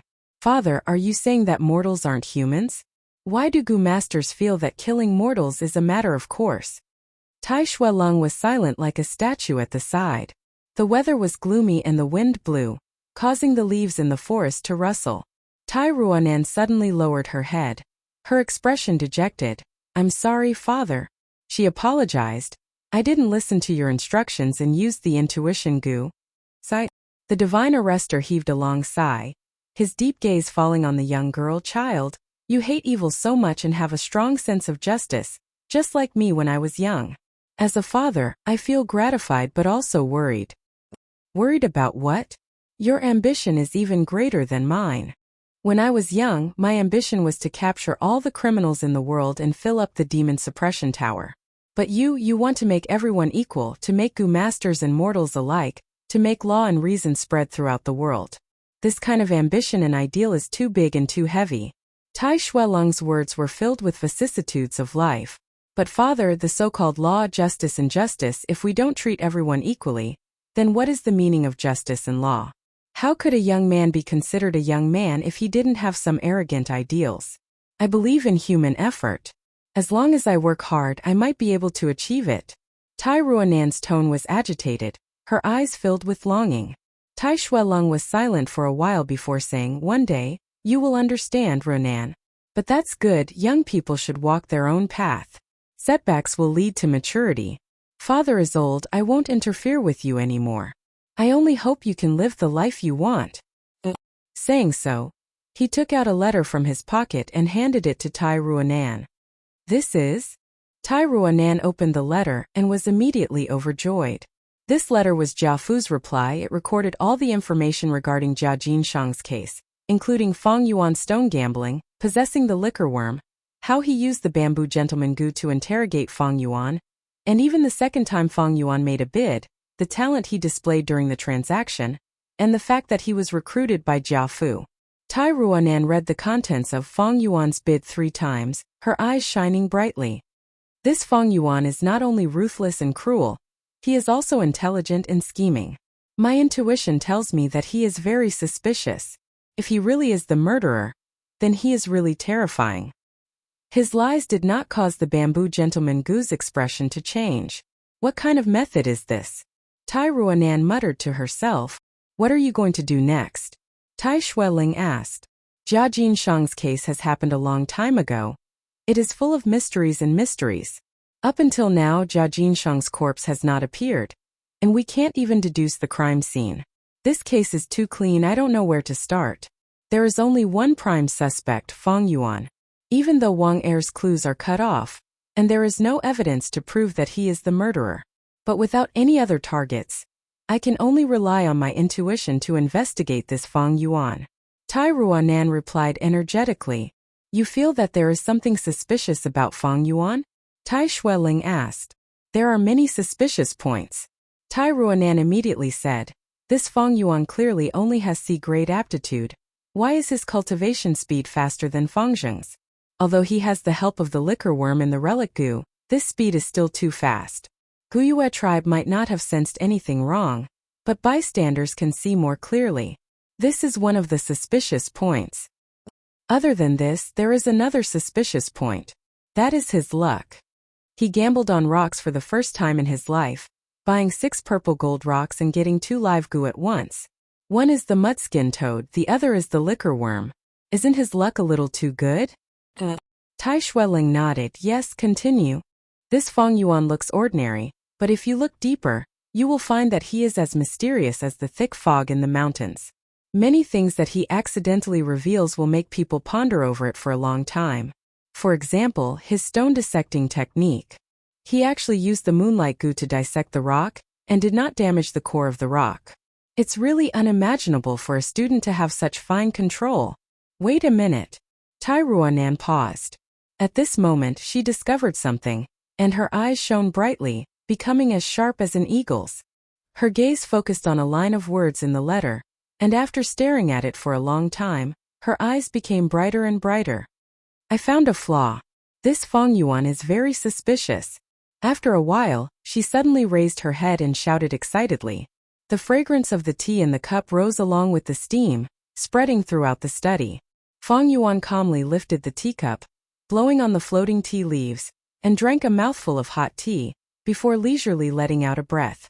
Looking at the leisurely Fang Yuan in front of him, Guo Mo-chan painstakingly endured, feeling the veins on his forehead throbbing. Previously, when Fang Yuan asked for an exorbitant price, he was so angry that he chased Fang Yuan out on the spot. But today he had no choice but to invite Fang Yuan over again. This was because the situation was stronger than the person. The medicine faction was pressuring him everywhere, and the fact that he had fallen to rank 2 would be exposed sooner or later. The MO faction was in a precarious situation, and urgently needed an elder to act as a son-in-law. Stabilizing the hearts of the people was the same as stabilizing their own position. But this little bastard Fang Yuan is too despicable, asking for such an exorbitant price. Does he really think that the MO faction is making money every day? Guo Mo-chan fiercely cursed in his heart, while putting on a warm smile on his face, speaking in a negotiating tone. Elder Fang Yuan, your price is too ruthless. It greatly exceeds the bottom line of the MO faction. Can't you lower it a little more? Fang Yuan glanced at Guo Mo-chan. This old man in front of him knew when to yield and when to stand tall. He was worthy of admiration. Actually, his current situation was getting worse. The Tai family father and daughter were forcing him into a desperate situation. Once they found out that he was Jia Jinshang's murderer, Guyue tribe would definitely hand him over to appease the Jia family's anger, and at the same time exchange for the Jia family's annual trade. The time was almost ripe, and Fang Yuan's tone loosened. Then I'll lower it by another 30%. But there is a condition: you need to pay 40,000 yuan stone in advance. And you also need a pig iron Gu and a past life grass Gu. Only then can you show your sincerity. Guo Mo-chan heard this and couldn't help but rub his brows, saying in a deep voice, I can give you the pig iron Gu first, but my MO faction really doesn't have the past life grass Gu. We can't take out all 40,000 yuan stone in one go, so we can only give it to you in installments. Fang Yuan knew that Guo Mo-chan, this old fox, wasn't telling the truth, but he also understood that if he continued to be overbearing, it would instead produce the opposite of what he wanted. All right, wait until you fulfill these first, then we can talk about the marriage. Before that, I will make a statement in the council meeting. Fang Yuan left after leaving these words. The study room fell into silence. After a while, Guo-mo-chan suddenly spoke, "Come out." The secret door was pushed open, and a young girl with red eyes from crying walked out. "Grandpa." She bowed. It was Guo-mo-yen. Guo-mo-chan heaved a long sigh. "You are quite clear about the clan's situation. Mo-yen, the clan needs your sacrifice, can you understand?" "Yes." The young girl choked with sobs, lowering her head. No matter which world, there was no free lunch. Even Fang Yuan, as a clan elder, had contributed a lot to the clan. It was just that the specific amount of effort and gain varied from person to person. As for these youngsters who were born with a golden spoon in their mouths, they similarly didn't have free rights. To enjoy the clan's nurturing, they had to have the awareness of sacrifice. And this awareness Guo-mo-yen had long ago.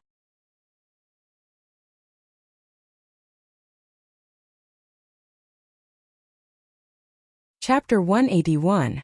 The live iron gu was a rank 2 gu, shaped like a coal briquette, fist-sized and pitch black, with countless small holes on its surface. Fang Yuan injected his white-silver primeval essence into it, and the live iron gu floated up, spinning on its own before spewing out a black fog-like iron aura from the holes. The chainsaw golden centipede coiled around Fang Yuan's feet, its dark golden carapace full of scars, and the 2 rows of silver serrations were damaged. However, as the iron chi surged over and covered these scars, the scars were actually gradually being erased. The black iron aura continued to deplete, and the chainsaw golden centipede's 2 rows of serrations grew at a visible rate. Healing gu were divided into different categories. Some healed gu masters, some healed all sorts of injuries, and some targeted gu worms. To the chainsaw golden centipede, the live iron gu was its healing gu.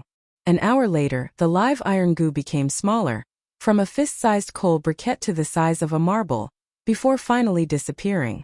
It was an expendable gu, but its sacrifice was exchanged for the chainsaw golden centipede's recovery. The chainsaw golden centipede now looked brand new. The 2 rows of silver serrations were as bright as new, shining with a cold light. On the dark golden carapace, the scars had mostly healed. Only 5 or 6 shallow scars remained on his body. But this was not a big deal, as in a few weeks, these scars would disappear due to the chainsaw golden centipede's own recovery ability.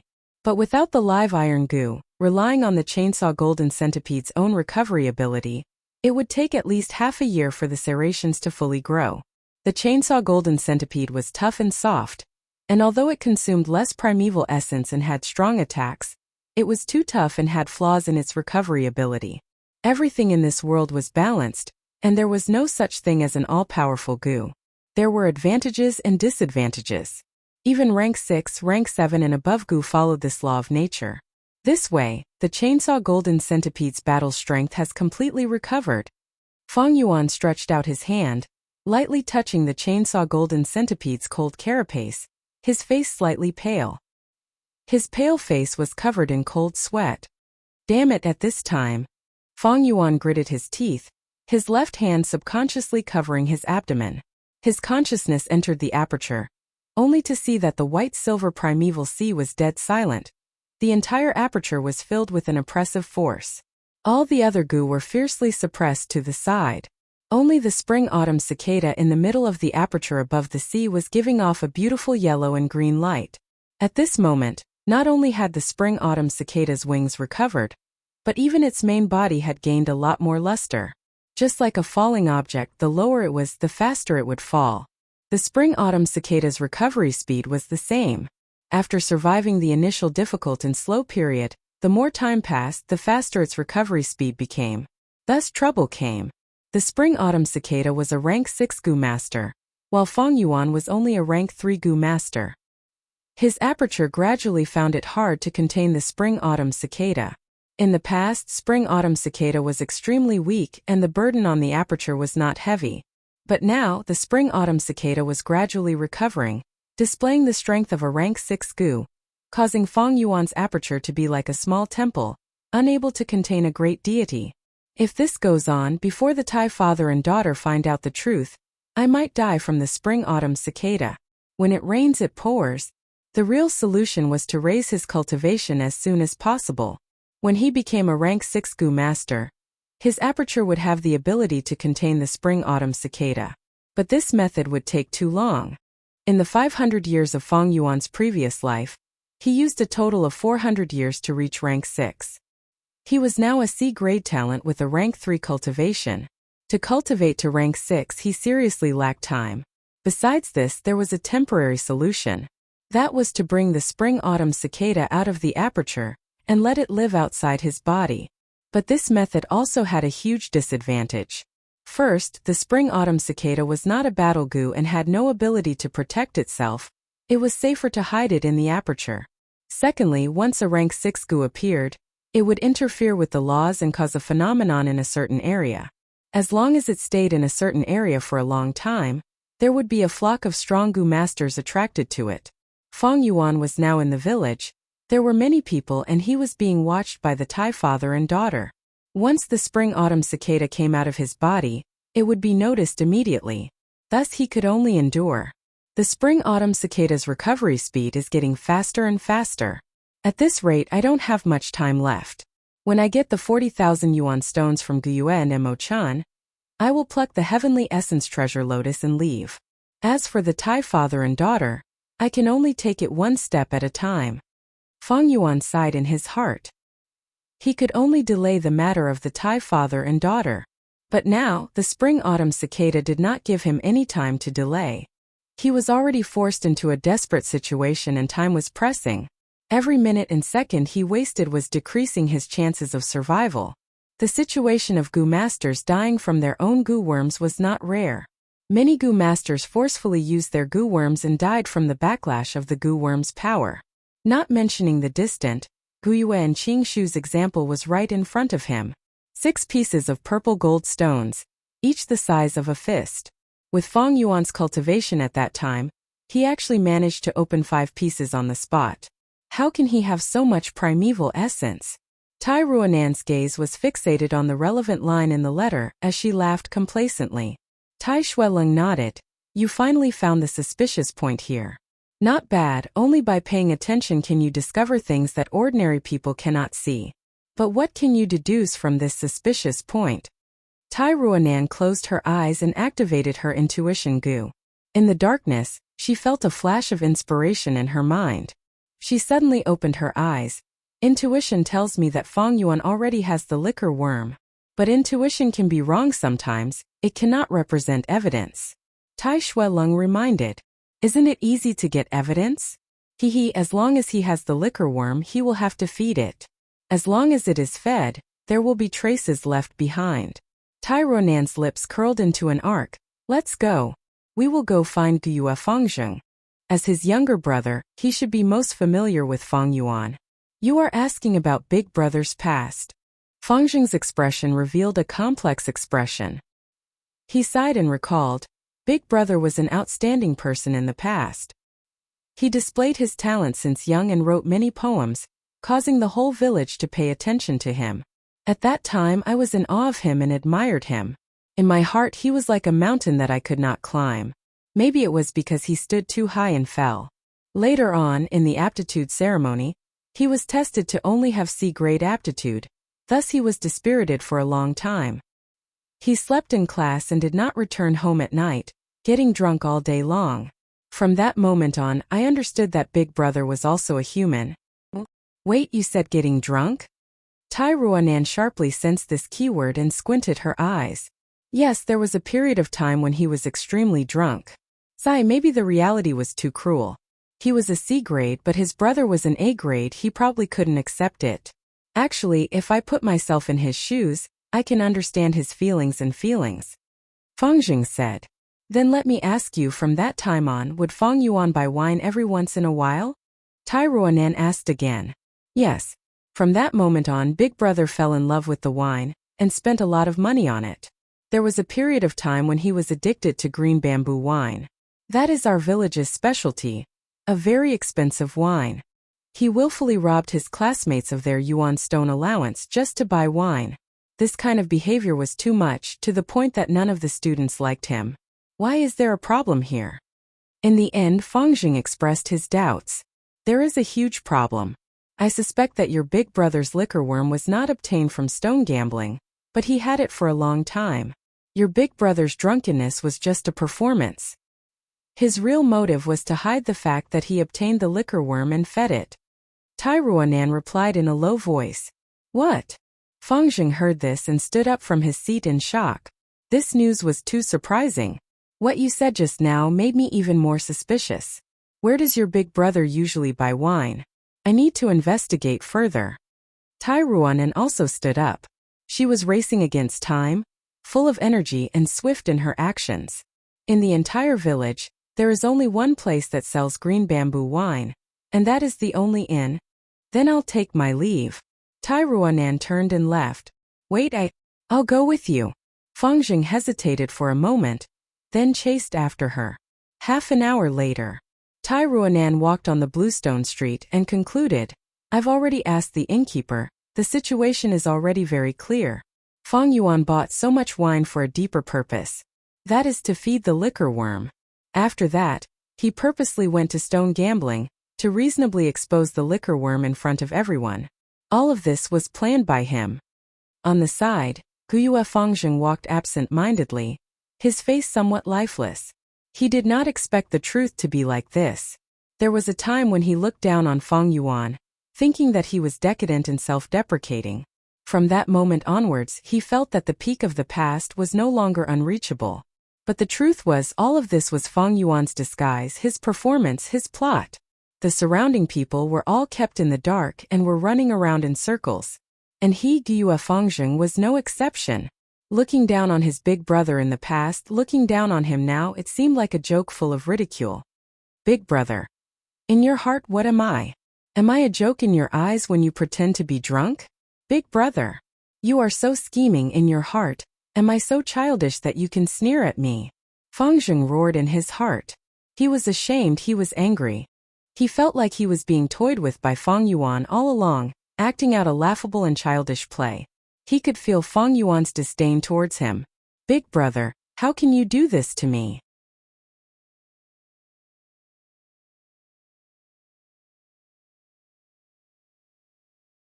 Chapter 182. Once in Feng Zheng's heart, Feng Yuan was like a mountain so high that he could not climb it. Once, Feng Zheng thought that the shadow of this mountain would shroud him for the rest of his life. But life brought him an unexpected turn of events. Feng Yuan's decadence made Feng Zheng see his weakness. The mountain in Feng Zheng's heart collapsed. However, so this was just his brother's performance, a play? The mountain that had collapsed in his heart now seemed to be shrouded in a layer of mysterious fog. Brother, what kind of person are you? Only then did Feng Zheng realize that he couldn't figure out his biological brother at all. Feng Yuan's scheming was too deep. Such acting skills and the cruelty of killing made him feel extremely unfamiliar. This feeling of unfamiliarity was mixed with the fear that even Feng Zheng did not want to admit. This damned feeling returned to his heart. He tried his best to get rid of this fear, which made him subconsciously follow Tai Ruanan's footsteps.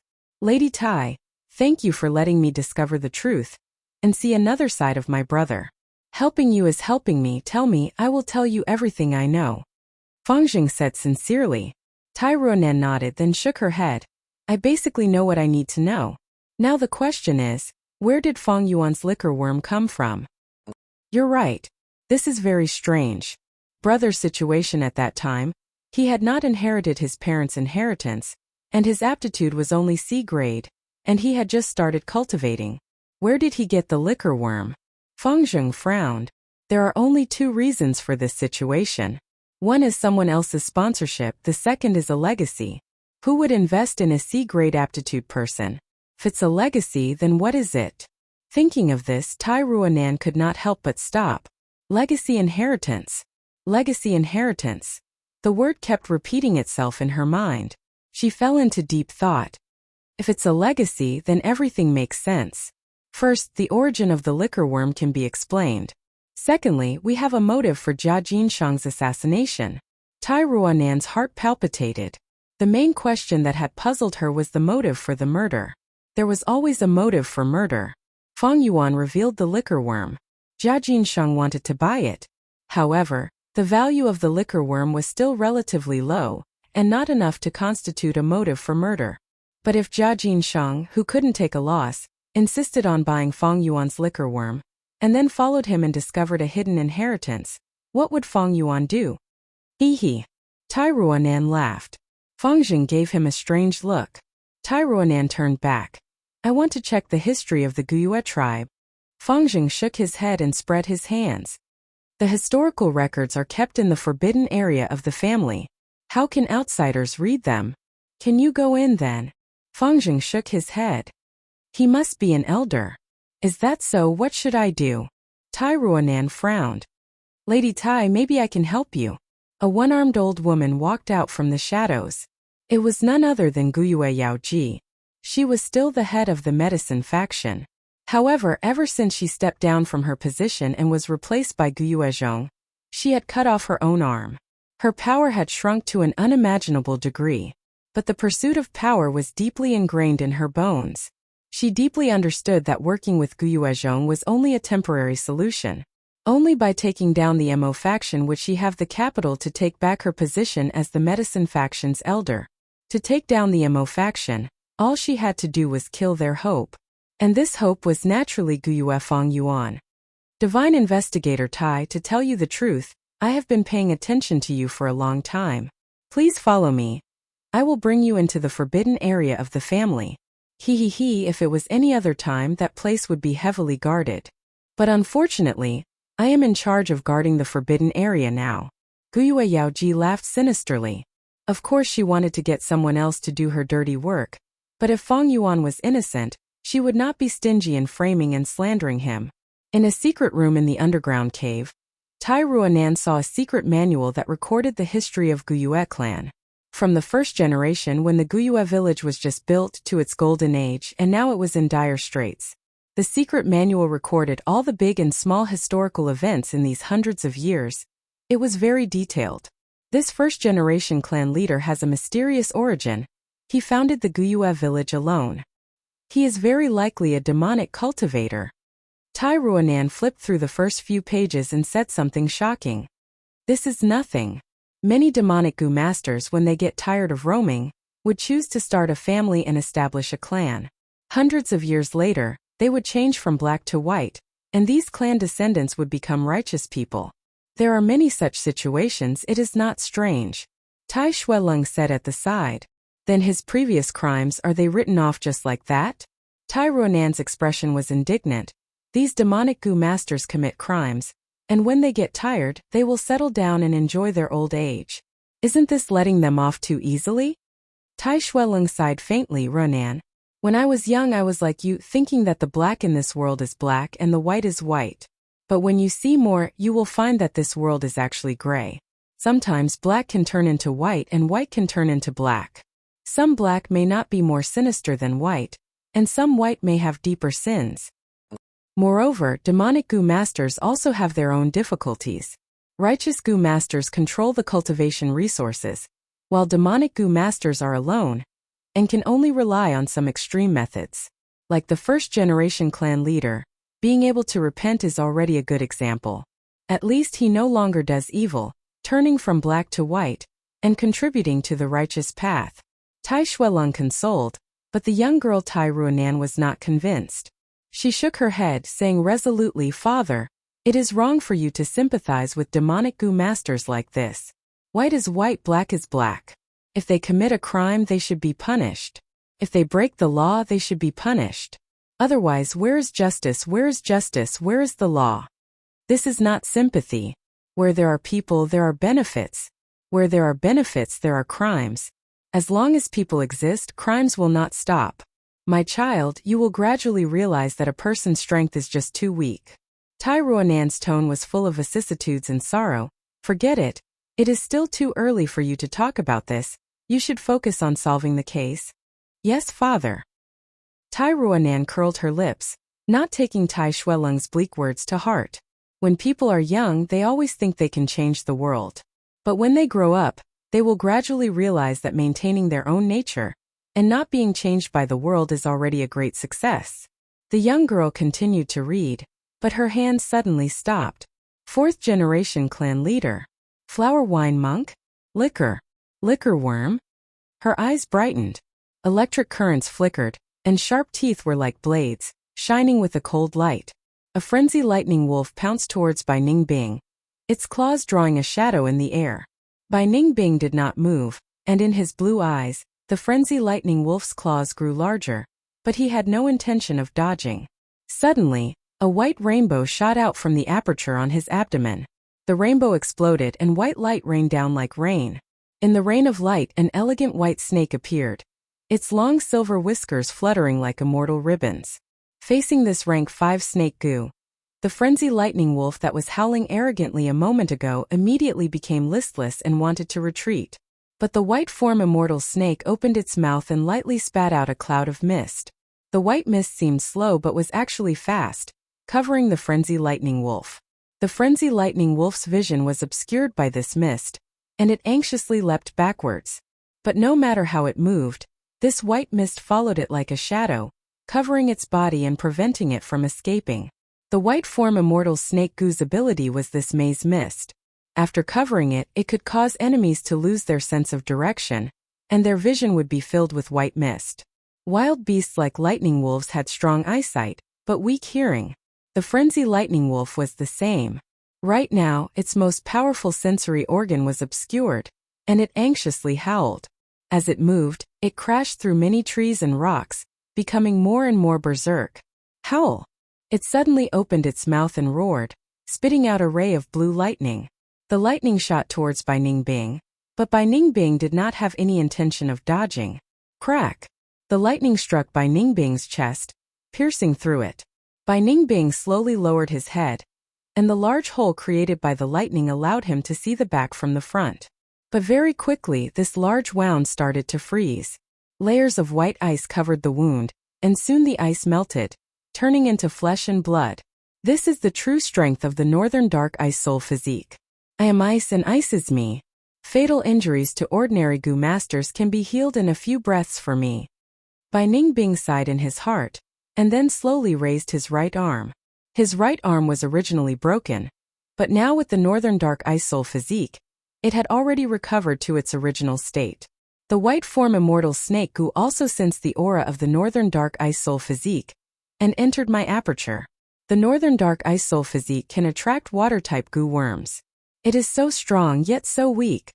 Bai Ningbing sighed towards the sky. These days, he did not suppress his cultivation. The Northern Dark Ice Soul physique was getting stronger, but he also felt that his death was approaching. Great Immortal is still not moving? At this time, the Bai clan leader walked over and asked in concern. Bai Ningbing shook his head. This snake goo did not acknowledge me, but was attracted by the aura of my Northern Dark Ice Soul physique, and moved from the spirit spring to my aperture. Only when I am in danger and my life is in danger will it come out to protect me. But the white form immortal snake was not refined by Bai Ningbing, thus this protection effect was extremely limited. For example, the frenzy lightning wolf's lightning was too fast, and the white form immortal snake could not react in time, and Bai Ningbing was struck. In the end, the white form immortal snake was not a defensive goo. In Feng Yuan's previous life, Zhang Fan and the river swallowing toad were also like this. Although Zhang Fan obtained the rank 5 river swallowing toad's help, he was still assassinated by a goo master. By clan leader side, he felt extreme regret and pity towards this. But he had no other choice, he had done everything he could. Right, the results of the 3 clans' negotiation is out. Xiong clan's strength is mostly preserved, and cannot be underestimated. Finally, the 3 clans decided to hold a 3-clan tournament. Based on this result, the compensation will be decided. This tournament can only be participated by goo masters below 30 years old. I understand. Bai Ningbing nodded. I already have a premonition that my life is coming to an end. To be able to have a tournament, I am really happy. Thank you, Lord Clan Leader. No need to thank me. I am only thinking for the clan. Bai Clan Leader's expression was embarrassed. He was the one who suggested this, and the goal was to squeeze out Bai Ningbing's value to the greatest degree. However, Bai Ningbing's gratitude was sincere. There was no movement from the white form immortal snake goo, which meant he had no fate with the first ancestor's inheritance. But if there is life, there is death, so what? Bai Ningbing had already found his own path, and was no longer afraid. But in his heart, there was still a battle that he could not let go. Fang Yuan, you will come to the 3-clan tournament, right? Don't disappoint me, because the current me is really very strong.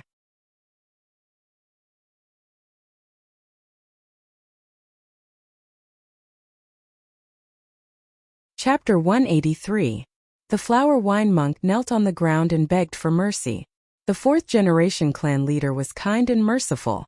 The 4th-generation clan leader killed the flower wine monk on the spot, but he was heavily injured and died not long after. What a pity! The people of the demonic path are indeed treacherous and fickle.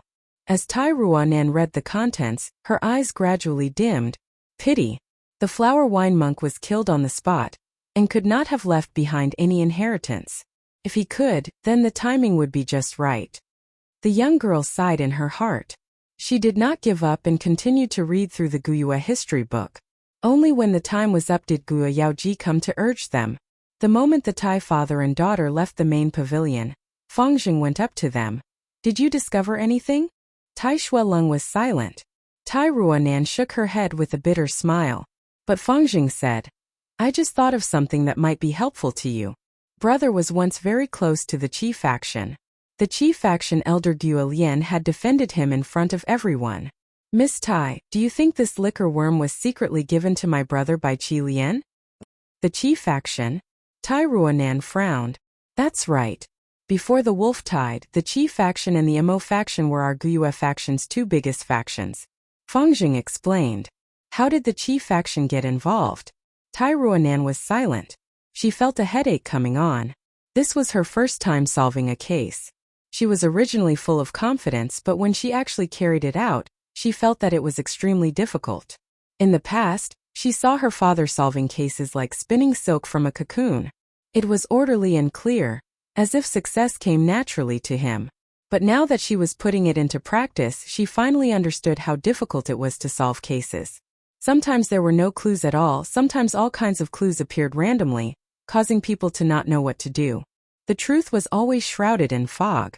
She did not know if she was getting closer to the truth or getting further away. Was the Qi faction's clue useful or not?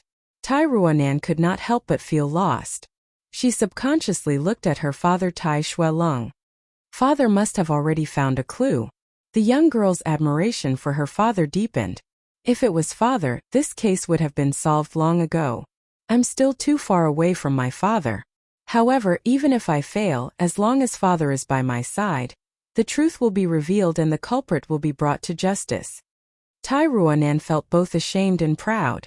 With Tai Shueleng around, she wasn't worried that the culprit would go unpunished. However, the girl quickly shook her head, feeling a little annoyed.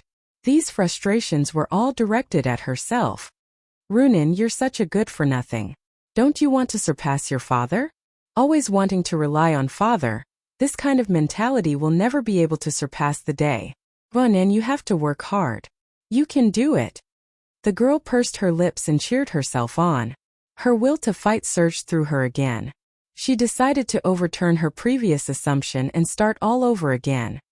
If the liquor worm wasn't obtained by Fang Yuan from the relic inheritance, but was given to him by someone else, then the Qi faction was the biggest suspect. But there was one thing. Why would the Qi faction secretly give the liquor worm to a C-grade aptitude student? What special advantage does Fang Yuan have that is worth the Qi faction's investment? Just because he is Fangjing's brother? No, this value is too small. Wait, it might not be the Qi faction's investment. There is another possibility, that is the Qi faction was threatened by Fang Yuan. If this is the case, what kind of leverage did Fang Yuan have that made the Qi faction pinch their nose and obediently compromise with a student who isn't even a Gu master? Tai Ruanan racked her brains and an answer gradually appeared in her mind. But this answer was too vague, like a ray of light behind a paper window. Tai Ruanan could sense it and knew it was there, but she couldn't touch it or see it clearly. Father. The girl suddenly raised her head and looked at Tai Shueleng. I want to borrow the immortal finger. Tai Shueleng's tone was low and unhurried. This immortal finger gives clues based on the planted person's knowledge. It only thinks for you and might not be correct. Are you sure you want to use it? The girl nodded. The immortal finger was a seed. Tai Ruanan took it and buried it in the soil under her feet, then placed her palm on the ground and poured in her white-silver primeval essence. A few breaths later, she retracted her palm. Soon, the soil loosened and a sapling broke out of the ground. The newly born sapling had a translucent green color, and was very fresh and tender. It grew with the wind, growing bigger and bigger. From a tender yellow-green color, it turned into a verdant green color and finally into a dark green color. It grew into the shape of a cactus. There were sharp black thorns on its surface. Its skin was thick and it was overflowing with dark green color. In a flash, a flower bud appeared at the center of its top. The white flower bud gradually grew into a flower bud, tender and beautiful. But the cactus's main body shrunk, as if it was dehydrated. Tai Ruanan stretched out her slender fingers and gently plucked this flower bud. The cactus immediately turned gray and died in a few seconds. Immortal Finger was a rank 3 consumable goo. Tai Ruanan took out this flower bud and carefully opened it. The flower bud was not wrapped in flower petals, but instead resembled a ball of paper. Tai Ruanan completely opened the flower bud, turning it into a square piece of white paper with petals. On the white paper there were 2 words, aptitude. These 2 words to others were ordinary and inexplicable. But to Tai Ruanan it was the most important hint. Immortal Finger, a grass goo, was originally used here to provide inspiration to goo masters who were racking their brains to no avail. It often had the effect of poking through the window paper and allowing goo masters to gain enlightenment. Right aptitude, Tai Ruanan shouted. She immediately took out a letter from her bosom. This letter recorded all the information Jia Fu had gathered. In this information, there was a line that stated when and at what price Guo Lian bought the cleansing water goo. Right, this is it. I saw this earlier but did not think of the deeper meaning. I felt that I had overlooked something. Immortal Finger thought for me and gave me the answer. That's right. Cleansing water goo only has one use. That is to remove the aura of foreign primeval essence in the aperture. Why does Guo Lian need it? This situation is too common. It happens frequently in many villages. It should be for Qi faction's inheritor. Qi faction's inheritor's aptitude is terrible, so Guo Lian injected primeval essence and raised his cultivation. To get rid of the repercussions he needs the cleansing water goo. For some reason Fang Yuan got hold of this secret and used it to threaten Qi faction, forcing them to compromise and give him the liquor worm. Tai Ruanan mumbled as she spoke of her conjecture. Lady Tai, you are too amazing. Just from this point you can deduce so many things. But Guiyue City clearly has B-grade aptitude. Fang Jing said. B-grade aptitude, can't he cheat? It is too easy to prove this. As long as we check Qiqing's aperture, the truth will be revealed. Tai Ruanan's gaze shone as her lips curled up. No. Tai Xueling shook his head. If the truth was found out, it would be a severe blow to Qi faction and cause turmoil in the higher-ups of Guiyue village, causing political strife. Tai Xueling said, we are here to solve the case, not to cause destruction. We are outsiders after all. Unless we have no other choice, we should not interfere in other clans' politics. Tai Ruanan nodded. Father is right. But other than this method, there are other ways to prove it. I remember that for every important sacrificial ceremony, the clan would use the photo audio goo to record it. This is a tradition. I believe Guiyue clan is no exception. I want to check the video of that awakening ceremony. Divine Investigator Tai, you have been working hard for so many days to solve this case. Please have some tea. As for the video you want to check, it is stored in the secret room in the underground cave of my clan's forbidden area. It is not convenient for the 2 of you to enter, but I have already sent people to retrieve it. Just wait here for a while. Guiyue sat and said with a smile. Sorry to disturb clan leader. Tai Xueling said politely. Tai Ruanan and Guiyue Fangjing were standing at the side. Divine Investigator Tai, I have a presumptuous request. Guiyue suddenly said. Tai Xueling said, oh? Clan leader, please speak. This is our Qingmao Mountain's internal matter. My clan Bai clan and Xiong clan have always been in a stalemate. Now that the wolf tide has caused the 3 clans' strength to fluctuate, Xiong clan evaded with evil intentions and tried to use the wolf tide to weaken the other 2 clans. Our previous negotiations for compensation did not have an ideal result. Thus, our three clans discussed and held a three-clan tournament. Only young Gu masters below 30 years of age will participate, using the future strength of each clan to determine the victor. Saying so, Guyue Bo sighed. I had already sensed something strange with Fang Yuan, but I did not investigate it in detail because of the wolf tide. If he really is the culprit, my clan will not protect him. But I hope Divine Investigator Tai can delay it for a few days. After all, the three-clan tournament is the day after tomorrow. Fang Yuan killed Old Man Wang's entire family. They were all mortals and were not worth pursuing. If he killed them, so be it. It was no big deal. But if Fang Yuan really killed Jia Jinshang, the situation would be completely different. If Guyue clan still protected Fang Yuan, they would become enemies with the Jia clan. No more Jia clan caravans would come to trade with them, and it might even attract the Jia clan's revenge. Organizations would protect their internal members, but if it involved a huge threat to their interests, then they would abandon one or two members. Any mature organization would be familiar with this. The earliest formation of organizations was in the remote antiquity era. Due to the pressure of survival, humans gathered together and borrowed each other's strength to gather more food. This way, hunting would be more successful. The essence of any organization was to obtain more benefits. If one or two members obstructed the obtaining of benefits, then sacrificing them was a natural thing to do. Thus, even if the Guyue clan had few elders, the clan leader would not hesitate to abandon Fang Yuan. But the three-clan tournament would be held the day after tomorrow. The result of the tournament would determine the distribution of benefits in Qingmao Mountain for the next few years. As a rank 3 Gu master, Fang Yuan was an important battle strength for the Guyue village.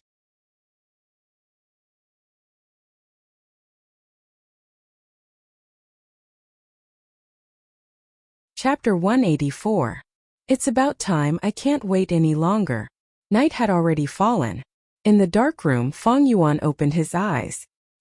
He had already taken off his Gu master attire and wore a black robe that covered his legs. Together with his long black hair, he looked like a specter in the dark. In his previous life, he was already used to having long hair. Some Gu worms needed long hair to display their might. For example, black hair Gu, steel mane Gu, and so on. Long hair was very convenient. Sometimes when he needed to change his appearance, he would cut his hair short. But short hair could only grow in a short period of time with the power of Gu worms. Not long ago, he made an agreement with Guyue and Mo-chan. Till now, the pig iron Gu and the 40,000 yuan stone had been delivered to Fang Yuan in batches. Only the grass Gu for healing was not in his hands. Without healing Gu, I can only forget about it. How can everything go according to plan? Reality is full of helplessness. Fang Yuan sighed and stood up.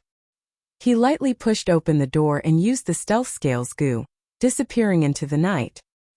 He was forced by the situation and had no choice but to take action. The Tai father and daughter were pressing harder and harder, and his plan to go to Xiong clan was also stopped. Most of Xiong clan's strength was preserved, causing Bai clan and Guyue clan to not dare to pressure them too much. Thus, their request for compensation ended in failure, and the three sides agreed to hold a three-clan competition.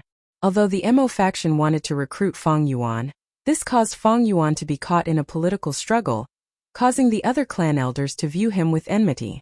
Adding on the fact that Bai Ningbing was getting stronger the closer he got to death, the situation was getting more and more disadvantageous for Fang Yuan, forcing him into a desperate situation. Fang Yuan was a schemer, but his schemes needed to be supported by his own strength. Facing such a situation, even if he tried his best and improved greatly compared to his previous life, his rank 3 initial stage cultivation was still not enough to break out of this predicament. The situation is deteriorating. I can only make a risky move and use a strong medicine. Fang Yuan pondered and placed his thoughts on the Heavenly Essence Treasure Lotus. As long as he plucked the Heavenly Essence Treasure Lotus, the spirit spring in the underground cave would be destroyed. The clan would definitely conduct a frantic investigation, but what else could they do other than investigate? The spirit spring had already been destroyed. Even if he retrieved the Heavenly Essence Treasure Lotus and placed it back into the spirit spring, or even destroyed it, he would not be able to restore the spirit spring. If the clan wanted to survive, what else could they do? There was only one way, and that was to seize a new spirit spring. However, there were only 3 spirit springs on Qingmao Mountain, and each one was occupied by 3 families. If one of them was destroyed by Feng Yuan, then the Guyue clan would only have one choice. 2 choices. That choice was war. There were 2 choices. The first was the Bai family, and the second was the Xiong family. Only by seizing the spirit spring of one of them would the Guyue clan have the material foundation to exist. Without the support of a spirit spring, a Gu master could not cultivate at all. However, this move was extremely dangerous. Feng Yuan had no other choice. The spring-autumn cicada was recovering faster and faster. His aperture could no longer bear the burden. He didn't have much time, so he could only fight back and fight for a chance of survival in the face of death. In the hall, the lights were lit. The Gu master had already taken out the photo-audio Gu, but this Gu was in Guyue Bo's hands. Divine Investigator Tai, what do you think of my request? Guyue Bo smiled. Tai Ruanan lightly snorted.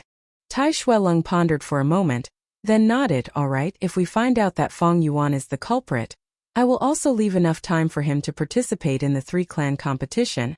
Father. Tai Ruanan's eyes flashed with a strange light. This was not Tai Shuelong's style. Divine Investigator Tai's words are worth a lot. He never goes back on his words. I trust you completely, and thank you for your understanding. Guyue Bo's smile became even more warm, but he was coldly snorting in his heart. Guyue Yaoji had secretly led the Tai father and daughter pair into the underground cave to read the clan's official history books. As the clan leader, how could he not know about this? It was just that the competition was near, and at the same time, the clan's political struggles were complicated, so he restrained himself. Although Tai Shuelong was a rank 5 expert, his great strength could not stifle the dissatisfaction in Guyue Bo's heart. Fortunately, the true contents are all recorded in the clan's secret history book, and only the clan leader knows about it. That official history book is only for outsiders to read. Guyue Bo was secretly pleased.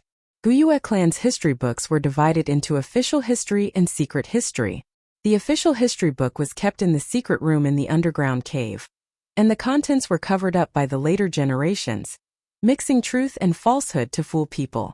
As for the secret history book, it recorded the true contents without a trace of falsehood. There were even many secrets that could not be divulged, recorded in the records. For example, how to summon the flying guillotine. There was absolutely no such thing in the official history book, only the secret history book recorded it in detail. Clan leader Guyue, my father has already agreed to your request. Can you show us the recording now? Tai Ruanan's tone was not pleasant. Even if Divine Investigator Tai did not agree, I would still do my best to cooperate with you in the investigation.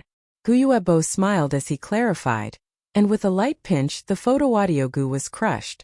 This Gu was crushed, but it turned into a lump of 7-colored smoke, mixed with all sorts of noises. Guyue Bo opened his mouth and blew lightly, and this smoke floated to a wall, entering it. Like a drop of ink falling into water, the pure white wall soon had a rainbow imprint. The imprint grew larger and larger until it formed an image.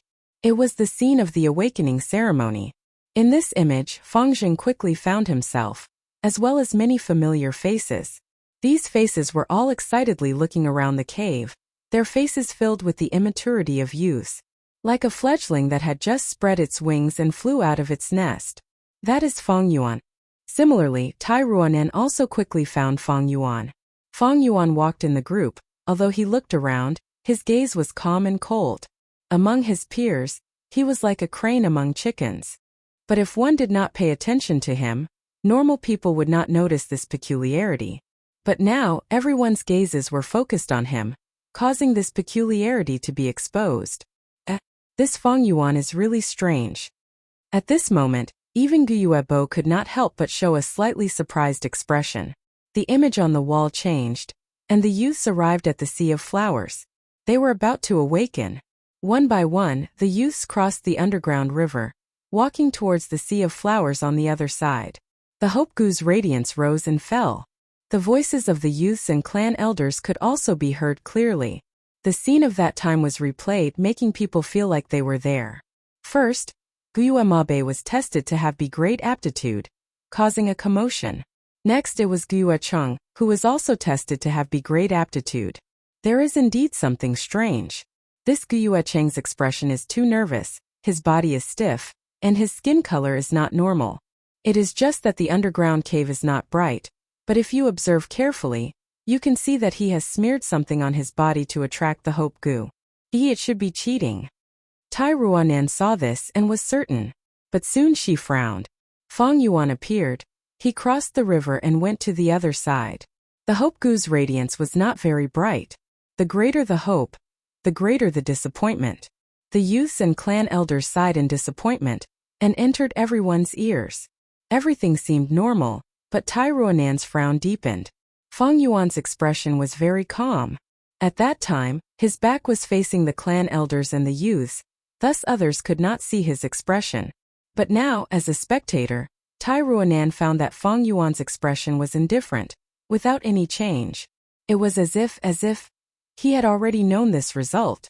This is impossible. Putting myself in his shoes, if it was me, a 15-year-old with great potential, but was found to only have C-grade aptitude. How could I not feel a trace of disappointment and discouragement? How could this be? Tai Ruanan's brows were almost knitted into a knot. A huge cloud of doubt shrouded her mind, causing her breathing to become stifled. Her heart was thumping wildly at this moment. Thoughts after thoughts flashed in her mind like lightning. Why? How could this be? Wait a minute, aptitude, could it be? Tai Ruanan raised her head, feeling as if her heart was about to explode. An extremely daring and crazy guess appeared in her mind. The bright light shone on Fang Jing's face. The awakening ceremony to him was the most important turning point in his life. Before the awakening ceremony, he had a kind of life, humble and insignificant, unknown to the public. After the awakening ceremony, he had a different kind of life, shining brightly and bursting with confidence. In his memory, the awakening ceremony was a blur, and he was muddle-headed. At this moment, Fang Jing looked at the ceremony from the perspective of a bystander. The complicated feelings in his heart could not be described with words. Fang Jing saw himself on the stage, and at that time he felt so inferior and weak. Following that, he saw himself falling into the river, struggling and being picked up by his brother, Fang Yuan, his whole body drenched in water, looking extremely battered and exhausted. A smile appeared at the corner of his mouth. This was him in the past, the one who was mocked by so many people. Then he saw himself stepping onto the other shore, walking with his head lowered, his body shrouded in the light of hope, shocking countless people. This was a moment of glory, this was a moment of miracle. A great aptitude. From now on the world was different. Fang Jing, I have a question I want to ask you. Tai Ruanan suddenly spoke, disturbing Fang Jing's mood. What is it? Ask away, I will definitely tell you everything I know. Fang Jing turned back, smiling. It's about your brother. When your brother was supporting you, I saw his lips moving, but the surroundings were too noisy. What did he say to you? Can you tell me truthfully? Tai Ruanan's eyes shone as she asked. That time, Fang Jing fell into his memories. I think he said, "The road?" That's right. It's the road. Fang Jing's eyes became clear. I remember now. He said to me, the road in the future will be exciting. That's strange. I didn't feel it at that time, but now that I think about it, I feel that my brother's words had a deeper meaning, as if he knew I had a great aptitude beforehand.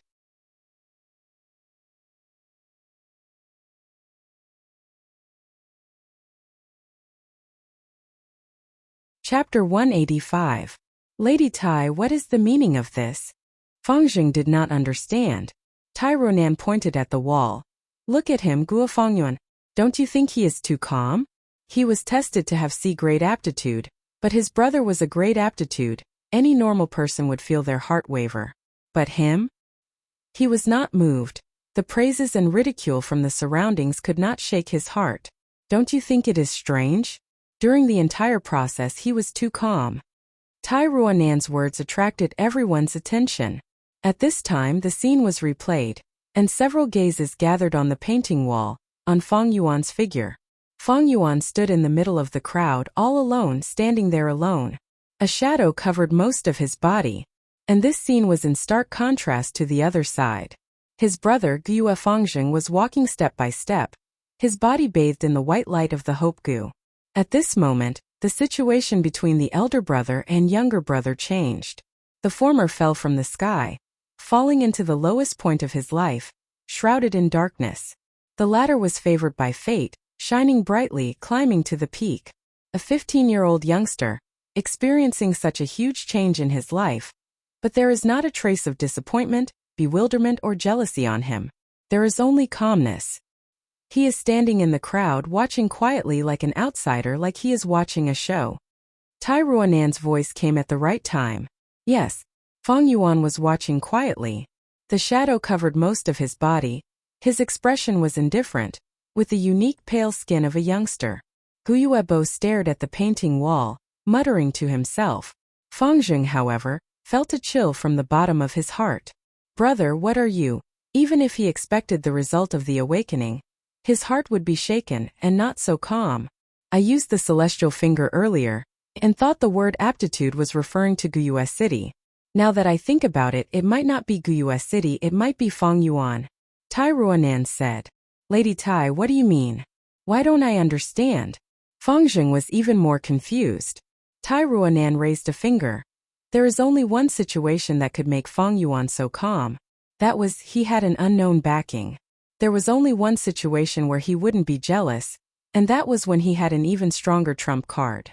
When two people walked together, one person would pick up a primal stone on the road, and the other would only pick up 10 or 100 primal stones. Only then would he not feel jealous at all, and his heart would remain calm. And Fang Yuan is in such a situation. Are you saying that Fang Yuan cheated and hid his true aptitude? He's actually not a C-grade talent? Guyuebo heard the meaning behind Tai Ruanan's words. But if he has B-grade or a great aptitude, why doesn't he openly display it? Fang Yuan has early wisdom. Tai Ruanan's lips curled up, she had a confident expression, giving off an enchanting radiance. These few days I've read some of his poems from his early years. They were grand and grand, even father couldn't help but praise them. Such a genius naturally has his own plans. Guyuebo shook his head. Just based on this point, it doesn't mean anything. Hiding one's aptitude and revealing it are two completely different types of treatment. Even if Fang Yuan didn't know before, after a year in the academy, he should be clear about it. Of course he knows, that's why he doesn't dare to reveal it. Tai Ruanan's words were straightforward, with a trace of decisiveness. What do you mean? Guyuebo was also confused. Tribe leader Guyue. Tai Ruanan turned around and looked at Guyuebo solemnly. Do you know the 10 sons of Ranzu? Guyuebo was stunned at first, but he soon reacted and understood Tai Ruanan's true meaning. He was shocked. His pupils expanded, and his mouth opened wide, without a trace of his usual demeanor as a tribe leader. This was the first time Fang Zheng had seen Guyuebo show such an expression. Ranzu's 10 sons, eldest son Verdant great son, second daughter Guyue desolate Yin. The 10 sons had heaven-defying aptitude, and were feared by heaven and earth. None of them had long lives. In the Gu Master world, the 10 sons represented the top 10 aptitude. That was the 10 extreme physiques. Ranzu's 10 sons died one after another, and Ranzu also died of old age. At the final moment, Ranzu took the corpses of his 10 sons and sacrificed himself, throwing them into the stomach of Derivation Gu. Derivation Gu's stomach burst open, and countless rays of life fell on the ground, forming the first batch of mortals. These mortals did not have the aptitude of Ranzu or the 10 sons, but they could awaken their apertures and cultivate. Thus humanity multiplied for generations, forming the scale it is today. Of course, this is all a legend. But according to the legend, every one of us has the blood of Ranzu and his 10 sons flowing in our bodies. Tai Ruanan continued, it is just that in some people the different bloodlines are sparse, and they mutually restrict each other, thus it is not obvious. But some people are born with a relatively dense bloodline. Or as they grow older or cultivate, it slowly becomes extreme, and one bloodline suppresses the others. When it is shown, it is the 10 extreme physique. Then what is this 10 extreme physique? Fang Zheng asked. Don't tell me this Fang Yuan actually has the aptitude of the 10 extreme physiques. Guyuebo was shocked. That is very likely. Only the 10 extreme physiques can make Fang Yuan so calm, and have low requirements for cultivation resources. And only the 10 extreme physiques that surpass a grade can make Fang Yuan feel no jealousy or envy towards Fang Zheng. Only the 10 extreme physiques can make Fang Yuan not dare to reveal it, afraid of being killed in advance, so he chose to cheat and hide it. Tai Ruanan spoke quickly. Even Tai Shuelong would not think of rebirth. The young girl was even more so. Under all sorts of coincidences, she came to a conclusion that was the exact opposite of the truth. After hearing this, everyone was dumbstruck. Tai Ruanan's deduction was backed by evidence, causing everyone to unconsciously believe it. If it was not this reason, what other explanation could there be? That's right. 10 extreme physiques, 10 extreme physiques. Should be the Guyue desolate in physique. Guyue Bo was overwhelmed with emotions, his body trembling in excitement. Others might not understand, but he had the clan's secret history, and knew many secrets. Hundreds of years ago, the first-generation ancestor established the village here, and named it the Guyue village. In reality, before this, the first generation was not surnamed Guyue. Why did the first generation take the name Guyue? This was a mystery. But before the first generation died, he had sighed, passing down the bloodline 100-year plan. Guyue desolate in physique, the world will panic. He left behind a will, and in it, he predicted that in the future, a Gu master would appear in the Guyue village, possessing one of the 10 extreme physiques, the Guyue desolate in physique. He would make the world panic, and bring Guyue village to glory. The will also told the descendants if one day such a physique really appears, they should bring it to the Blood Lake graveyard. As the clan leader, Guyue Bo naturally understood the drawbacks of the 10 extreme physiques. But when he looked into the will, he found that the first-generation ancestor seemed to have a method to overcome the drawbacks. And this method was left in the coffin in the graveyard, accompanying him in his eternal sleep.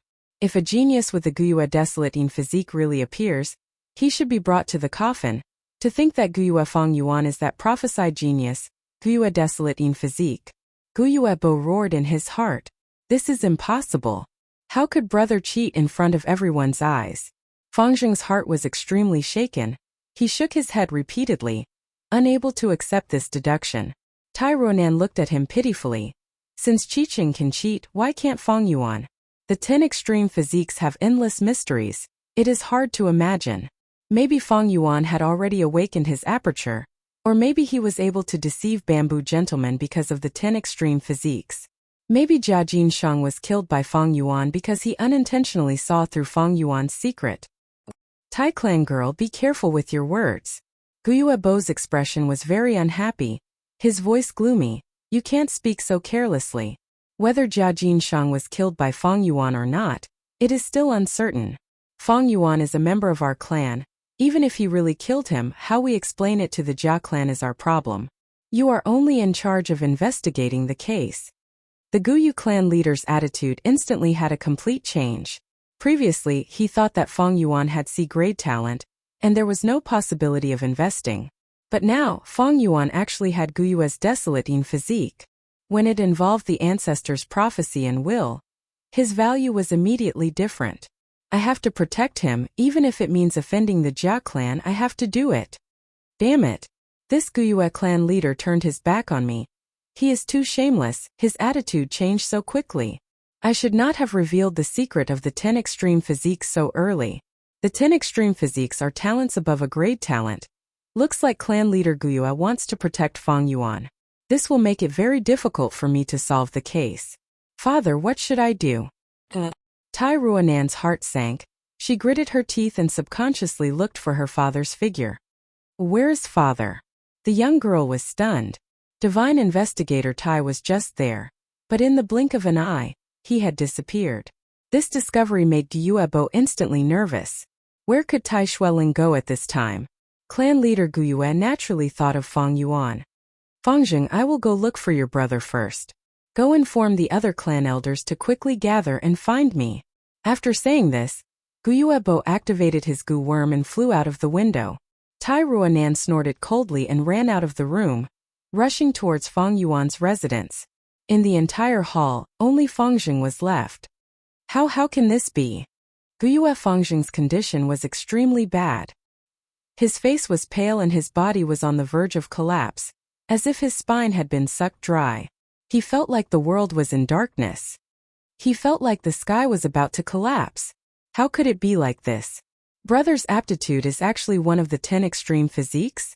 Compared to the 10 extreme physiques, my great aptitude is like a clay chicken or a clay dog. Thinking about it, Fang Xing's tears flowed down his face. At this moment, all the energy in his heart was sucked dry. All along, his greatest pride was that his aptitude surpassed Fang Yuan's. His confidence was built on this aspect. But now, someone told him the truth. His aptitude was far from his brother's. His proudest and most confident aspect was suppressed by Fang Yuan. The confidence that he had built up with great difficulty completely collapsed at this moment. Brother! He raised his head, tears flowing down his face. He screamed helplessly in his heart. From start to end, were you just watching the show? Watching me jump up and down, watching my clown-like performance? The corner of his eyes glanced at the painting wall again. The image changed, the figures became modeled, and countless voices exclaimed at Fang Xing's performance on the other side. Only Fang Yuan stood in the crowd, calmly watching.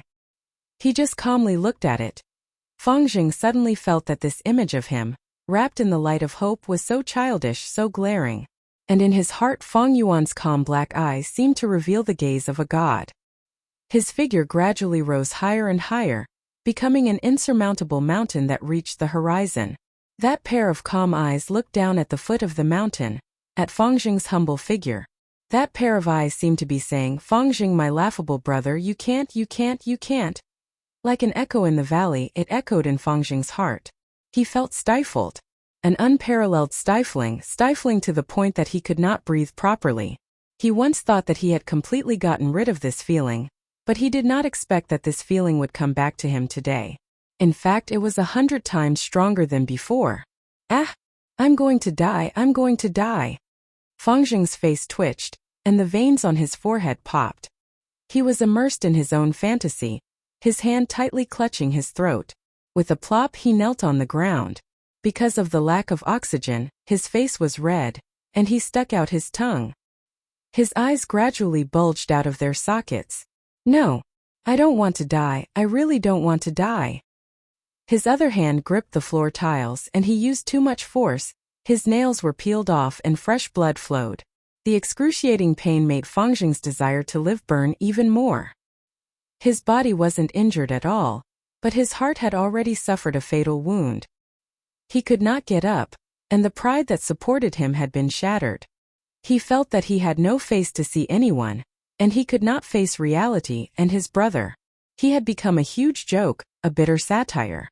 His heart was like dead ashes, but within the ashes, there was still a little bit of red that had not been extinguished. So what if you have the 10 absolute aptitude? Brother, you've made a mistake. You've killed someone you shouldn't have. Yes, that's right. You have to pay with your life, brother. You killed Jia Jinshang, didn't you? You've gone the wrong way, you've done the wrong thing, so what if you have the best aptitude? Bang, there seemed to be a soft sound beside his ear. A ball of dark red flame burned in Fang Xing's heart. Resurrection. The hand that was clutching his throat slowly loosened. Fang Xing was covered in sweat. He knelt on the ground and supported himself with one hand. The floor tiles were covered in blood. Drops of sweat flowed down his cheeks and nose, and dripped onto the floor tiles. His twisted and horrifying face slowly calmed down. A gust of wind blew into the hall through the open doors and windows. The cold night wind caused his body to shiver. Ha ha ha! Fang Xing was almost lying on the ground and laughed out loud. His voice was sharp and strange.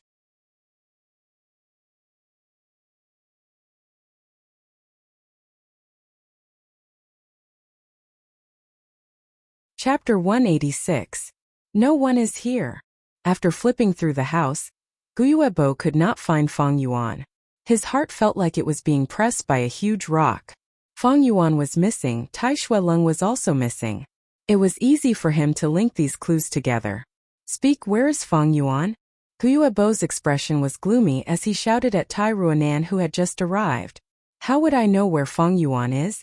Tai Ruanan's attitude was unyielding. Facing a rank 4 expert, she was not afraid at all. Why is Tai Shueleng nowhere to be seen? Tai clan girl, can you give me an explanation? Guyuebo said as he walked closer to Tai Ruanan. The young girl was slightly stunned. In fact, this matter had been fishy from the start. The original plan was for her and her father to come here next year. At that time, Tai Shuelong was investigating another case when a white crane suddenly descended from the sky. The white crane held a letter in its beak and handed it to Tai Shuelong. After Tai Shuelong saw this letter, he suddenly changed his plans and temporarily put down the case on hand, rushing over to Qingmao Mountain. If not for this letter, the Tai father and daughter would not have come here so early. As a daughter, Tai Ruanan naturally understood her father. Normally, only major cases would make Tai Shuelong make such a decision. However, what made her puzzled was that this case on Qingmao Mountain was only about Jia Jinshang's death. Jia Jinshang's death was related to the Jia clan's property dispute. But the severity of it was only ordinary, far from enough for the divine investigator to pay so much attention to it. Tai Ruanan had always been suspicious about this. And now, Tai Shuelong had mysteriously disappeared, not even telling his own daughter. Where did he go? What did he do? Father, you are injured, you must take care of yourself. Tai Ruanan was very worried. This kind of situation had actually happened a few times before. Every time it was Tai Shuelong facing a strong enemy and could not split his attention to take care of Tai Ruanan, thus fighting alone. The injuries on his body were caused by a strong enemy in a similar situation. Although father is injured, he is still a rank 5 expert. Ordinary rank 4 Gu masters were simply not his match. Father, I believe you, I will wait for you to come back.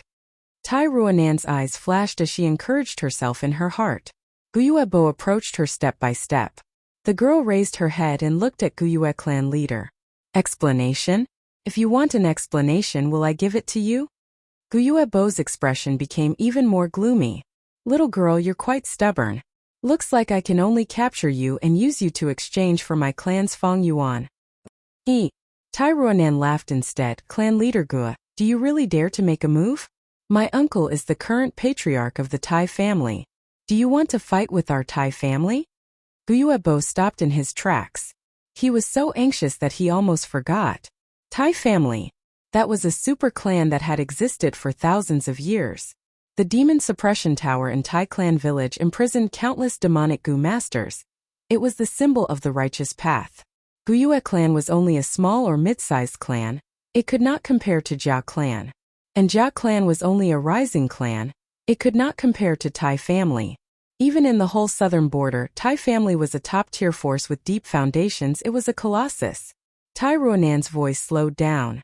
Clan leader Guyue, I am not here to be your enemy. Please believe my sincerity. I do not know where father went, but I will not leave, I will not sneak away. Tai family only has ghosts that die in battle. There are no cowards that run away. Not only will I not escape, I will also capture Jia Jinshang's murderer. Feng Yuan might not be the murderer. Guyuebo frowned, his eyes revealing a fierce light. But he could be. Tai Ruanan stared, her heroic spirit surging. She did not back down on this point. Both sides glared at each other for a long time. Tai Ruanan said, Feng Yuan is missing now. He could very well be on the run, making him even more suspicious. But I will not let the innocent suffer injustice. I hope so. Guyuebo flicked his sleeves and left. 15 minutes ago. Gurgle gurgle gurgle. The spirit spring whirlpool rose and fell. A lotus was faintly discernible in the spring water like an illusion. Piece after piece of Yuan stone were thrown in by Feng Yuan, causing the heavenly essence treasure lotus image to become clearer.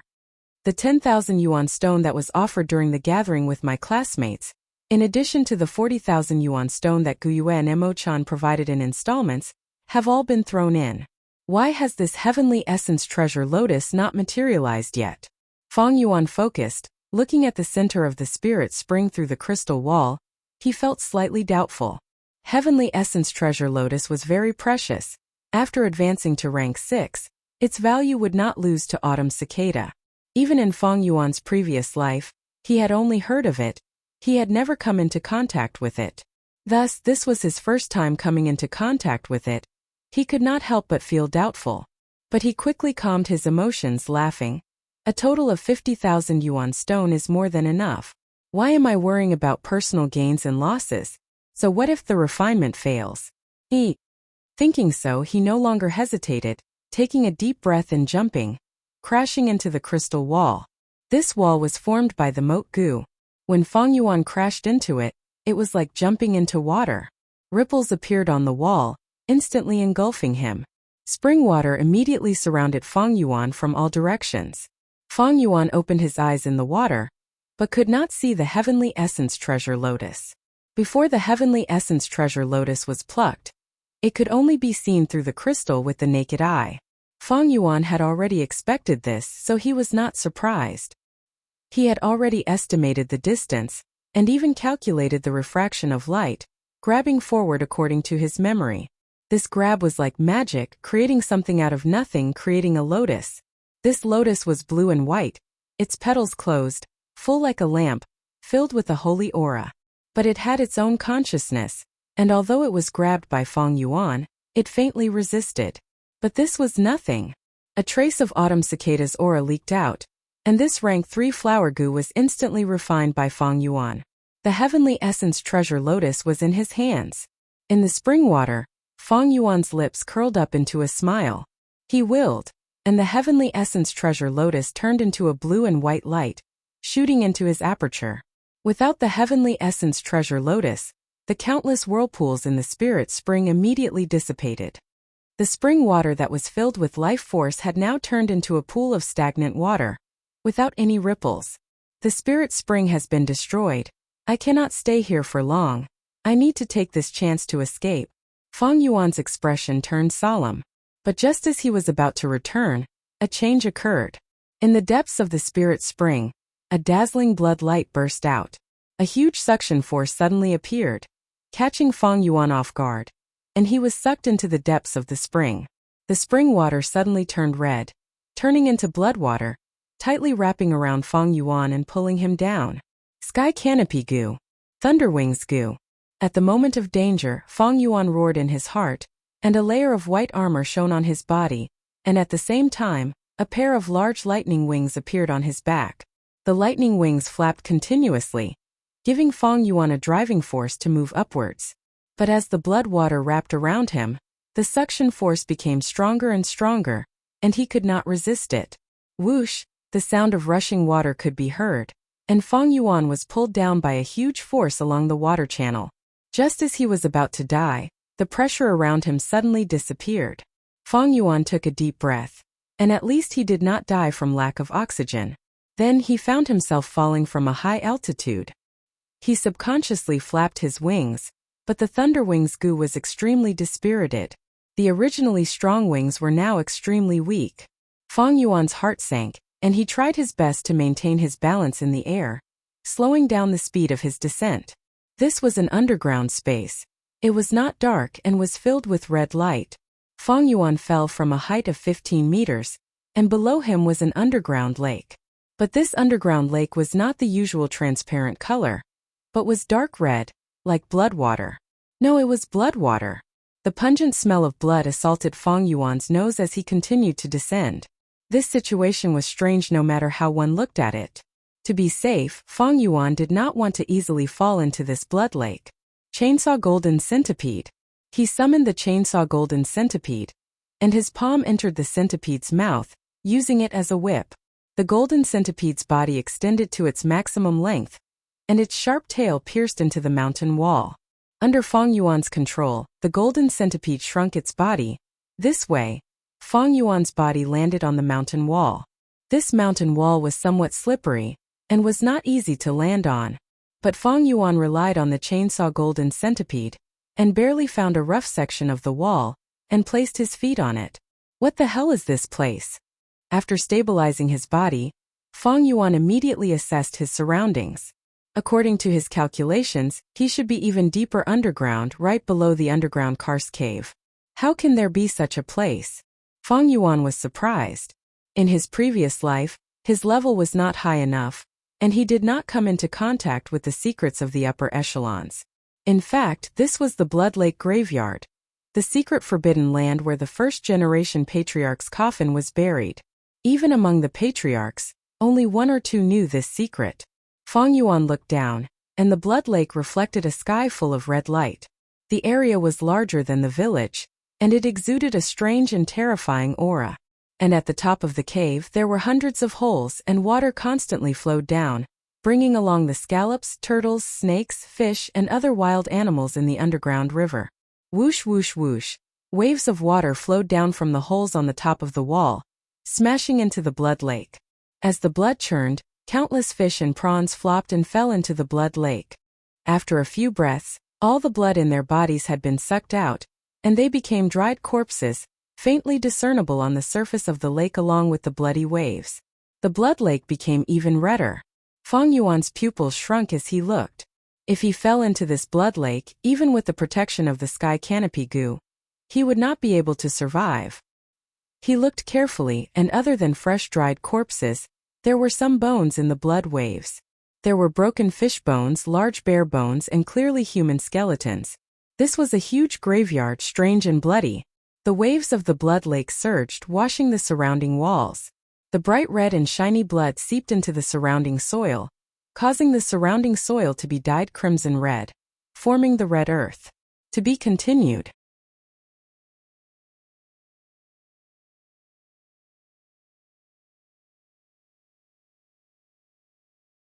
Chapter 187. Wait a minute, red soil? Feng Yuan saw this and his heart jumped. He stretched out his hand and grabbed the stone wall beside him. With a forceful pull, he dug out a piece of red soil. This red soil was soft and gave off a faint red glow. Feng Yuan squeezed it lightly and effortlessly crushed it. So that's it, he realized. He remembered the first time he entered the secret cave. He found that the secret cave was filled with this kind of red soil. It gave off a faint glow and did not need any other illumination. He felt it was strange at that time because Qingmao Mountain soil was all greenish-black. He thought this was the flower wine monk's arrangement, but now it seemed that the source was this strange blood lake. Feng Yuan felt that something was wrong. The 500 years of experience from his previous life had settled into his intuition. This place is not only strange but also full of danger. I don't have much time. How do I leave this place? Feng Yuan raised his head and looked at the cave wall. There were hundreds of caves on the wall. Which one was connected to the spirit spring? Feng Yuan hesitated. Water could flow in, but it did not mean that the underground river was wide enough for a person to pass through. Also, Feng Yuan's expression was solemn as he tried to flap his wings. The lightning wings weren't as easy to control as before. The originally blue electric current was now mixed with strands of strange scarlet color. It revealed a contradictory feeling of weakness and strength. The Thunderwings goo was not reliable in this state. It was very likely that it would screw up during flight and cause Feng Yuan to fall from the sky. Swoosh, in the blood lake an undercurrent surged. The huge aura of a rank 5 goo seeped out from the blood lake. That is, Feng Yuan's pupils shrunk. He saw a long black shadow gradually appearing in the blood lake. It was more than 40 meters long and more than 6 meters thick. This was a huge python that lived in the depths of the blood lake. Now that it smelled Feng Yuan's flesh and blood, it seemed to be coming out to hunt. Damn it! Feng Yuan felt a sense of urgency in his heart. Right now, his long hair and black robe were relying on the chainsaw golden centipede to pierce through the mountain wall, barely hanging on the soft red soil. Compared to the vast sea of blood, it was like a black ant. Hundreds of black dots also appeared from the bottom of the lake, rising up like a school of fish. So. They were even faster than the giant python and flew out of the lake in an instant. This was not a fish but a bat. These dark red bats had long pointed ears and 2 pairs of wings. One pair of main wings was larger, while the other pair of secondary wings was slightly smaller. They were located below the main wings. They didn't have claws, but the edges of their wings were as sharp as steel blades. Rank 3 Bladewing Bloodbat Goo? Feng Yuan suddenly thought of an answer. Looking at the swarm of Bladewing bloody bats pouncing toward him with a murderous aura, the first thing that appeared in his mind was that scene.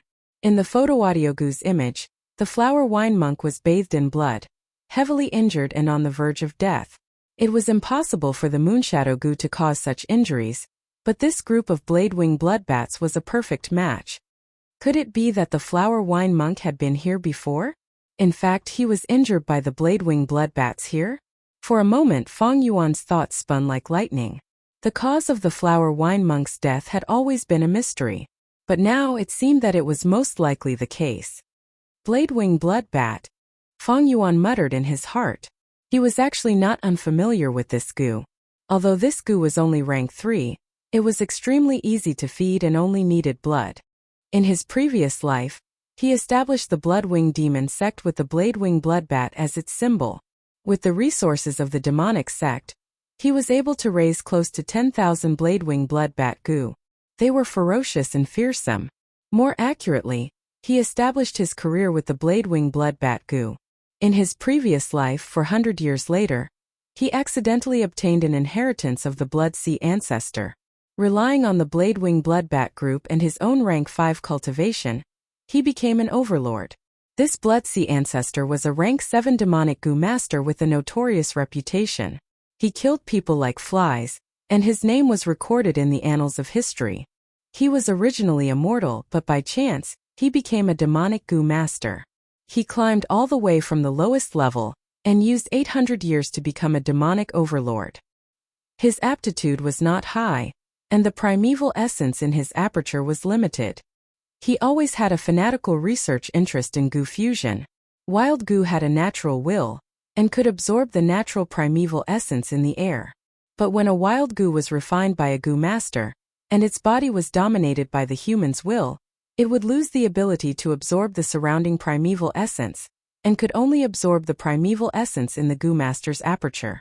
The Blood Sea ancestor had always wanted to research a goo that could be refined by a goo master, but could also absorb natural primeval essence.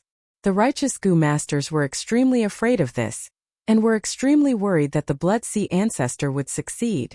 They had organized several righteous goo masters to surround and kill him. The Blood Sea ancestor did not succeed in the end, but he did not fail completely. He explored the fusion recipes of the Bladewing bloodbat, Blood Guillotine and Blood Frenzy goo. The rank 3 Bladewing bloodbat goo was his first achievement. It was extremely easy to raise, but it still required the goo master to provide primeval essence. However, this Bladewing bloodbat group was a very special group. The goo master only needed to control the male bat to indirectly command all the other female bats.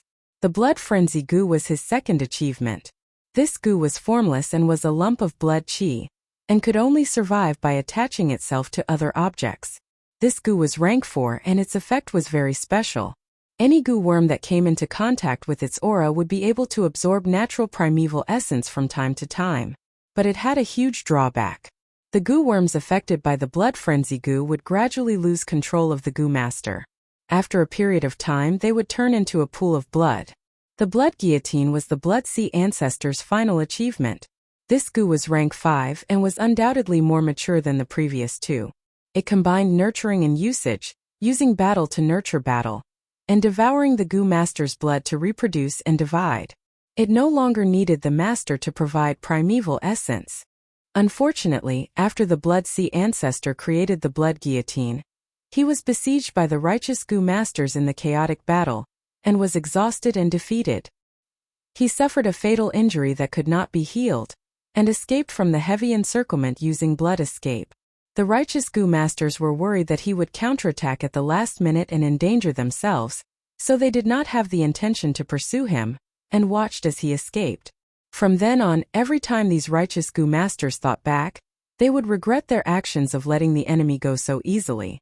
The Blood Sea ancestor knew he was going to die for sure, and started to spread his inheritance.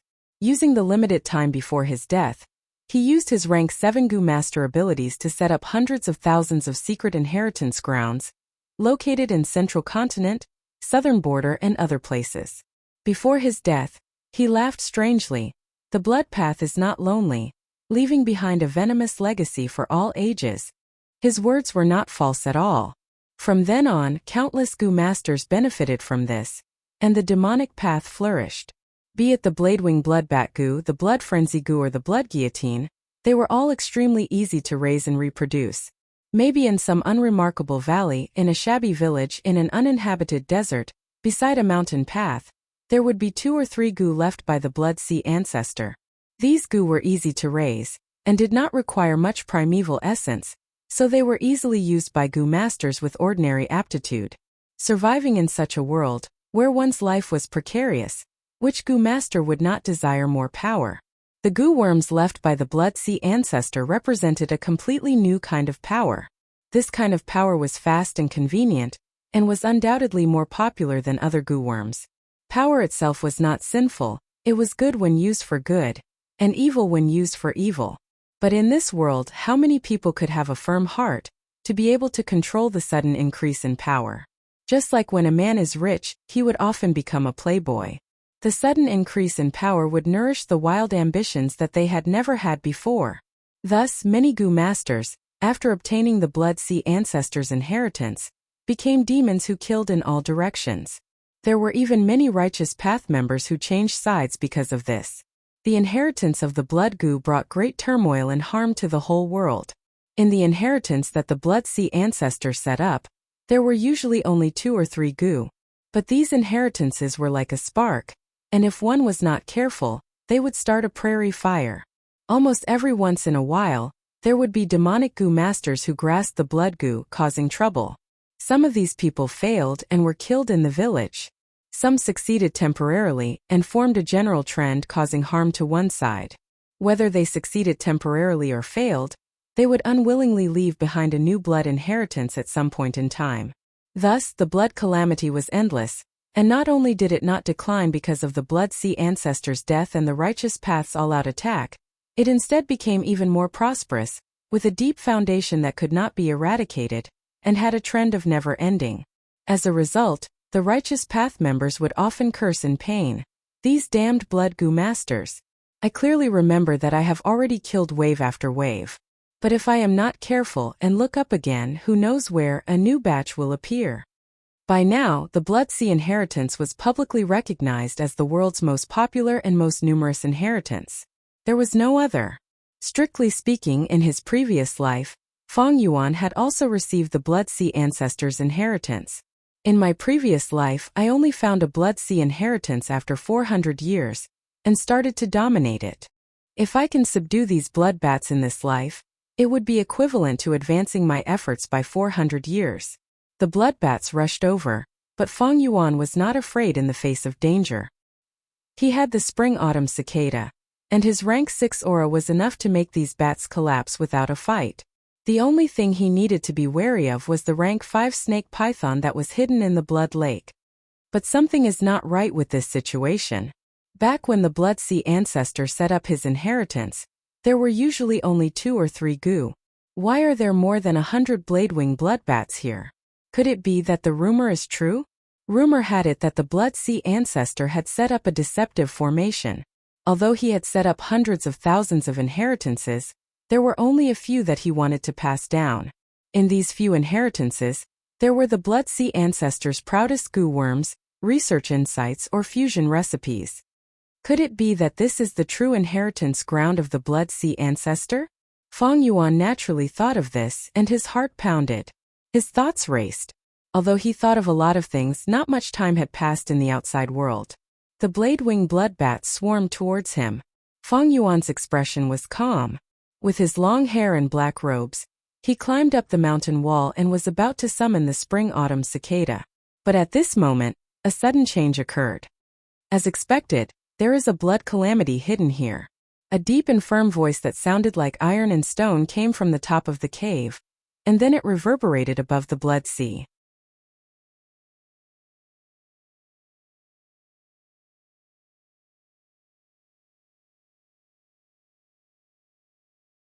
Chapter 188. Tai Shueleng, why did he suddenly appear here? Feng Yuan heard this voice and was shocked. This loud sound reverberated in the air above the blood lake, causing turbulent waves of blood to surge. This is the heaven and earth grand sound goo? Feng Yuan gritted his teeth. The loud voice entered his ears, making him feel as if his whole head was buzzing. The heaven and earth grand sound goo was a rank 5 sound type goo. Once activated, it could form a sound wave attack with a wide range. It was an extremely strong AoE type goo. The voice that Feng Yuan heard now was just Tai Shueleng's small test. He shouted softly and did not really activate it. This degree was like Feng Yuan using the moonlight goo to grind the purple gold rock. It was just a subtle control of the goo worm. Of course, the heaven and earth grand sound goo had its drawbacks. If activated for a long time, the goo master's vocal cords and throat would be overly burdened. Once these burdens exceeded the limit, the goo master would become mute and lose the ability to speak. Bam! A huge force suddenly exploded and blood splattered everywhere. The upper body of the giant python appeared in Feng Yuan's vision. Blood River Python. Feng Yuan's pupils shrunk. This python's body was covered in glossy blood-red scales, and its head was as huge as an elephant. There was a patch of golden bone spikes on its eyebrows, showing off its ferocious and violent aura. Blood River Python. I remember in the Gyue clan's history, not long after the first clan leader established the village, a Blood River Python appeared and posed a huge threat to the Gyue village. Legend has it that the first clan leader killed it. Could it be? Feng Yuan's heart moved as he thought of something. The Blood River Python was huge and its head was tall. Its purple eyes stared at Feng Yuan with a cruel gaze. It was cruel and unruly, feeding on blood. Even using the spring-autumn cicada's aura to intimidate, it would only make it more violent. Among the rank 5 goo worms, it was one of the hardest to be refined by a goo master. However, after glancing at Feng Yuan on the mountain wall, the blood sea python raised its head high and turned to the top of the cave. At the top of the cave, an equally tiny figure slowly floated down from one of the caves. He wore a bronze mask, his hands behind his back, and his gaze was cold. Although compared to the Blood River Python, he was as small as an ant. A majestic aura emanated from his body. An enormous invisible pressure filled the surroundings, as if a god had descended to the mortal world. Righteous goo. It was a mental goo and could only be activated by someone who upheld justice.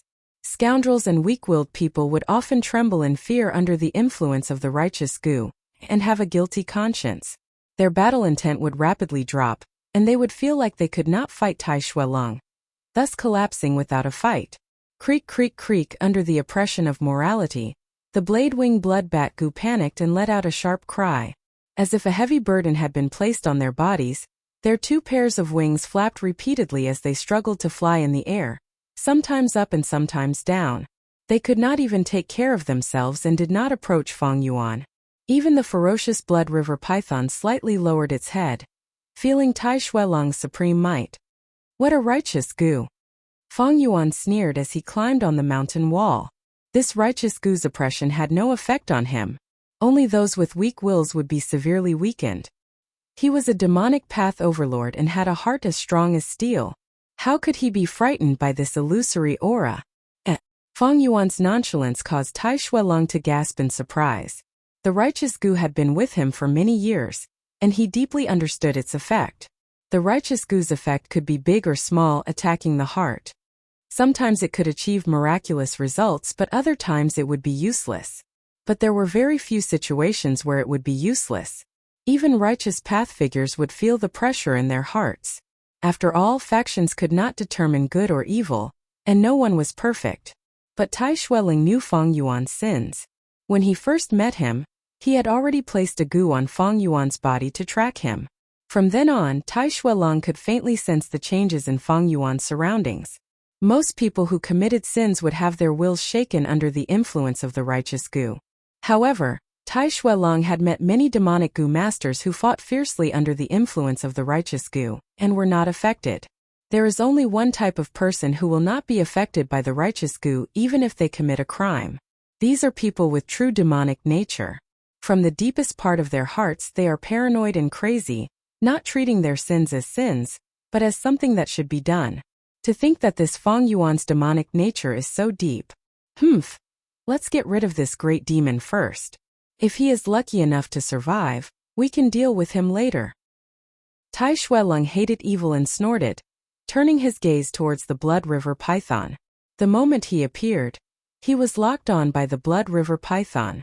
As long as he diverted his attention to kill Feng Yuan, he would definitely reveal a flaw.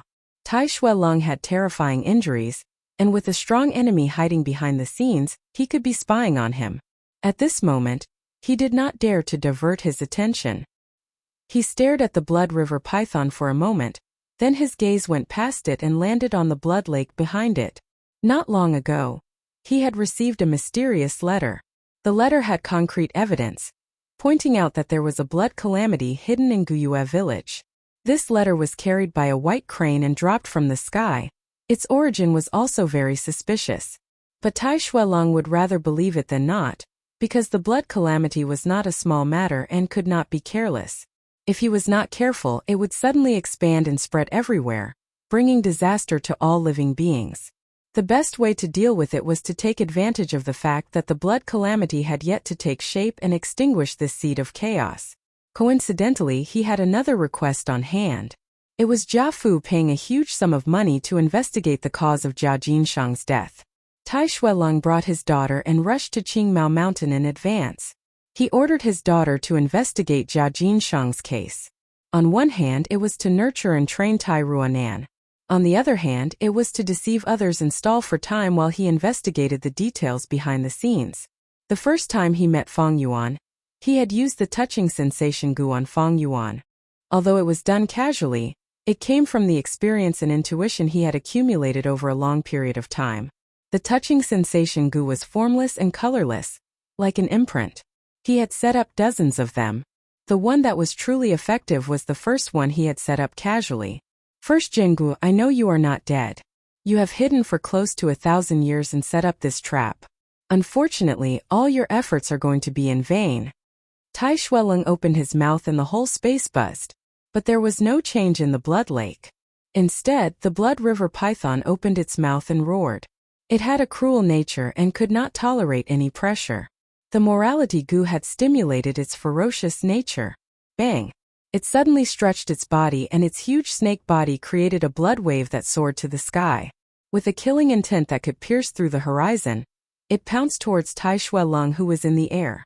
Tai Shuelong was already on guard against the blood river python. His body moved quickly and dodged the blood river python's bite. The blood river python's body was too long and its momentum was too fierce, causing it to crash into the cave ceiling. With a loud bang, a large part of the cave ceiling collapsed. Large amounts of rubble fell down and immediately created a huge wave in the blood lake. Humph, First Gen Guyue, do you think you have nothing to worry about just by leaving a blood river python to protect you? You better show yourself. Tai Shuelong sneered and moved in the air. The blood river python's violent attacks were like a light breeze and drizzle in front of him. The blood river python roared crazily and became even more irritable. It had unparalleled strength and recklessly used it to cause huge destruction. The whole space became more and more turbulent. It was as if the earth was shaking and the mountains were shaking. The blood lake also had huge waves. Damn it! Feng Yuan was caught in the crossfire. The red soil was soft and his original foothold was already destroyed. He could only use the chainsaw golden centipede and the thunderwings gu to move along the mountain walls. The rubble fell down piece by piece like a dense rain. As he had expected, the thunderwings gu was not in a good state. The thunderwings gu on Feng Yuan's back was extremely weak and dispirited, unable to provide a strong force of ascension. But the strange thing was, the thunderwings gu was absorbing less primeval essence from Feng Yuan. While Feng Yuan was moving, the thunderwings gu actually started to absorb the primeval essence in the air from time to time. At first, this phenomenon only happened for a short period of time and very few times. Feng Yuan tried his best to dodge and did not notice it. But gradually, the number of times increased and the duration of each occurrence also became longer and longer. At the same time, the thunderwings gu became weaker and weaker. I understand, it's the blood frenzy gu. A flash of inspiration appeared in Feng Yuan's mind. Only when one was contaminated by the blood frenzy gu would such a phenomenon occur. Plop! Feng Yuan used all his strength but still fell into the blood lake. The blood river python was smashing around, using its thick tail to whip around. Gravel fell like rain, ceaselessly crashing down. Feng Yuan activated the sky canopy gu, and his body was covered in a layer of white armor. His swimming ability was not bad, and in his previous life, he had lived in the Eastern Sea for a long period of time and received ample training. He tried his best to dodge the huge rocks that were as big as houses. Sometimes he swam, sometimes he sank into the blood lake, using the blood water to cushion the impact. But those small rocks ranged from the size of a fist to the size of a stone mill. He had no time to dodge. The white armor was as solid as a rock, but it could not slow down the impact. When it smashed onto his body, he felt waves of pain. At the same time, the primeval essence in his aperture was slowly decreasing due to the impact. Fortunately, the morality goo's power enveloped the whole area, causing the group of Bladewing Bloodbat goo to still fly around and not find trouble with Feng Yuan. But Feng Yuan's expression was grave. The Thunderwings goo was already half crippled. After being contaminated by the Blood Frenzy goo, without a special goo to cleanse it, it would turn into a puddle of blood and become a new source of contamination. How did it get contaminated by the Blood Frenzy goo? Feng Yuan thought about it and only had one explanation. That was, this blood water had the Blood Frenzy goo attached to it. The Thunderwings goo was getting weaker and weaker, showing signs of losing control. Luckily, he activated the white armor in time, or else the Blood Frenzy goo would have contaminated his body, and its aura would have seeped into his aperture. Most of his goo worms would have been contaminated. But if his primeval essence was depleted, or this armor was broken, then the consequences would be severe. I need to leave this place as soon as possible. Feng Yuan gritted his teeth and floated in the blood waves, looking around for a way out. Large amounts of red soil fell from the mountain walls. The top of the cave was also beyond recognition. Tai Shuelong was floating in the air, fighting with the Blood River Python. A battle between rank 5 goo masters was not something Feng Yuan could interfere in. The higher the goo master's rank, the more obvious the difference in battle strength between different cultivations. Maybe a swing of the Blood River Python's tail could shatter the armor. The Sky Canopy goo would be heavily injured by the backlash, and Feng Yuan would have fractures all over his body. Maybe a casual strike from Tai Shuelong could put Feng Yuan in a desperate situation. The current situation was like a battle between two giant elephants, and Feng Yuan was a nearby tabby cat. Although he had small claws, it was hard for him to fight.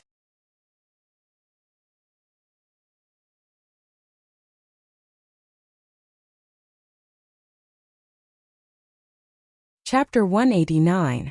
This cave entrance was not big and should have been buried by the red soil. But this time the blood lake unceasingly surged with monstrous blood waves, causing the surrounding scarlet soil to be washed away and collapse, sinking into the lake. Thus, the cave entrance was revealed. No matter what, this cave entrance seemed to be a source of hope. Feng Yuan immediately changed his direction and swam towards the cave entrance. Boom! In the air there was another intense explosion. A huge air current rushed towards the surroundings, pushing Feng Yuan forward fiercely. Damn it! He cursed. Large amounts of red soil collapsed and buried the cave entrance again.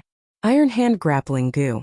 In the air, Tai Shuelong took a deep breath and slowly stretched out his right hand.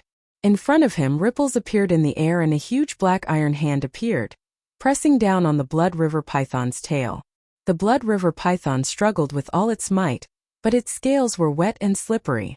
The iron hand could not hold on and slid through the snake's scales, causing golden red sparks to burst out as it escaped.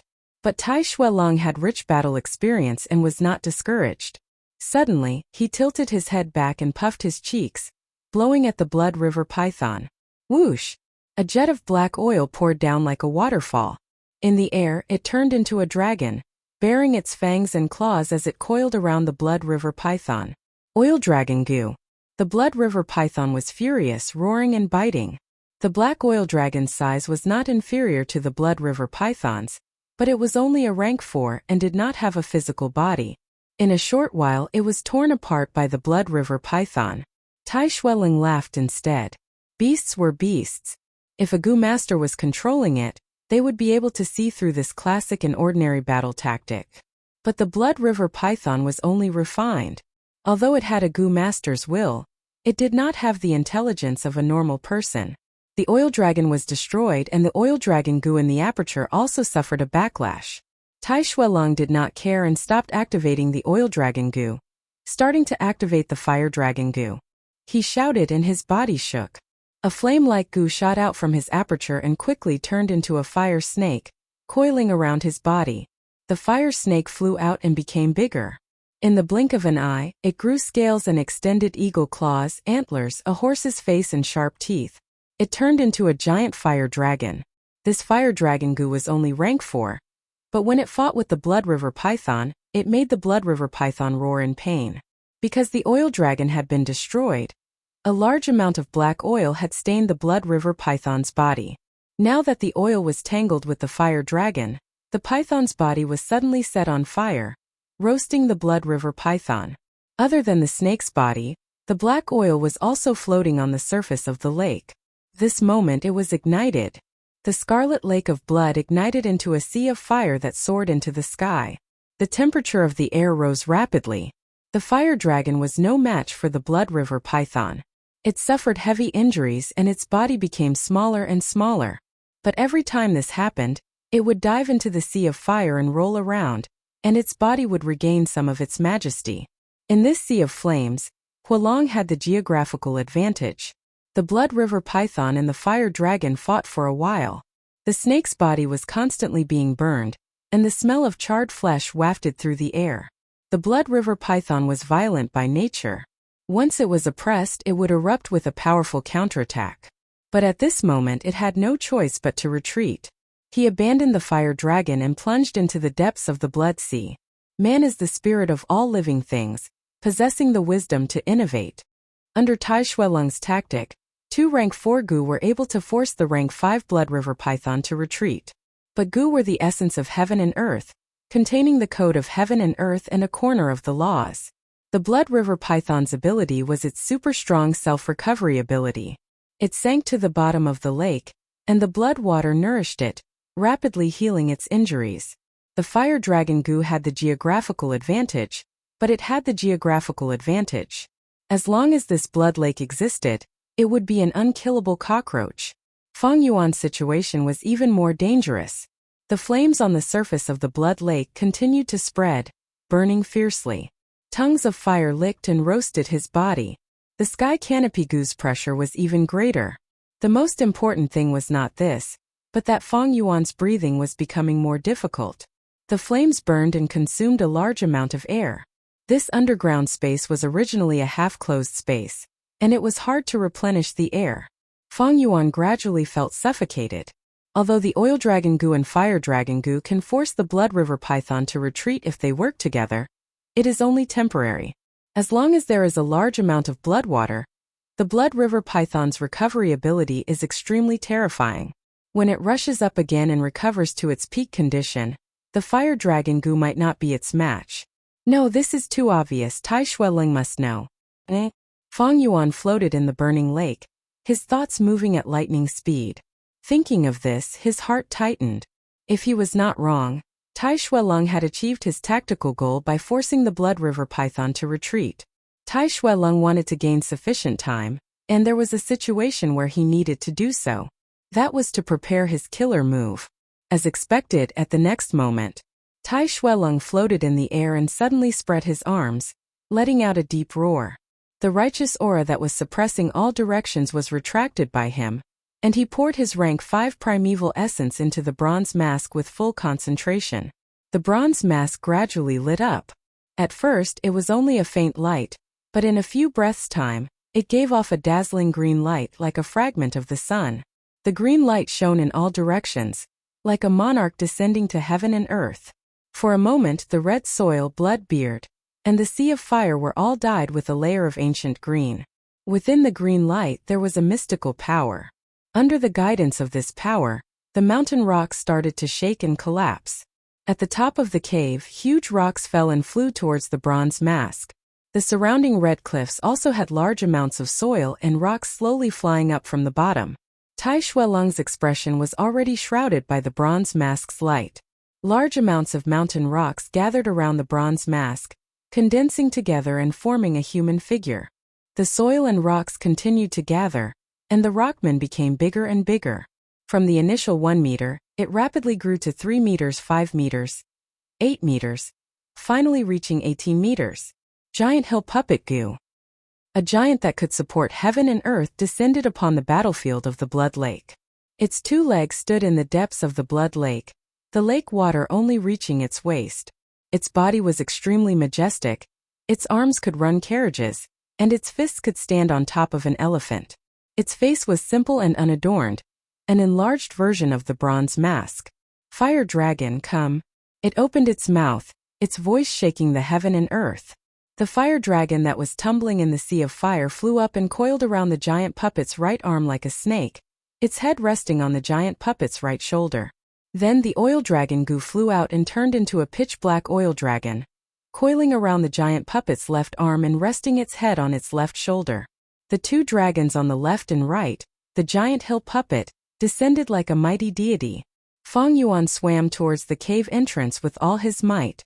Just now, the soil and rocks had gathered to form the giant puppet, causing the red soil that was covering the cave entrance to disappear, revealing the cave entrance again. This battlefield was getting more and more dangerous. The cave entrance could be buried again at any time, so Feng Yuan did not dare to stay for long. The sea of fire gradually extinguished, and the blood lake suddenly surged with towering red waves. Blood River Python attacked from the lake, coiling around the giant puppet and slithering upwards. The giant snake's head was like a battering ram, aiming at the giant puppet's face. This attack was extremely powerful, and if it were to hit directly, half of the giant puppet's head would be smashed into pieces. Iron hand grappling! The giant puppet shouted, and the air split open as an iron hand flew out, grabbing the snake's head. With a loud bang, the iron hand was destroyed, and the Blood River Python's attack was also stopped. Tai Shuelong won a breather, and the giant puppet grabbed the Blood River Python's body with both hands. The oil dragon and fire dragon waited for an opportunity, climbing onto the Blood River Python. The two dragons merged together, forming a blazing flame that roasted the Blood River Python. The Blood River Python roared in pain, struggling with all its might. But this time, how could Tai Shuelong allow it to escape so easily? The giant puppet's hands were like iron pincers, tightly restraining the Blood River Python. The Blood River Python could not escape, and its body was roasted black, emitting the smell of burnt flesh. Its ferocious nature was stimulated, and it did not try to escape anymore. Its slender body coiled around the giant puppet's body again, and it started to contract fiercely, launching a strangling attack. Although the giant puppet was made of mountain rocks, the red soil was soft, and after being twisted by the Blood River Python, its waist quickly shrunk. Cracking sounds could be heard, and rubble flew everywhere. Under the stimulation of death, the Blood River Python exploded with great strength. Feng Yuan finally reached the edge of the cave entrance with one hand, and the giant puppet suddenly coughed a few times. Tai Shuelong's old illness had relapsed. The giant puppet's hands loosened, and the Blood River Python hissed, its body moving forward by a large margin. The giant puppet tightened its grip, and the Blood River Python opened its mouth wide, revealing its sharp fangs. The snake's head moved forward crazily, but it was just a short distance away. The Blood River Python's counterattack failed, and it gradually lost its strength, about to be burned to death. But at this moment, a dense blood mist suddenly rose from the center of the blood lake. Blood frenzy goo. A trace of fear flashed in Feng Yuan's eyes, and he quickly climbed up the cave entrance, moving deeper into the depths. The blood mist quickly spread, and the flames on the surface of the blood lake were completely extinguished. A whirlpool appeared in the center of the blood lake. The whirlpool became larger and larger. At first it was only in the center, but it quickly spread, and the edges of the whirlpool touched the surrounding walls. First generation Guya, you finally couldn't endure it anymore. The giant puppet snorted coldly. At the center of the whirlpool, a huge wave suddenly surged 10 meters above the surface of the lake. In the wave of blood, a vertical red coffin slowly rose, revealing itself. A dry and strange voice came from the coffin, making people feel a chill down their spines. Junior, you dare to spoil my plans. You are courting death. I will fulfill your wish. Before the voice finished, the coffin lid was ejected, and a shriveled corpse appeared.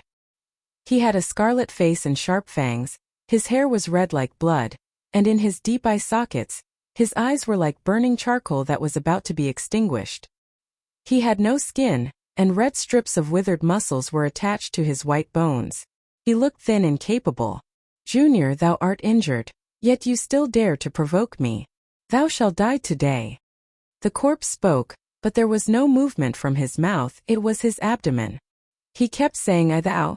This was the habit of the ancient people from 1,000 years ago. Rank 5 Blood White Goo. Is he really the first generation? Feng Yuan was astonished but not shocked. In this mystical world, there were many Goo masters who had lived for hundreds of years. Other than using the most orthodox lifespan Goo to increase one's lifespan, some unorthodox methods could also allow people to live forever.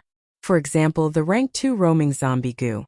If this Goo was used for a long time, the Goo master would completely turn into a zombie, and as long as they drank blood regularly, they would be able to move freely and live forever. The first Gen Goo Yu in front of him was using this method. Blood White Goo was an important branch of the rank 5 roaming zombie Goo. Together with Azura Zombie, Heavenly Demon Zombie, Nightmare Zombie and Plague Zombie, they were known as the 5 Great Flying Zombies.